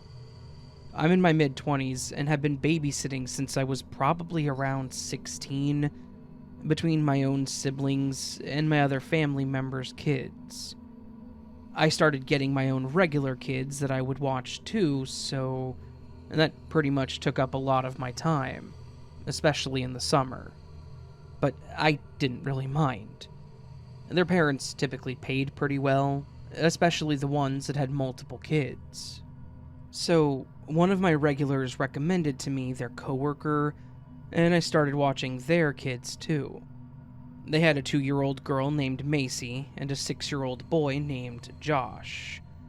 Macy was still just a baby, so when I did watch her, she was typically sleeping.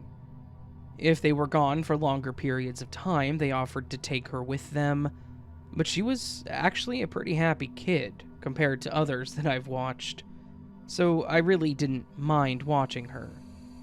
Josh was a good kid too. He was your average boy, just played with cars, Legos, and dinosaurs. His favorite food was macaroni and cheese, and he hated bedtime, but he always seemed to crash immediately. So, when their parents had a corporate dinner party, they asked me to watch them, and I agreed, knowing that I wouldn't really have any problems. So, I got there around 5 p.m., and I saw the parents off for the night. I want to explain their house just a little bit since it will be relevant. From the front door was the living room, straight back was the dining room, and to the left was a hall that led to the parents' rooms, where Macy was still sleeping at the time, Josh's bedroom, and a bathroom. Behind the dining room was the kitchen, the back door, and another hall that led to their back office and another room. And then there was the stairs to the basement. The basement had been turned into a huge play area for Josh. All the big setups were down there, like the play workbench. There was even a small playset with a slide and push-around cars. I know that if I was a kid, I would have had a blast. So that's the setup of the house.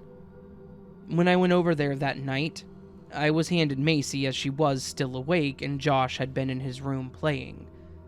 I said hi to Josh and then went back to the living room with Macy.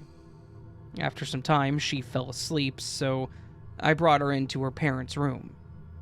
Josh was still in his room playing, but he'd started getting loud, and I didn't want him to wake her up, so I asked him to come play in the living room or downstairs. He had no qualms with playing downstairs, so off he went. They had also had dinner already, so I was sitting in the dining room eating what I brought. I got carried away doing something on my phone, so I'd been sitting there for a while, but then I heard laughing coming from the direction of one of the bedrooms. I was curious because I know I asked Josh to play downstairs, and I never saw him walk by. I went to his room to see what he was doing, and he was nowhere in there. I checked in the closet, under his bed, under the blankets, and even in his toy chest, and he was nowhere to be found. I was a little worried that he may have been in the room with Macy, so I went into that room and she was still fast asleep. I didn't want to snoop through the parents' stuff, so when I did a quick glance over the room and didn't see him, I closed the door and went to check his room one more time, and still didn't see him. Then, I heard a thump coming from downstairs where I thought he was, so I went down to check. There were some toys sprawled around like he had been down there playing, but I still did not see him. From there, I called out for Josh, starting to get slightly worried that I didn't know where he was. When I didn't get a response, I went back upstairs and checked the back door just in case, but it was still locked. Josh knew he wasn't allowed to go outside, and I don't think he would have been able to reach the deadbolt enough to really unlock it, so I didn't think that he went outside. Just in case, though, I went to the front door and I checked it too, and it was also locked. I turned around to an empty living room, and at that point I wasn't worried about waking Macy up, so I hollered out for Josh again, this time with a bit more serious of a tone. I then heard another laugh coming from one of the rooms. I went back to his room and still, it was empty. Now, I was starting to freak out. Josh, he wasn't the type to play little pranks like this, so I was confused and frustrated. Like, how was I able to clearly hear him laughing in his room? I went back to the dining room to grab my phone, ready to call his parents, to be honest, to ask if he hid anywhere, to give me some kind of idea, but my phone was also gone. So, after searching the dining room, I went to the living room and I didn't find it. I thought maybe I had took it with me, so I checked the basement and the rooms one more time. Nothing. At this point, I had entered the room 3 times and the basement twice, so my last option was their home phone. I know this had to be the only family I've worked for that still had one. They joked about it because it was cheaper for them to get the phone with cable than just cable alone. It was hanging in the dining room, over by the closets, so I walked over to it, called my phone, and I started hearing my ringtone nearly behind me. I turned around to see Josh sitting at the table, holding my phone. While I was relieved to see both the kid and my phone, I was also confused as to where he had been. From the position of the phone, I would have been able to see him come out of the bedroom hallway or the kitchen. I would have heard him pull out the chair and sit on it, but yet, I saw and heard nothing. I tried approaching it in a friendly way and asked him where he had been, and he just started laughing and handed me the phone. I tried being more direct, and I asked him if he was in his bedroom or in his parents' room. He shook his head no. I asked him if he was in the basement. He said no, and same with the living room. He just kept saying no and laughing. I ended up letting it go because I didn't want to shake up this poor kid, but I did ask him to watch some TV with me in the living room. That way I could keep an eye on this little Houdini. From then on, when I watched them, I didn't have another disappearing act. But if I didn't have a hold on my phone, it would just disappear. And I would either find it somewhere that I wouldn't have left it, or Josh would find it. And I know that it may be asked, but no, Josh was not taking my phone. Again, he just didn't do that. And when I mean have a hold of it, I mean physically in my hand. If the last place that I had it was in my pocket, it would end up somewhere else. If I left it in my purse or even in my car, I would find it elsewhere. I don't know if this kid or my phone was able to break the matrix or what, but it has never been a dull moment since then when I have to watch them. If anything else significant does happen, I'll be sure to update you.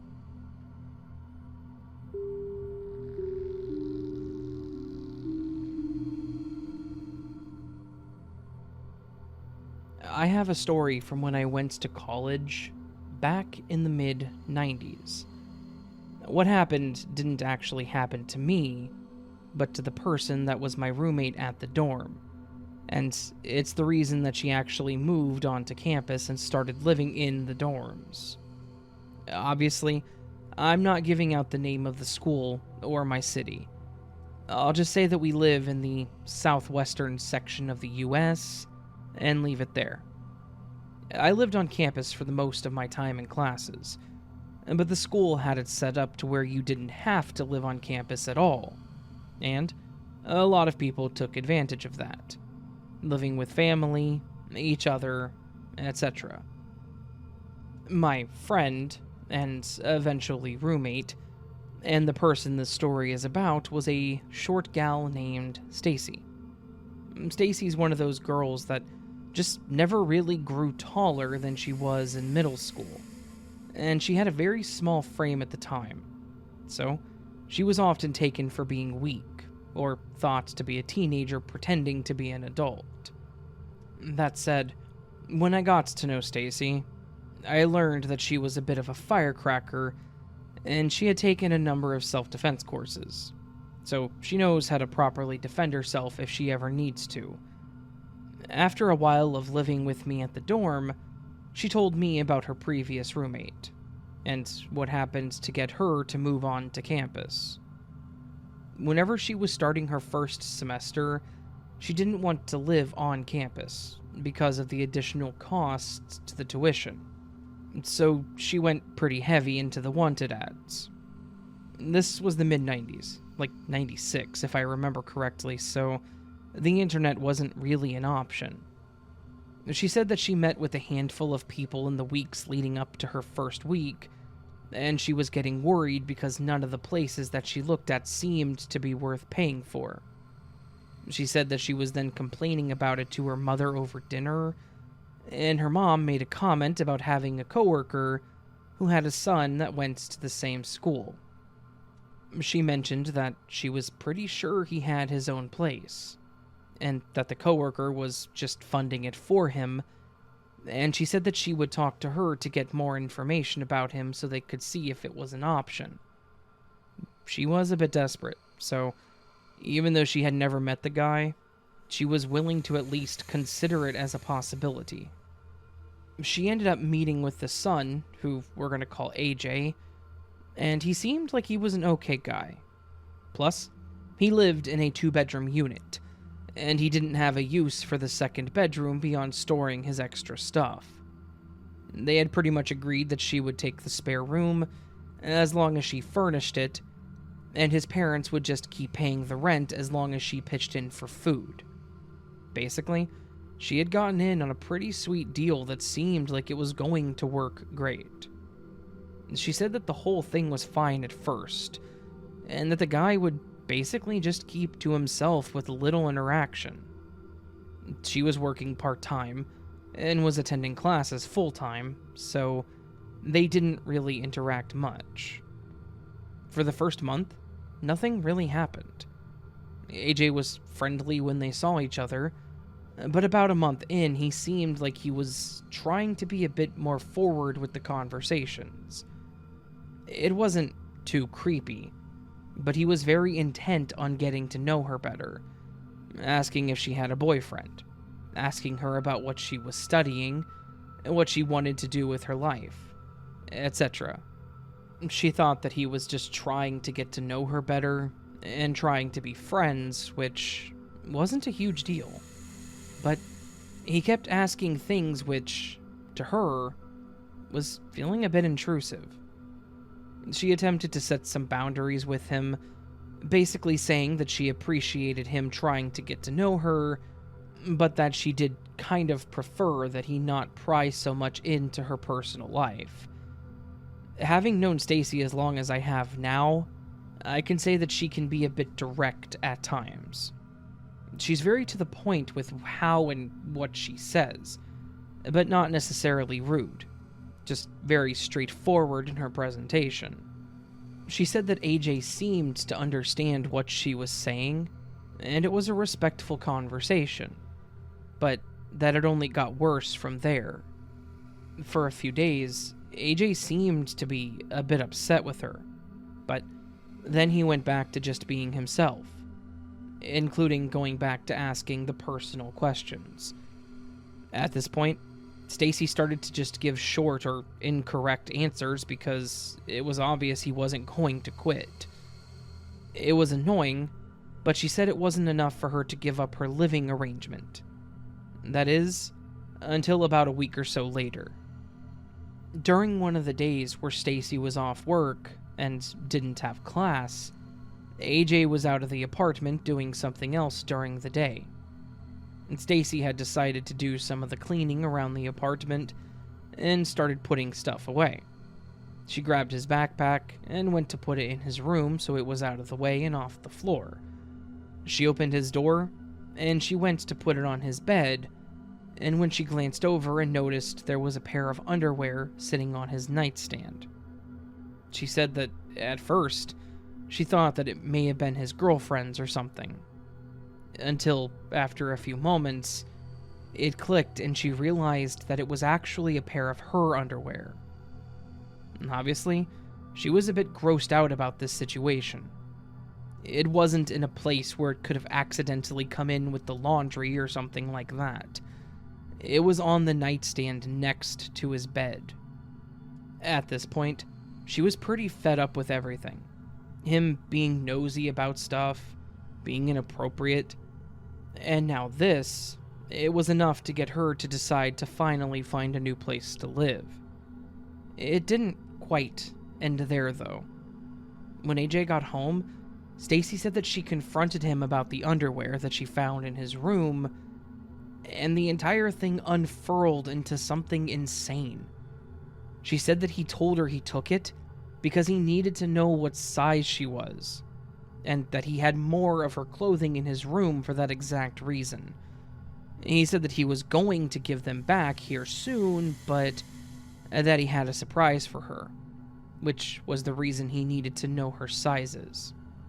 He walked back into his room, and when he came back out, he was holding what looked like a wedding dress. And then, he got on his knees and asked Stacy if she would, in his words, honor him by becoming the woman he would spend the rest of his life with. Obviously, she said no, and immediately started looking into getting a new place to live. She said that she no longer felt comfortable being anywhere near him, and that for a couple of weeks that she lived there after that, she would sleep with her door blocked by her end table just in case. Apparently, after this event, he actually stopped speaking to her altogether, and was pretty much never home. She packed her stuff up and got a hold of the campus to move into the dorms, and then became my roommate. She was shocked that he was that level of obsessed with her, to the point that he went and bought a dress for her after stealing her clothes. And while some people may hear this and think, well, that's not that creepy, in my opinion, I completely agree with Stacy. This was creepy as hell. If he was just into her and took it slow, it would be one thing, and he would have then found out that Stacy wasn't exactly straight. Instead, he went the route of being weird and obsessive, taking her clothes to get her size, and then spending money on a custom wedding dress to propose to someone that he'd only known for about 2 months. Obviously, not the best way to go about it. Stacy got out of there as quickly as she could, and she never spoke to him again after that.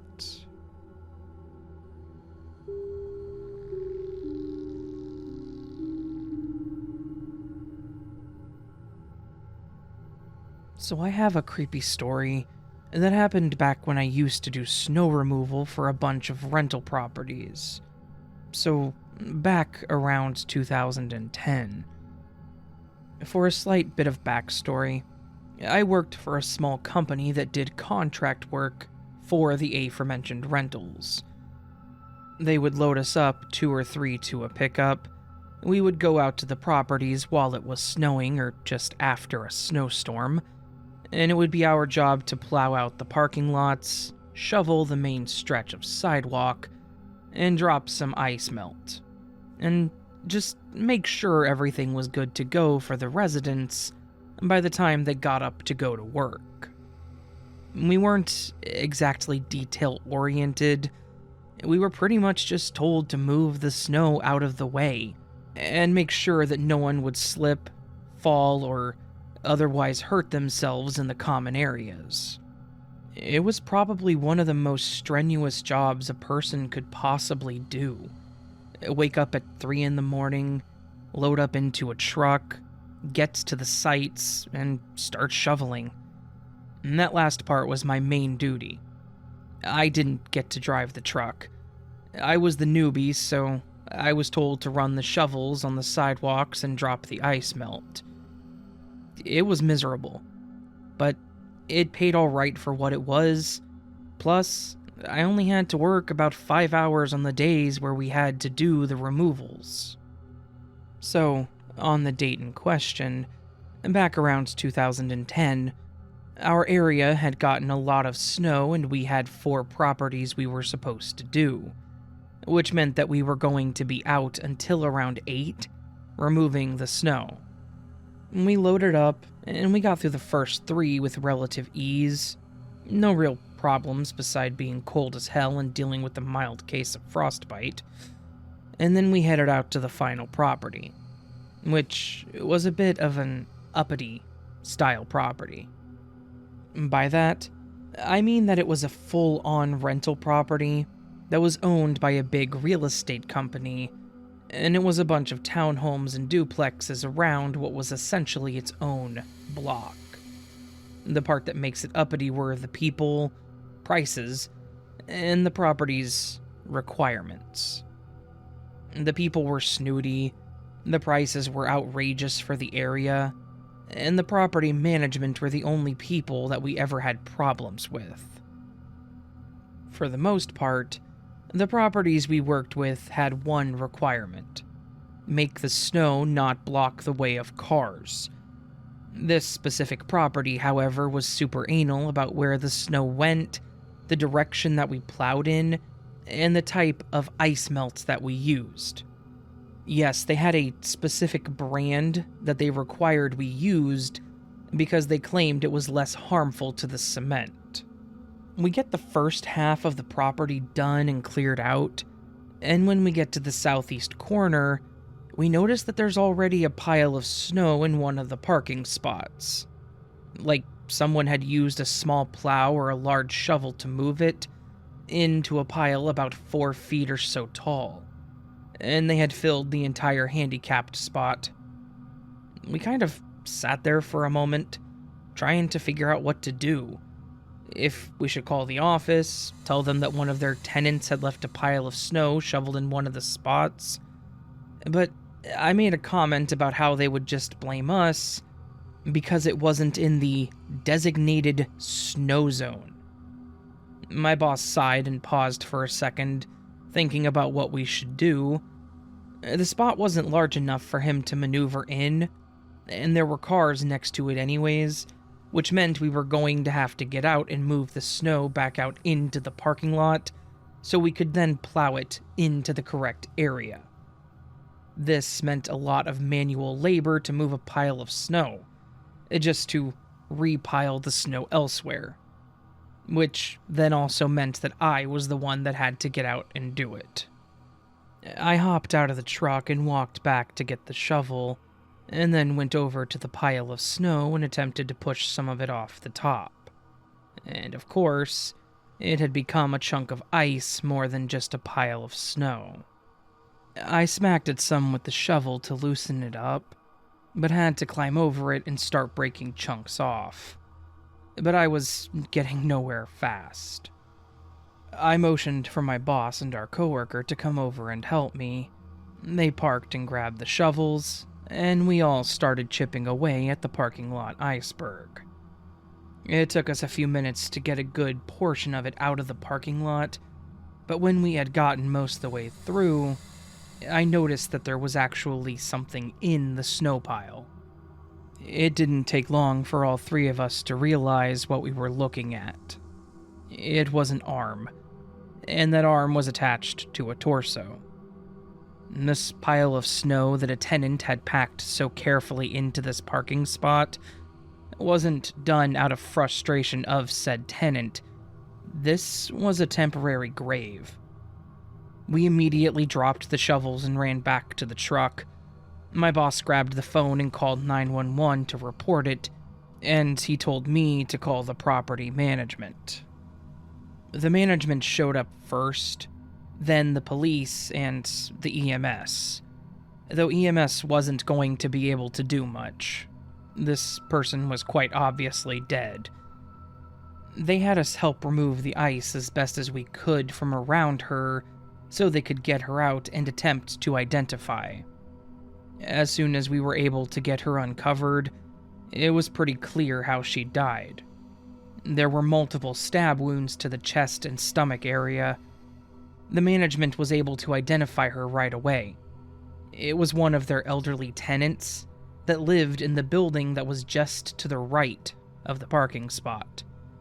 They told the police that she lived alone and that no one in the area had any problems with her or anything. We were pretty much told by management that our job was done there, and the police thanked us for our help. We packed our stuff back up and decided that we were done for the day. My boss said that he felt like we should take a couple days off because of how messed up the situation really was. After a few days, when we all met back up, my boss had actually told us that he was able to contact the management of the property and talk with them about the situation. And they told him a little bit more about it. This older woman was a decent tenant, but she had apparently moved her son into the basement without the knowledge of management. And her son had a drug problem. It was basically a case of her wanting him to live with her and get better, but he was set in his ways. And apparently they'd had a disagreement that night, and he killed her and then buried her in the snow somewhere around 3 a.m. If we had chosen to do our route backwards, as we sometimes did, and we went to that property first thing, we probably would have run into him burying her. We all kind of guessed that he knew she would likely be found eventually, and that it would be easier to just cover her in the snow, as it was likely to not melt for a couple of weeks. Plus, he may have thought that we would just pile more snow onto the spot when we plowed it. He was caught, thankfully, because he had taken his mother's car and attempted to get as far away as he could. Thankfully, he was the main suspect, and they put out a call for the car. So, when it was spotted literally 2 towns over that same day, he was pulled in, and he told them about what he had done. I actually did this job for a couple more years after this incident, but every time we approached a pile of snow that was more than a foot high, I think my boss and I both kind of clenched, wondering if it was going to happen again. Thankfully, it never did.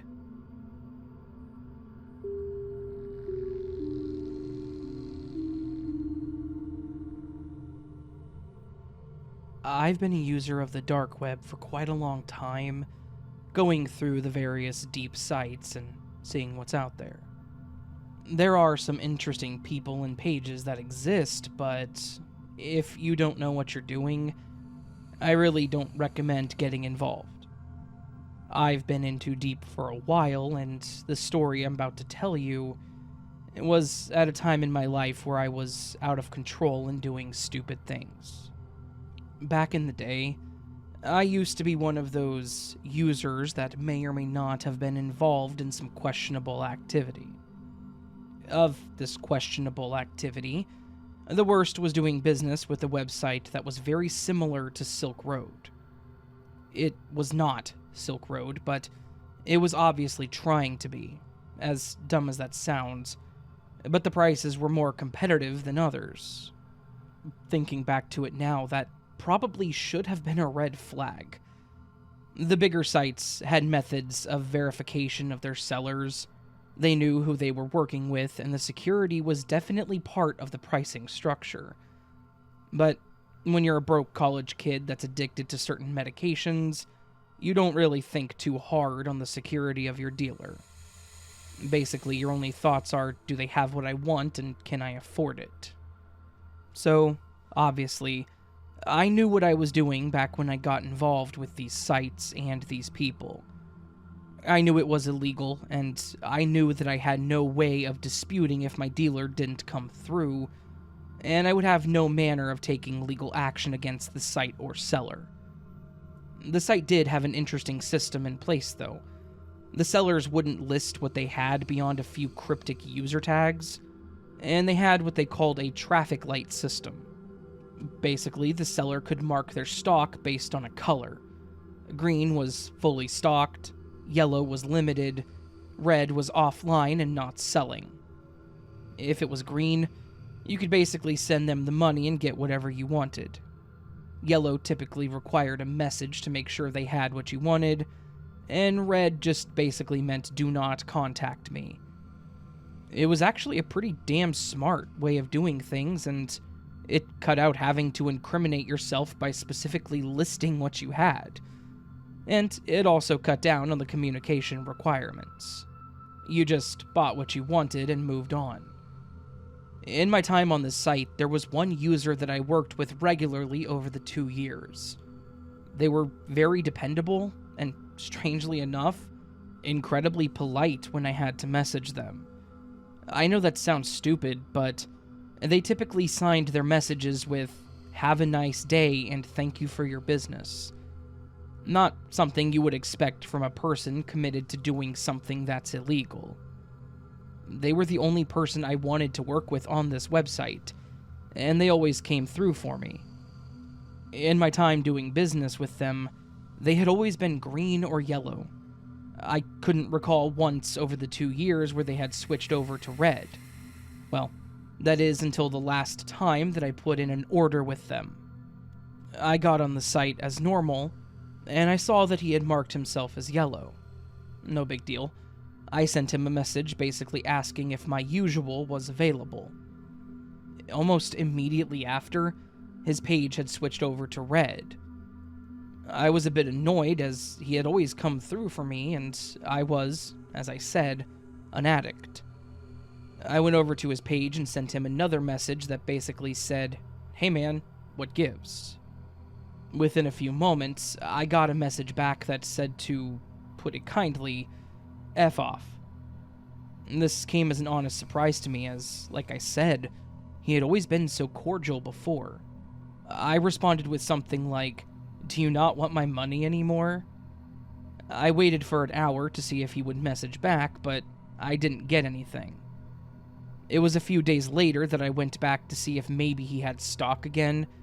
I think part of me seriously thought that the seller was just having a bad day, or maybe it was a partner of his that just wasn't as polite. When I logged in, I saw that I had a message from him. I clicked it, and it said, "I have your usual, send me the money." I was a bit wary at first, but I was also naive and needed to keep my mind focused to study for exams. Despite my initial hesitation, I went ahead and sent him the money. I replied, told him that it was sent, and I waited. I think I messaged him once or twice within that week, but he had been offline since our last interaction and hadn't changed his account from red. About a week after our last interaction, I got the package. The box looked like it was heavily used and trashy. This was in a complete contrast from what I was used to. When I opened it, it was lacking pretty much all of the security the seller normally had. He would typically pack inconspicuous items in with the order, usually stuffed animals, I'm assuming it was because they worked as both security and padding. But instead, the box was full of packing peanuts and tissue paper. I dumped it out on the floor and checked it, thinking I was duped, but then I saw the pill bottle and an envelope with what appeared to be a letter. The first thing I did was open the letter. It said, "Consider this your last order. Jimmy is out of the trade. Thanks for your business." I was a little pissed off since I was going to have to now find a new person on the site to work with, but at the same time, it wasn't a huge deal. At least I had about 60 days before that was going to be a problem. That was until I grabbed the bottle and opened it. I removed the lid and saw that inside the bottle were fingernails. I don't mean like fingernail trimmings. I mean fingernails that had been ripped out of the bedding of the finger. 10 of them, to be exact. The edges of them looked like they had dried blood, which told me they had been forcibly removed. It was then that the letter's meaning became a bit more dark, with Jimmy being out of the trade. To answer any potential questions, I never went back to the site. I never went to any drug sites on the dark web at all.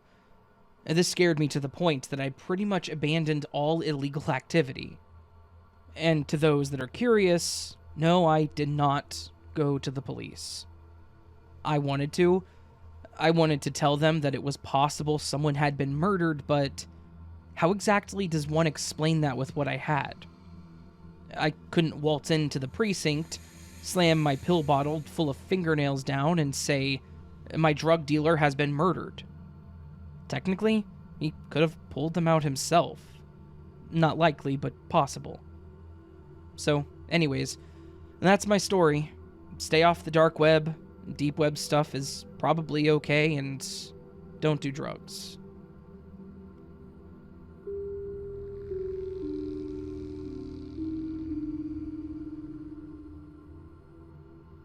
When I was a teenager, I think around 16 or so, my parents and myself were invited to a family reunion with my mom's side of the family.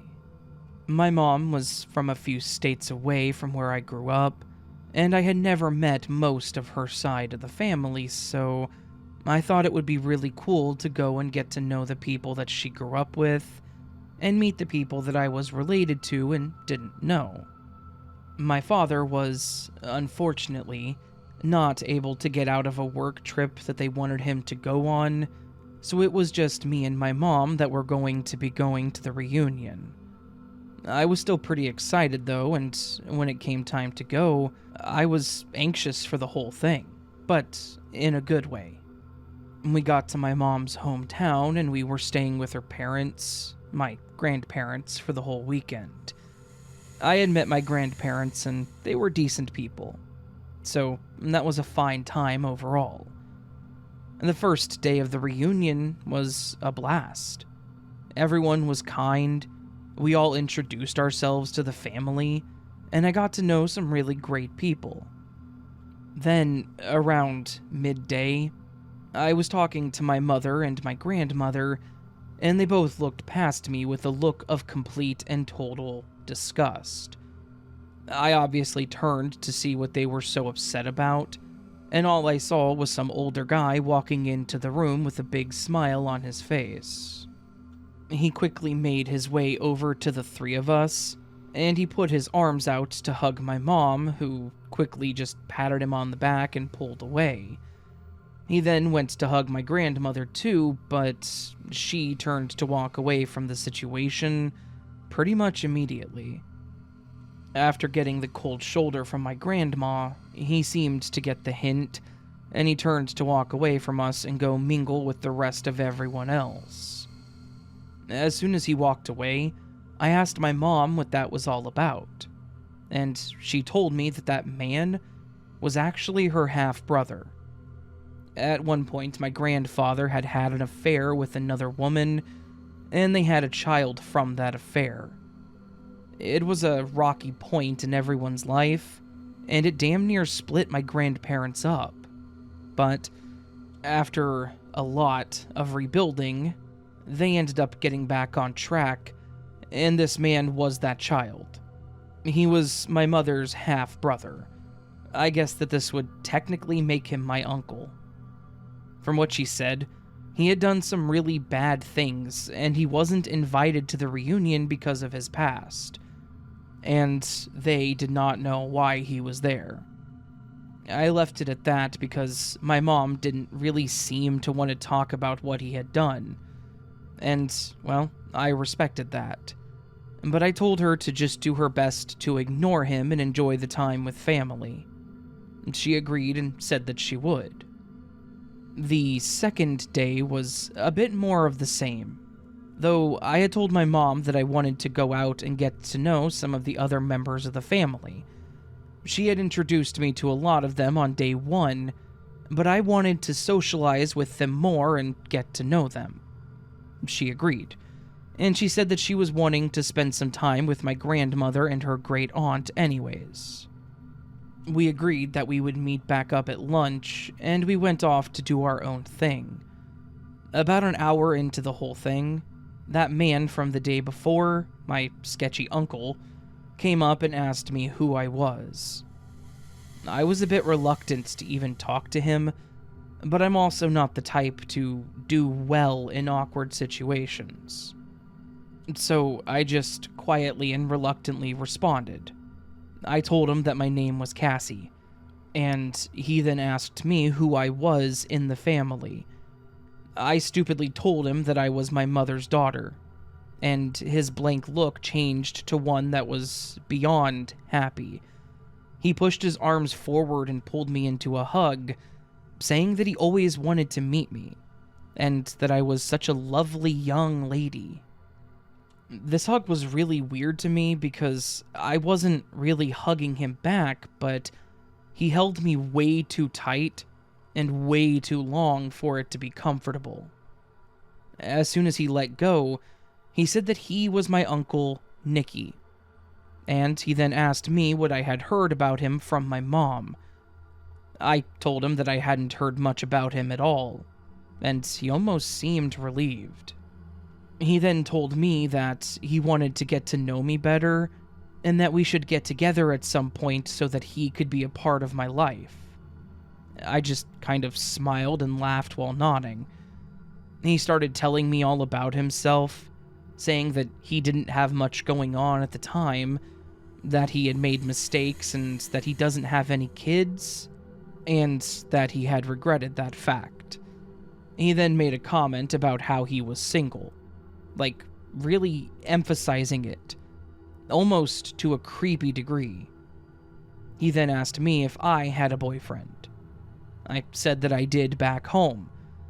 And then he started asking me if I was a virgin, and that was where I decided the conversation was over. I told him that I needed to go because I wasn't comfortable talking about it, and he started laughing, saying that that meant that I wasn't. He then started asking me how many guys I had been with, what my favorite thing to do in bed was, and things like that. I pushed myself away from him, saying that I did not want to talk to him anymore. As I started walking away, he reached down and grabbed my wrist tightly, saying that I didn't have a choice in talking to him, and that he and I were going to get to know each other better. I pulled as hard as I could to get away from him, but he had an incredibly tight grip on me, and he was just sitting there laughing at the fact that I could not get away. At this point, I started screaming to let me go, just trying to get the attention of anybody else there. Then, as people started seeing what was going on, they all started approaching, and he pulled me closer, and he seriously whispered in my ear, "If I catch you alone, you'll regret it." And then he shoved me away and started walking away from me and leaving the park. No one else could really see what was happening where we were beyond me screaming to let me go, so they didn't really do much to stop him from walking away. My mom came over when she realized that it was me screaming, and I told her what happened, and she told somebody to call the cops to try to stop him from getting away. They did call the cops, but by the time they got there, he was already gone. And they pretty much said that if he came back, we should call them immediately. Obviously, I was freaked out because that was very creepy, and it was pretty clear that this guy was a predator. It was then that my mom started explaining more about my uncle and why they were surprised he was there. Apparently, my uncle Nicky had spent a number of years in prison, and they thought that he was still locked up. The reason he spent those years in prison was because he had actually assaulted my grandmother. He had broken into the house when she was home, and my grandfather was at work and my mother was at school. This was back when she was still a teenager. He then assaulted my grandmother physically, and when he was caught, he claimed he did it because my grandmother had taken his father away from him. If I had known this at the time, I would not have engaged in conversation with him. I would have made sure to avoid him at all costs. Unfortunately, with how he acted towards me, it was pretty clear that his behavior was not changed by prison, that he was still the monster that he was back then. Thankfully, this was the only time that I ever saw him, and he didn't come back to the reunion. My guess was because he knew he would probably get arrested. And this was obviously also pretty traumatic for my grandmother as well, and she didn't really want to be involved in the reunion anymore. This was pretty terrifying for all of us, to be honest. I'm glad it just ended with him being a creep towards me, and that he didn't cause any harm to anyone else while he was there.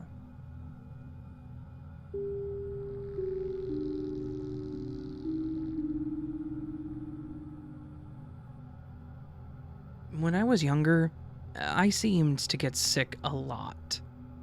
If someone around me was ill, I would catch it. A lot of different foods also seemed to make me sick to the point that I would curl up in a ball and sleep.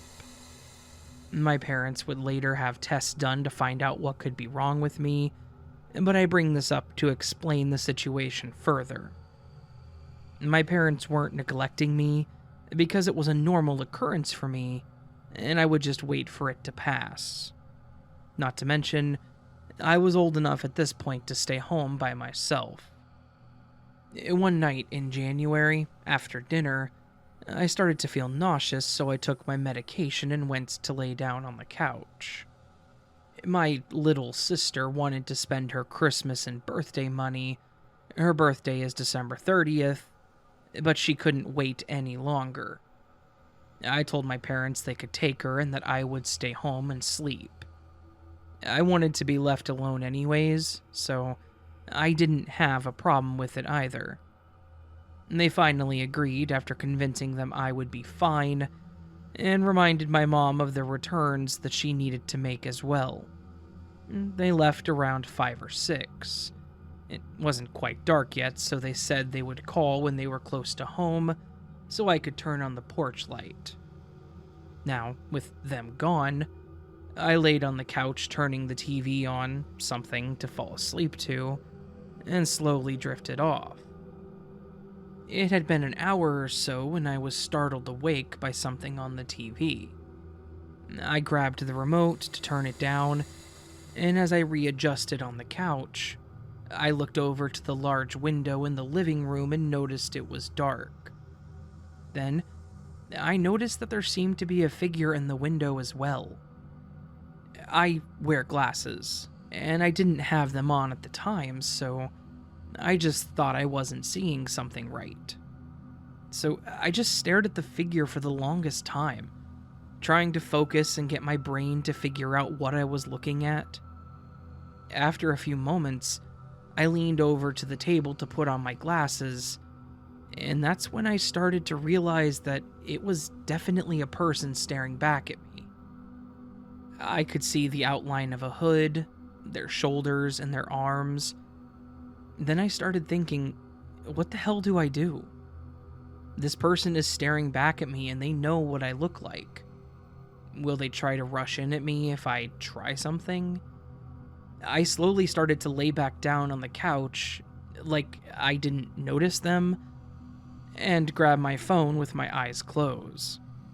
I guess I thought I was being sneaky and making it look like I wasn't going to call 911, but that was when the window was smashed in. I just remember screaming and running to my parents' bedroom, which was in the far back side of the house. I wanted to get as far away as possible, and since it was on the bottom floor, it had a window that I could possibly go through. I ran back there, immediately locked the door, and called 911. My parents' room had a big walk-in closet, and the operator told me to hide in there until I heard the police show up. I was scared, and I had a million things going through my mind. You always think you know what you would do in these situations until they happen, and then you hope that the operator can save you and tell you everything you need to do to survive. I also wanted to call my parents, and the operator was actually awesome enough to have someone call them somehow, which was also a relief. Like I said, it was already dark, so it had been a few hours, and I expected that they would be home soon.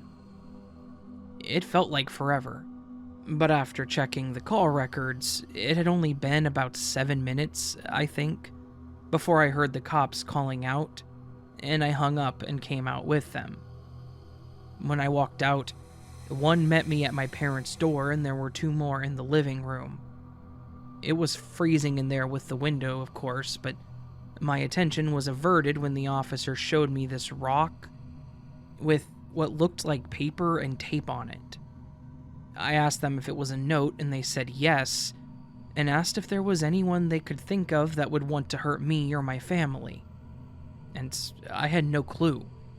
My mom was a nurse, and my dad did construction. Not like they could really have enemies, and then my sister and I were still in school. Last I checked, we didn't have people that hated us to this level. Thankfully, my parents showed up soon after, and I didn't want to let go of my dad. They asked them the same thing, and then showed us the note. It said something like, "Next time it won't be your window, it's time to pay up." The cop asked us if we knew someone that would do this again, or if any of us owed someone, and we all said no. My dad had to get the window boarded up, and our neighbor came over and helped. Because of this happening, and not being able to get the window fixed that week, my dad went and bought some security cameras, and had one pointed at the door and window, both back and front doors, and the driveway. He also wouldn't let me stay home by myself anymore. I felt safer with the cameras because we got alerted when someone approached the areas, but I didn't like staying home at night by myself anyways. Now, it had been 2 weeks or so since this had happened, and the window has since been fixed. It was one evening, I had gone to my room to just chill when I got an alert on the camera. Most of the time I ignored them, unless it was the one at the front door, and this one happened to be. So I tapped on it, and there was a guy that walked up to the door, put something under the rug, and took off. I was about to go to check on it when I started hearing my parents shouting. I went to the living room and saw my mom standing at the door, on the phone, and my dad is down the driveway. I finally learned what all happened when my mom showed me the envelope. It had a letter in it that said, "Sorry about the window," with a $100 bill in it. My dad had seen the alert as well, and tried to chase the guy, but he got away. They called the cops to report it and showed them the video where the guy wasn't even trying to hide his face. It wasn't long after that they found and caught the guy. Apparently he'd felt bad and decided to try and pay for the window. I recently learned from my parents that the guy that broke our window knew our neighbor and was probably trying to break hers, but that's just old people gossip that I haven't been able to confirm. Either way, It was a terrifying situation for my teenage self. And now, I don't like sleeping in the living room unless the curtains are completely closed. And if it's going to be dark soon, I recommend you turn on the porch lights, and you should always make sure that your doors are locked.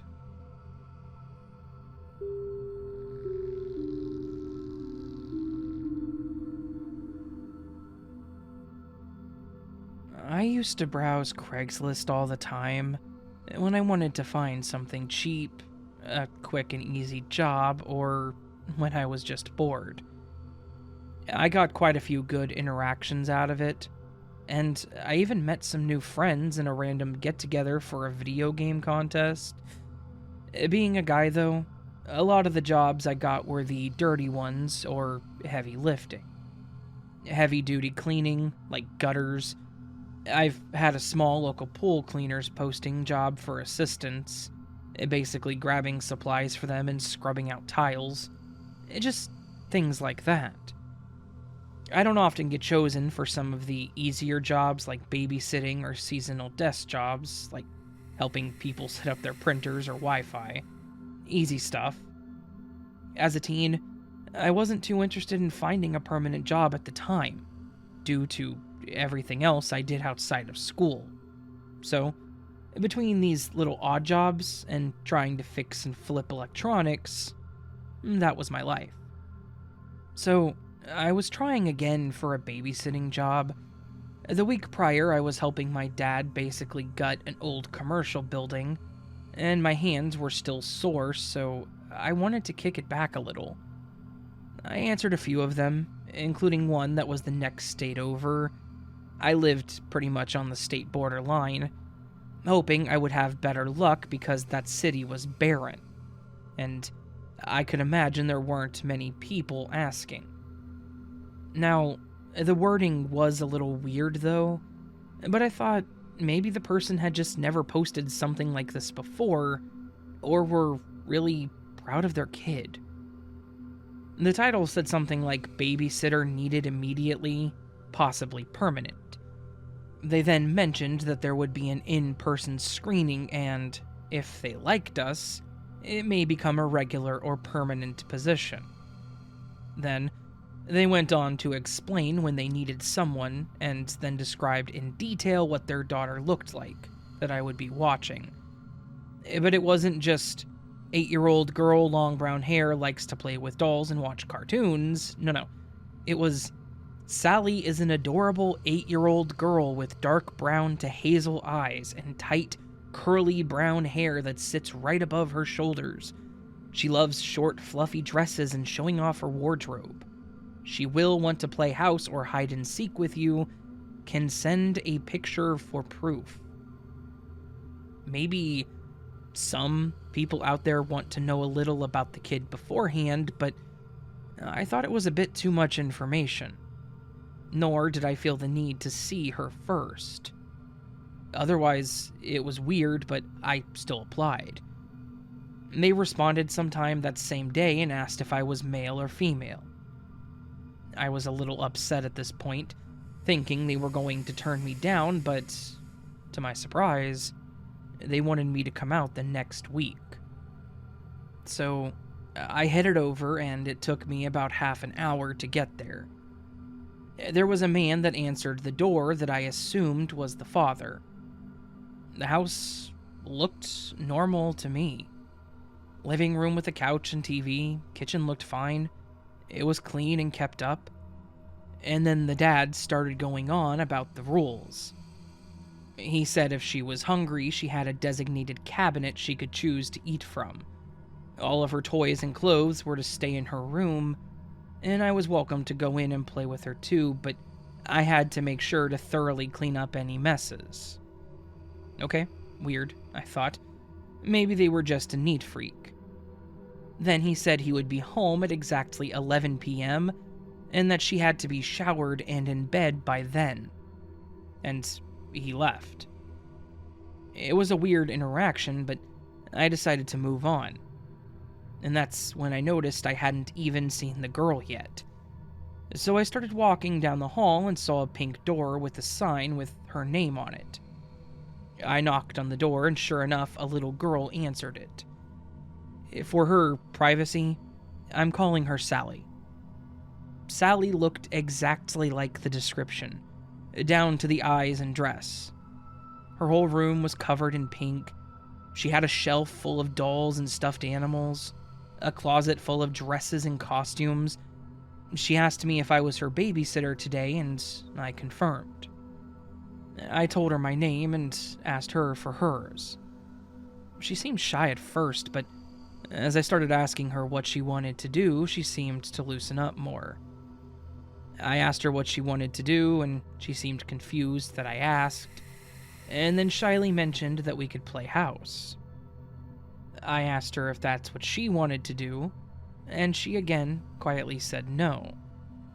So I just asked her again and said that we could do whatever she wanted, and I didn't even have to play if it would be weird. I was fine just watching TV for the night, to be honest. She looked confused when I said that, though, and asked if it was okay to have dinner then. Easy enough. So I agreed, and we went to the kitchen together. I started asking her what she wanted, to which she opened a cabinet and pulled out a can of raviolis. That's when I noticed that in the cabinet were tons of cans of that kind of stuff. And also ramen, chips, granola bars, just things like that. At first, I thought that was kind of cool. I was the oldest of 3 kids, so having our own cabinet and food and snacks would have been awesome. But then she started talking about how the fridge is Daddy's food only. So what, she's just not allowed any other food? She confirmed this by saying that she gets in trouble if she ever tries to take any. This whole experience had just been weird and way off. The way the dad talked about her and the way she was acting and being treated, it just didn't make me feel good about it. I tried asking if she's had any other babysitters before, and that's when she started going quiet and being shy again. So I let her finish eating and washed her bowl and spoon, and then I asked her what she wanted to do now. And that's when she led me back to her room and asked me if I wanted her to change into a different dress. I was confused, and I asked her if she wanted to or if she got something on it, and again, she just looked at me funny. And that's kind of when things started to click. Thinking back at the description, what the dad explained, her reaction, I realized what I was in the middle of. My fears were confirmed when I asked her about playing house, and she mentioned us being mom and dad. I quickly told her I wasn't there for that. I was there to protect her, and for the rest of the night, I sat in the corner of the room freaking out internally and just watching her play with her dolls and telling me about them. When 11 came around, I had her shower still and go to bed and to not throw anything off, and I waited in the living room for him to get home. He asked how she did, and if she gave me a hard time, and I said she was perfect, trying to get out as quickly as possible. He laughed and said he thought that I looked pretty young, but was happy that everything was fine. I shook his hand and left as quickly as I could, and when I got to my car, that's when it solidified. When I realized he didn't even pay me. When I got home, I hardly slept, and then went to a police station with my mom to explain everything that had happened.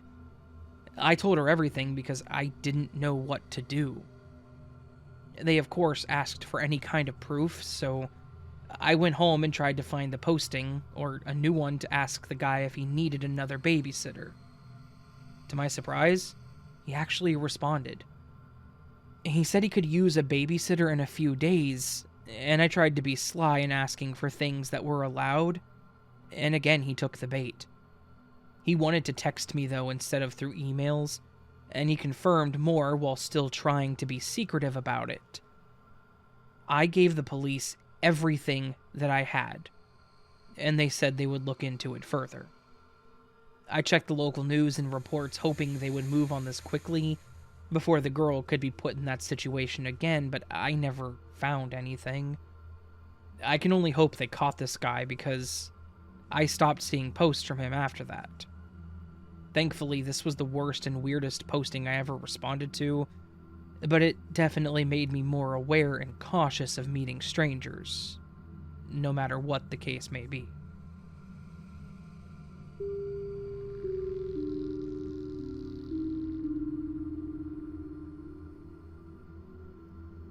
A few years ago, when I was about 17, I decided I wanted to go ahead and start looking for an easy job that could net me a bit of spending money.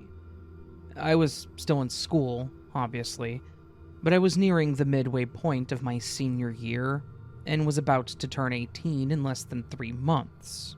So, I figured I could find, at the very least, a decent retail job that would suffice.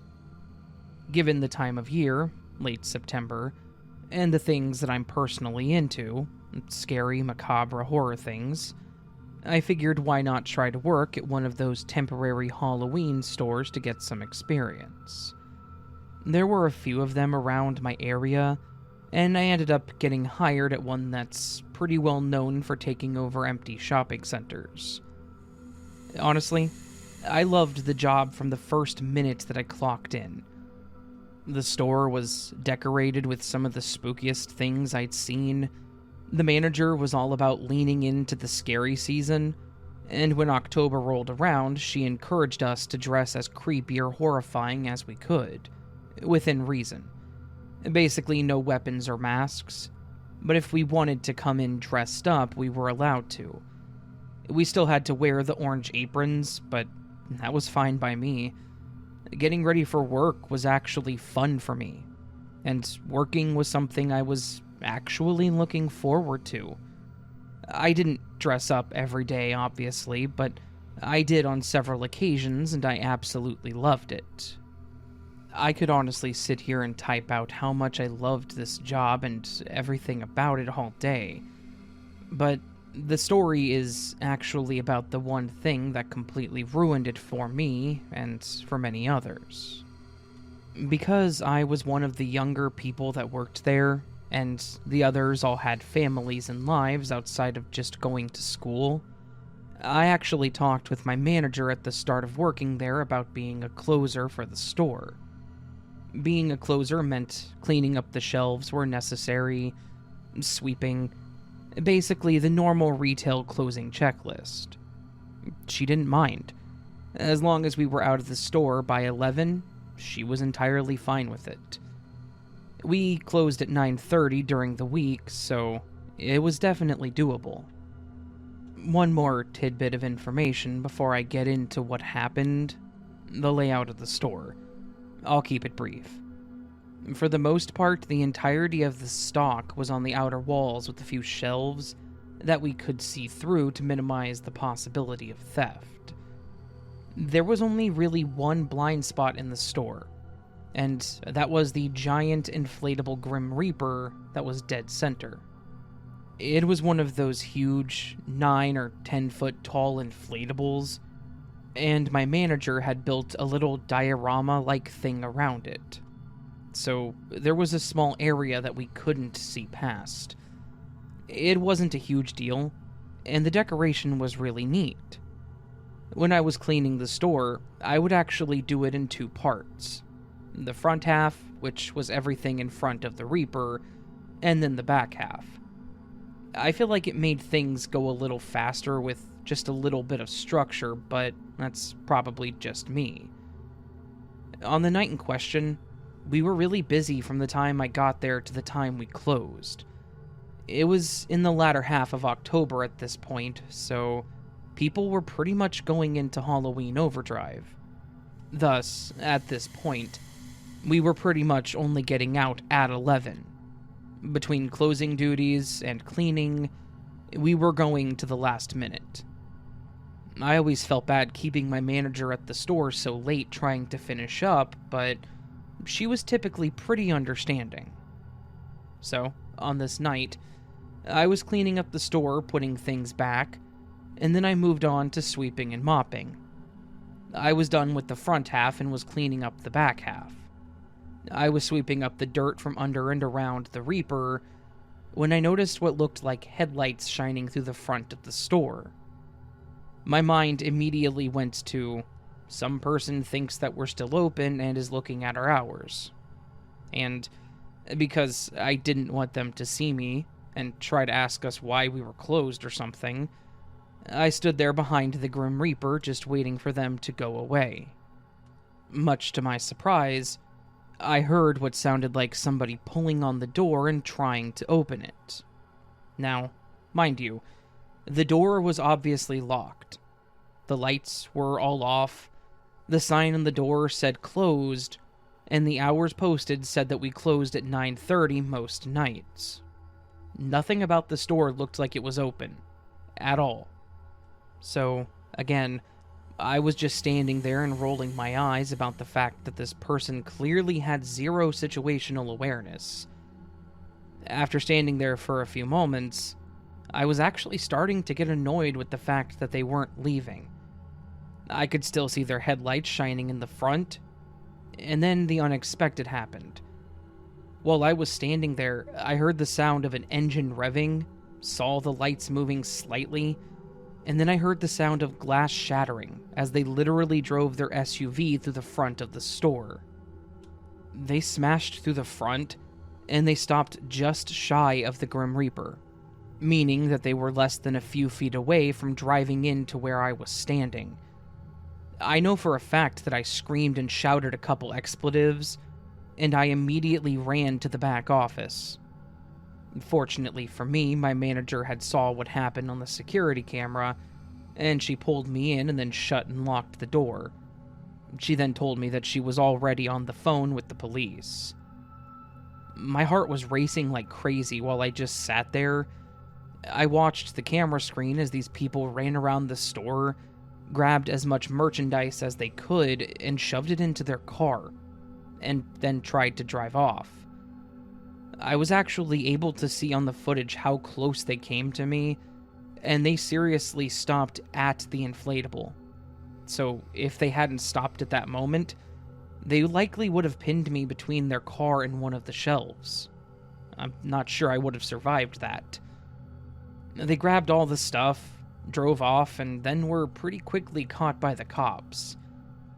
I had to guess that they thought nobody was in the store, so they figured they would have time to get away, but we were there, and that definitely caused a wrinkle in that plan. In my opinion, the plan was pretty stupid to begin with. To go through with a smash and grab on a Halloween store where everything would be nearly half off in a couple of weeks anyway, it just sounds dumb even as I'm typing it. But it was what they planned to do, and it's what they were all arrested for. Unfortunately, this kind of damage wasn't exactly something that could be fixed in time for the season to end, so the store had to close. I got to work a couple more shifts helping get all the stock packed up and ready to be transferred, and getting the store broken down, which was neat. But it was still a sad ending to what will always be the best job that I've ever worked, even if it was only for a month.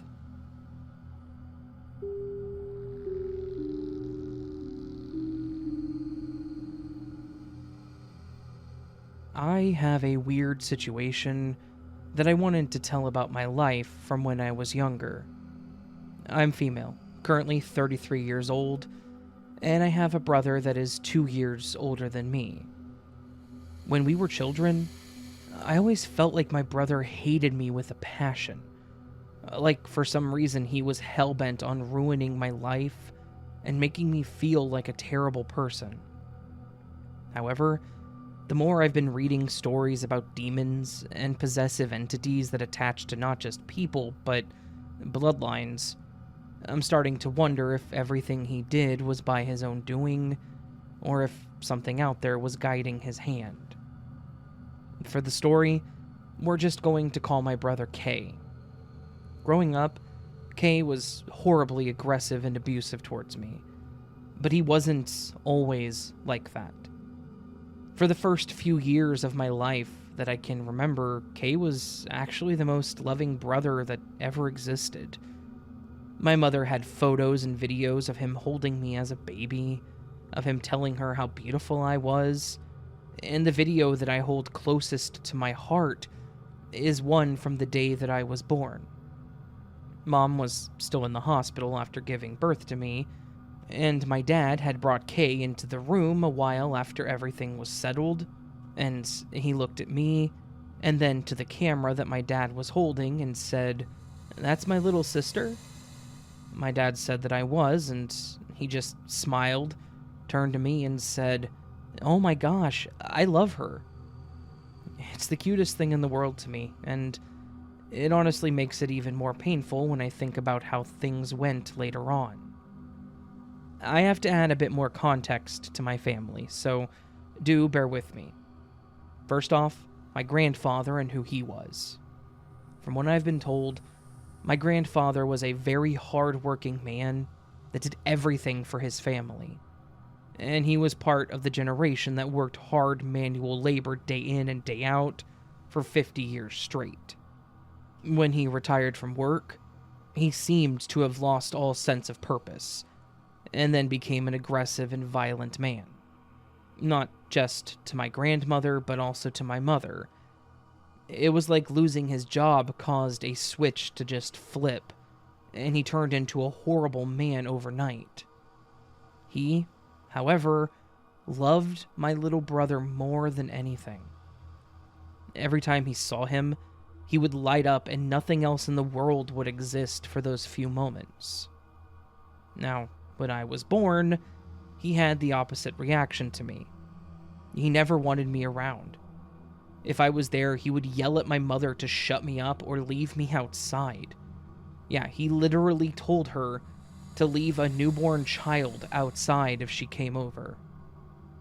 Well, about 3 years into my life, my grandfather died.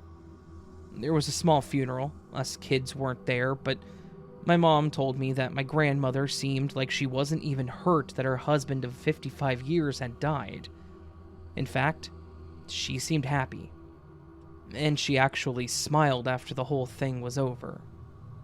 This, however, was where things started for me. My brother didn't really understand that my grandfather had died. My mom talked to him about it, telling him about life and death, but he was 5, so it wasn't really a concept that he could grasp. Basically, it was just a situation of, he's gone, we're sad, but life goes on. That was when things started to change with Kay. After my grandfather passed, he started to become an aggressive and violent child. He would scream at my mother any time she tried to talk to him. He would destroy things if he could get his hands on them, and his attitude towards me did a full 180. The first instance was when I was still 3. My mother said that she heard me doing my best to have a conversation with him while we were in our room. He was laughing and talking to me as well. Then she said that he went quiet, and I kept saying his name in a way that was like I was asking for him, and then about 5 or 10 minutes later, I started screaming. She ran into the room and saw what had happened. Kay was sitting on my bed with me, my hands were covered in blood, and there was a very large, very sharp knife sitting in front of me. My mom was obviously panicked and screamed for my dad, who came in and grabbed Kay while my mom helped me. I had a cut across both my hands, and I was bleeding pretty bad for a small kid. My dad asked Kay what happened and how I got the knife, and he said that Kay told him that he got the knife for me. He said that I needed it, that I needed to bleed. He then said that Grandpa told him to give me the knife to play with because it was what I deserved. This obviously freaked my dad out, and after this we weren't allowed to play in my room unsupervised anymore. A few months after this, in the middle of the night, my mom said that she heard me screaming and crying, and she got up to check on me when she saw Kay standing over me holding a stuffed animal over my face and saying something like, "It's okay, it won't hurt," over and over. Once again, my dad tried to figure out what was going on with him, and he just told him that Grandpa wanted me to stop breathing because I was being too loud. Things like this happened a few times when I was young, but as the two of us got older, he stopped physically hurting me and started emotionally lashing out at me. I remember very vividly on my 12th birthday, making K 14 at the time, he had actually walked into the room where my friends were with my dad's handgun.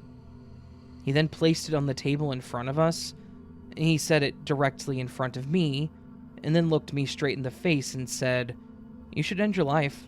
No one here likes you, and no one here wants you around. You're nothing but a burden on everyone here, and we would all be very much better off without you."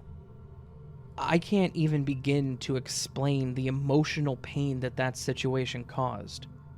Not only had he hurt me personally, but to do this in front of my few friends and on my birthday.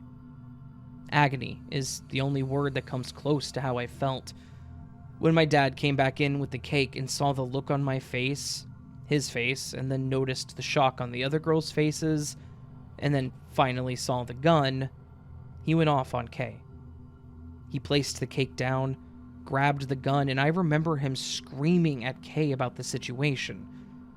He asked him how he got the gun from the safe, and Kay just said that Grandpa told him the combination because he wanted him to give me the gun. I remember my dad yelling non-stop in the other room while I just stared at my cake and cried. My mom did her best to try and steer us back on track, but the party was effectively ruined, and my friends were pretty freaked out. Rightfully so. There were a few more things that happened between Kay and I, a few events where he hit me and he did everything he could to make me feel pain, mentally, physically, emotionally. He made my life hell for so many years, and I'll never forgive him for all that he did to me. But part of me does kind of think that it wasn't all him, that there was something else that pushed him to do this. And that's based on what occurred a bit later. The last time that I saw Kay was when I was 17. And while I don't want anything to do with him, that actually wasn't by my choice. He was 19 and still living at the house, but he had managed to get a job and save up money to get a car. Then, he packed up his stuff, and he left. As in, he packed his clothes, got in his car, and no one has seen him since then. Like I said, I'm 33 now, so you can do the math on when that was, but it has been a very long time. And my guess is that he's either no longer alive or living under a different name or whatever. The reason I feel like he may not have been in control the entire time was because of the note that he left behind. He actually wrote that he was sorry for hurting me. I actually still have the note somewhere, but a good summary of it was that he loved me and that he never wanted to cause me pain, but he always felt like he had to. He mentioned in it that something in him wanted me to hurt, but that the other part of him wanted to protect me, and he never seemed to win when the two sides would clash. It hurts me to think that there was a part of him that did love me, that wanted what was best for me, but then the other part felt compelled to cause me so much harm. I also hate to think that he was being controlled by a demon, or my grandfather, or something, and that because of that evil entity, I never had the life with my brother that I should have. I will never forgive him for all that he did. It really affected me well into my adult life, but I feel like I understand it a little bit more. If he's still out there, I hope he got away from whatever evil thing had its grip over him. And I want him to know that I do have a happy life. And if the trauma he caused me ever weighs heavy on him, he can be sure that I'm no longer held back by the agony that he caused me throughout my childhood.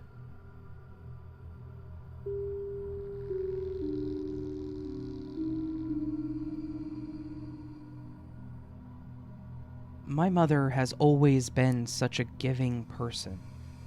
My parents tried to have kids, and after years of no luck, they went to the doctor to learn that due to cysts, she would probably never conceive.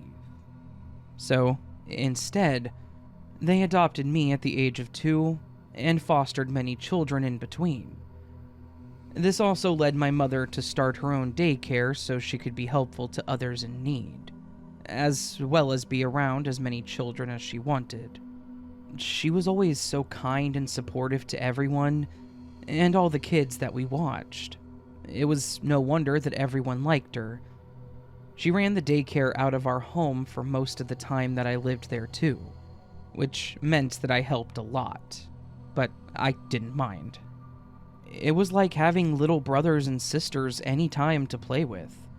My dad even built another large room to the back of our house as the main play area for the daycare.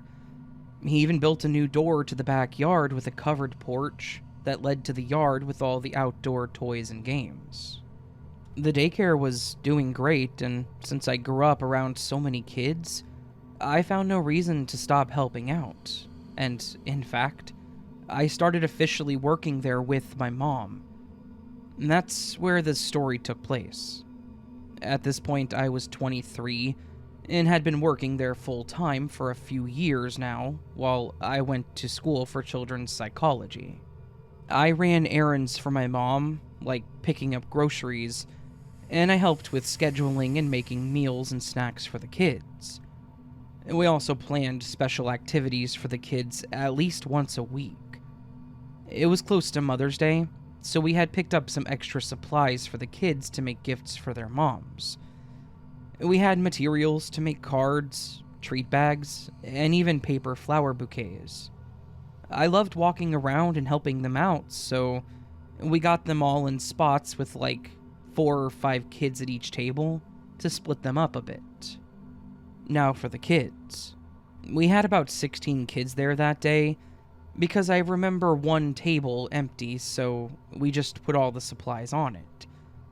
We had quite a few regulars, but would have newcomers join every so often too, which is when I met Blake. Blake was about 7, I believe. He could fully talk and hold a normal conversation with you. He loved sharks, and he could tell you just about anything about any shark that you named. I will add, though, that he had a cochlear implant in his left ear, as it will be relevant later. But you would never expect that he had hearing difficulties, as this boy could hear me from across the loud room. Blake had been coming to our daycare for about a month or so I was still trying to get to know him at the time. I sat at the table he was at, and I asked him and the other kids what they wanted to make, and they all wanted to start with a card. I laid out the markers, glue, stickers, and scissors, and I let them get started. And as I asked them about themselves and things their mom liked to help give ideas on what to make. Blake said that his mom loved tulips, but he didn't know how to draw them, so I showed him an easy way to do it. He said that he wanted to buy real tulips for her, because she was the best mom that he'd ever had. At the time, it sounded like a weird statement, but there could have been many reasons for having multiple mothers, right? So I didn't dwell on it. Then, one of the kids wanted to cut their card out in the shape of a heart, so I agreed and passed her the scissors. I noticed Blake staring at one of the other kids using the scissors, so I asked him if he wanted to cut out his card too, and he said yes. So, once the other one was done, I went to hand him the scissors, and he reluctantly grabbed them and just stared at them. I started to ask what was wrong, when he dropped them on the table in front of me and asked me to do it. I tried reassuring him that he could do it because they were safety scissors and he was given permission to use them because an adult was around. But I thanked him for being considerate, or safe. He seemed a bit uncomfortable with the scissors near him, kinda like a kid would act when they saw an animal or something they were afraid of. So, I asked him if there was something wrong, and he explained further. He said he didn't like scissors because that was how he lost his ear. I was confused at first because, of course, he had both ears, but I knew about his implant. So, really, he just lost his hearing or never had it. So, I tried explaining to him that he had both of his ears, and he was referring to not being able to hear out of it. He confirmed this by nodding, and continued to tell me something a bit more disturbing. I may not remember the exact phrasing, but this is what he told me. In my old life, I hurt a lot of girls. I made them cry and I made them bleed, but one girl got away because I didn't tie the string right. I'm not good at tying my shoes either. I tried to catch her, and she grabbed some scissors and pushed them into my ear. It hurt really bad and it made me bleed, and I couldn't hear anymore. Then she put the scissors in my heart, and I died. So I just sat there in shock of what I had just heard, and he must have seen the terror on my face because he followed that up with something like, "But it's okay. I don't want to hurt anyone now. I talked to God and he gave me another chance. But I lost my ear for good because of how bad I was. I'm a lot nicer now." And then he continued to stare at me and wait for me to cut out his card. After I looked at the other kids and noticed that they had paid no attention to his story and were still focused on their own projects, I just shook it off and cut it out. I watched him from there as he carefully picked the colors for his card and talked about his mom. He was his normal self. He never brought that up again or anything related to it. I had never heard him talk about anything so gruesome, so it really caught me off guard. Later on that day, I had a moment and I talked to my mom about it. She thought it was pretty alarming too, so she agreed to ask Blake's parents about it, thinking maybe he watched or saw something that he shouldn't have. They said they had never heard anything like that, and they also don't allow him to watch anything violent, so they had no clue where he could have gotten it from. They were surprised by what he said because they had never said anything to him, but did admit that when speaking about his implant before, he would claim that they were wrong as to why he had to wear it, but never clarified or explained anything further. I don't know why I was the chosen one to hear that story, but it was truly creepy, hearing it from a little kid like Blake. I've been trying to find some kind of story on a kidnapper or killer that was stabbed in the ear, but no luck yet. At the same time, I'm kind of scared to find something. Also, he's never mentioned anything since that day about his past life, and I'm not sure if I want him to or not.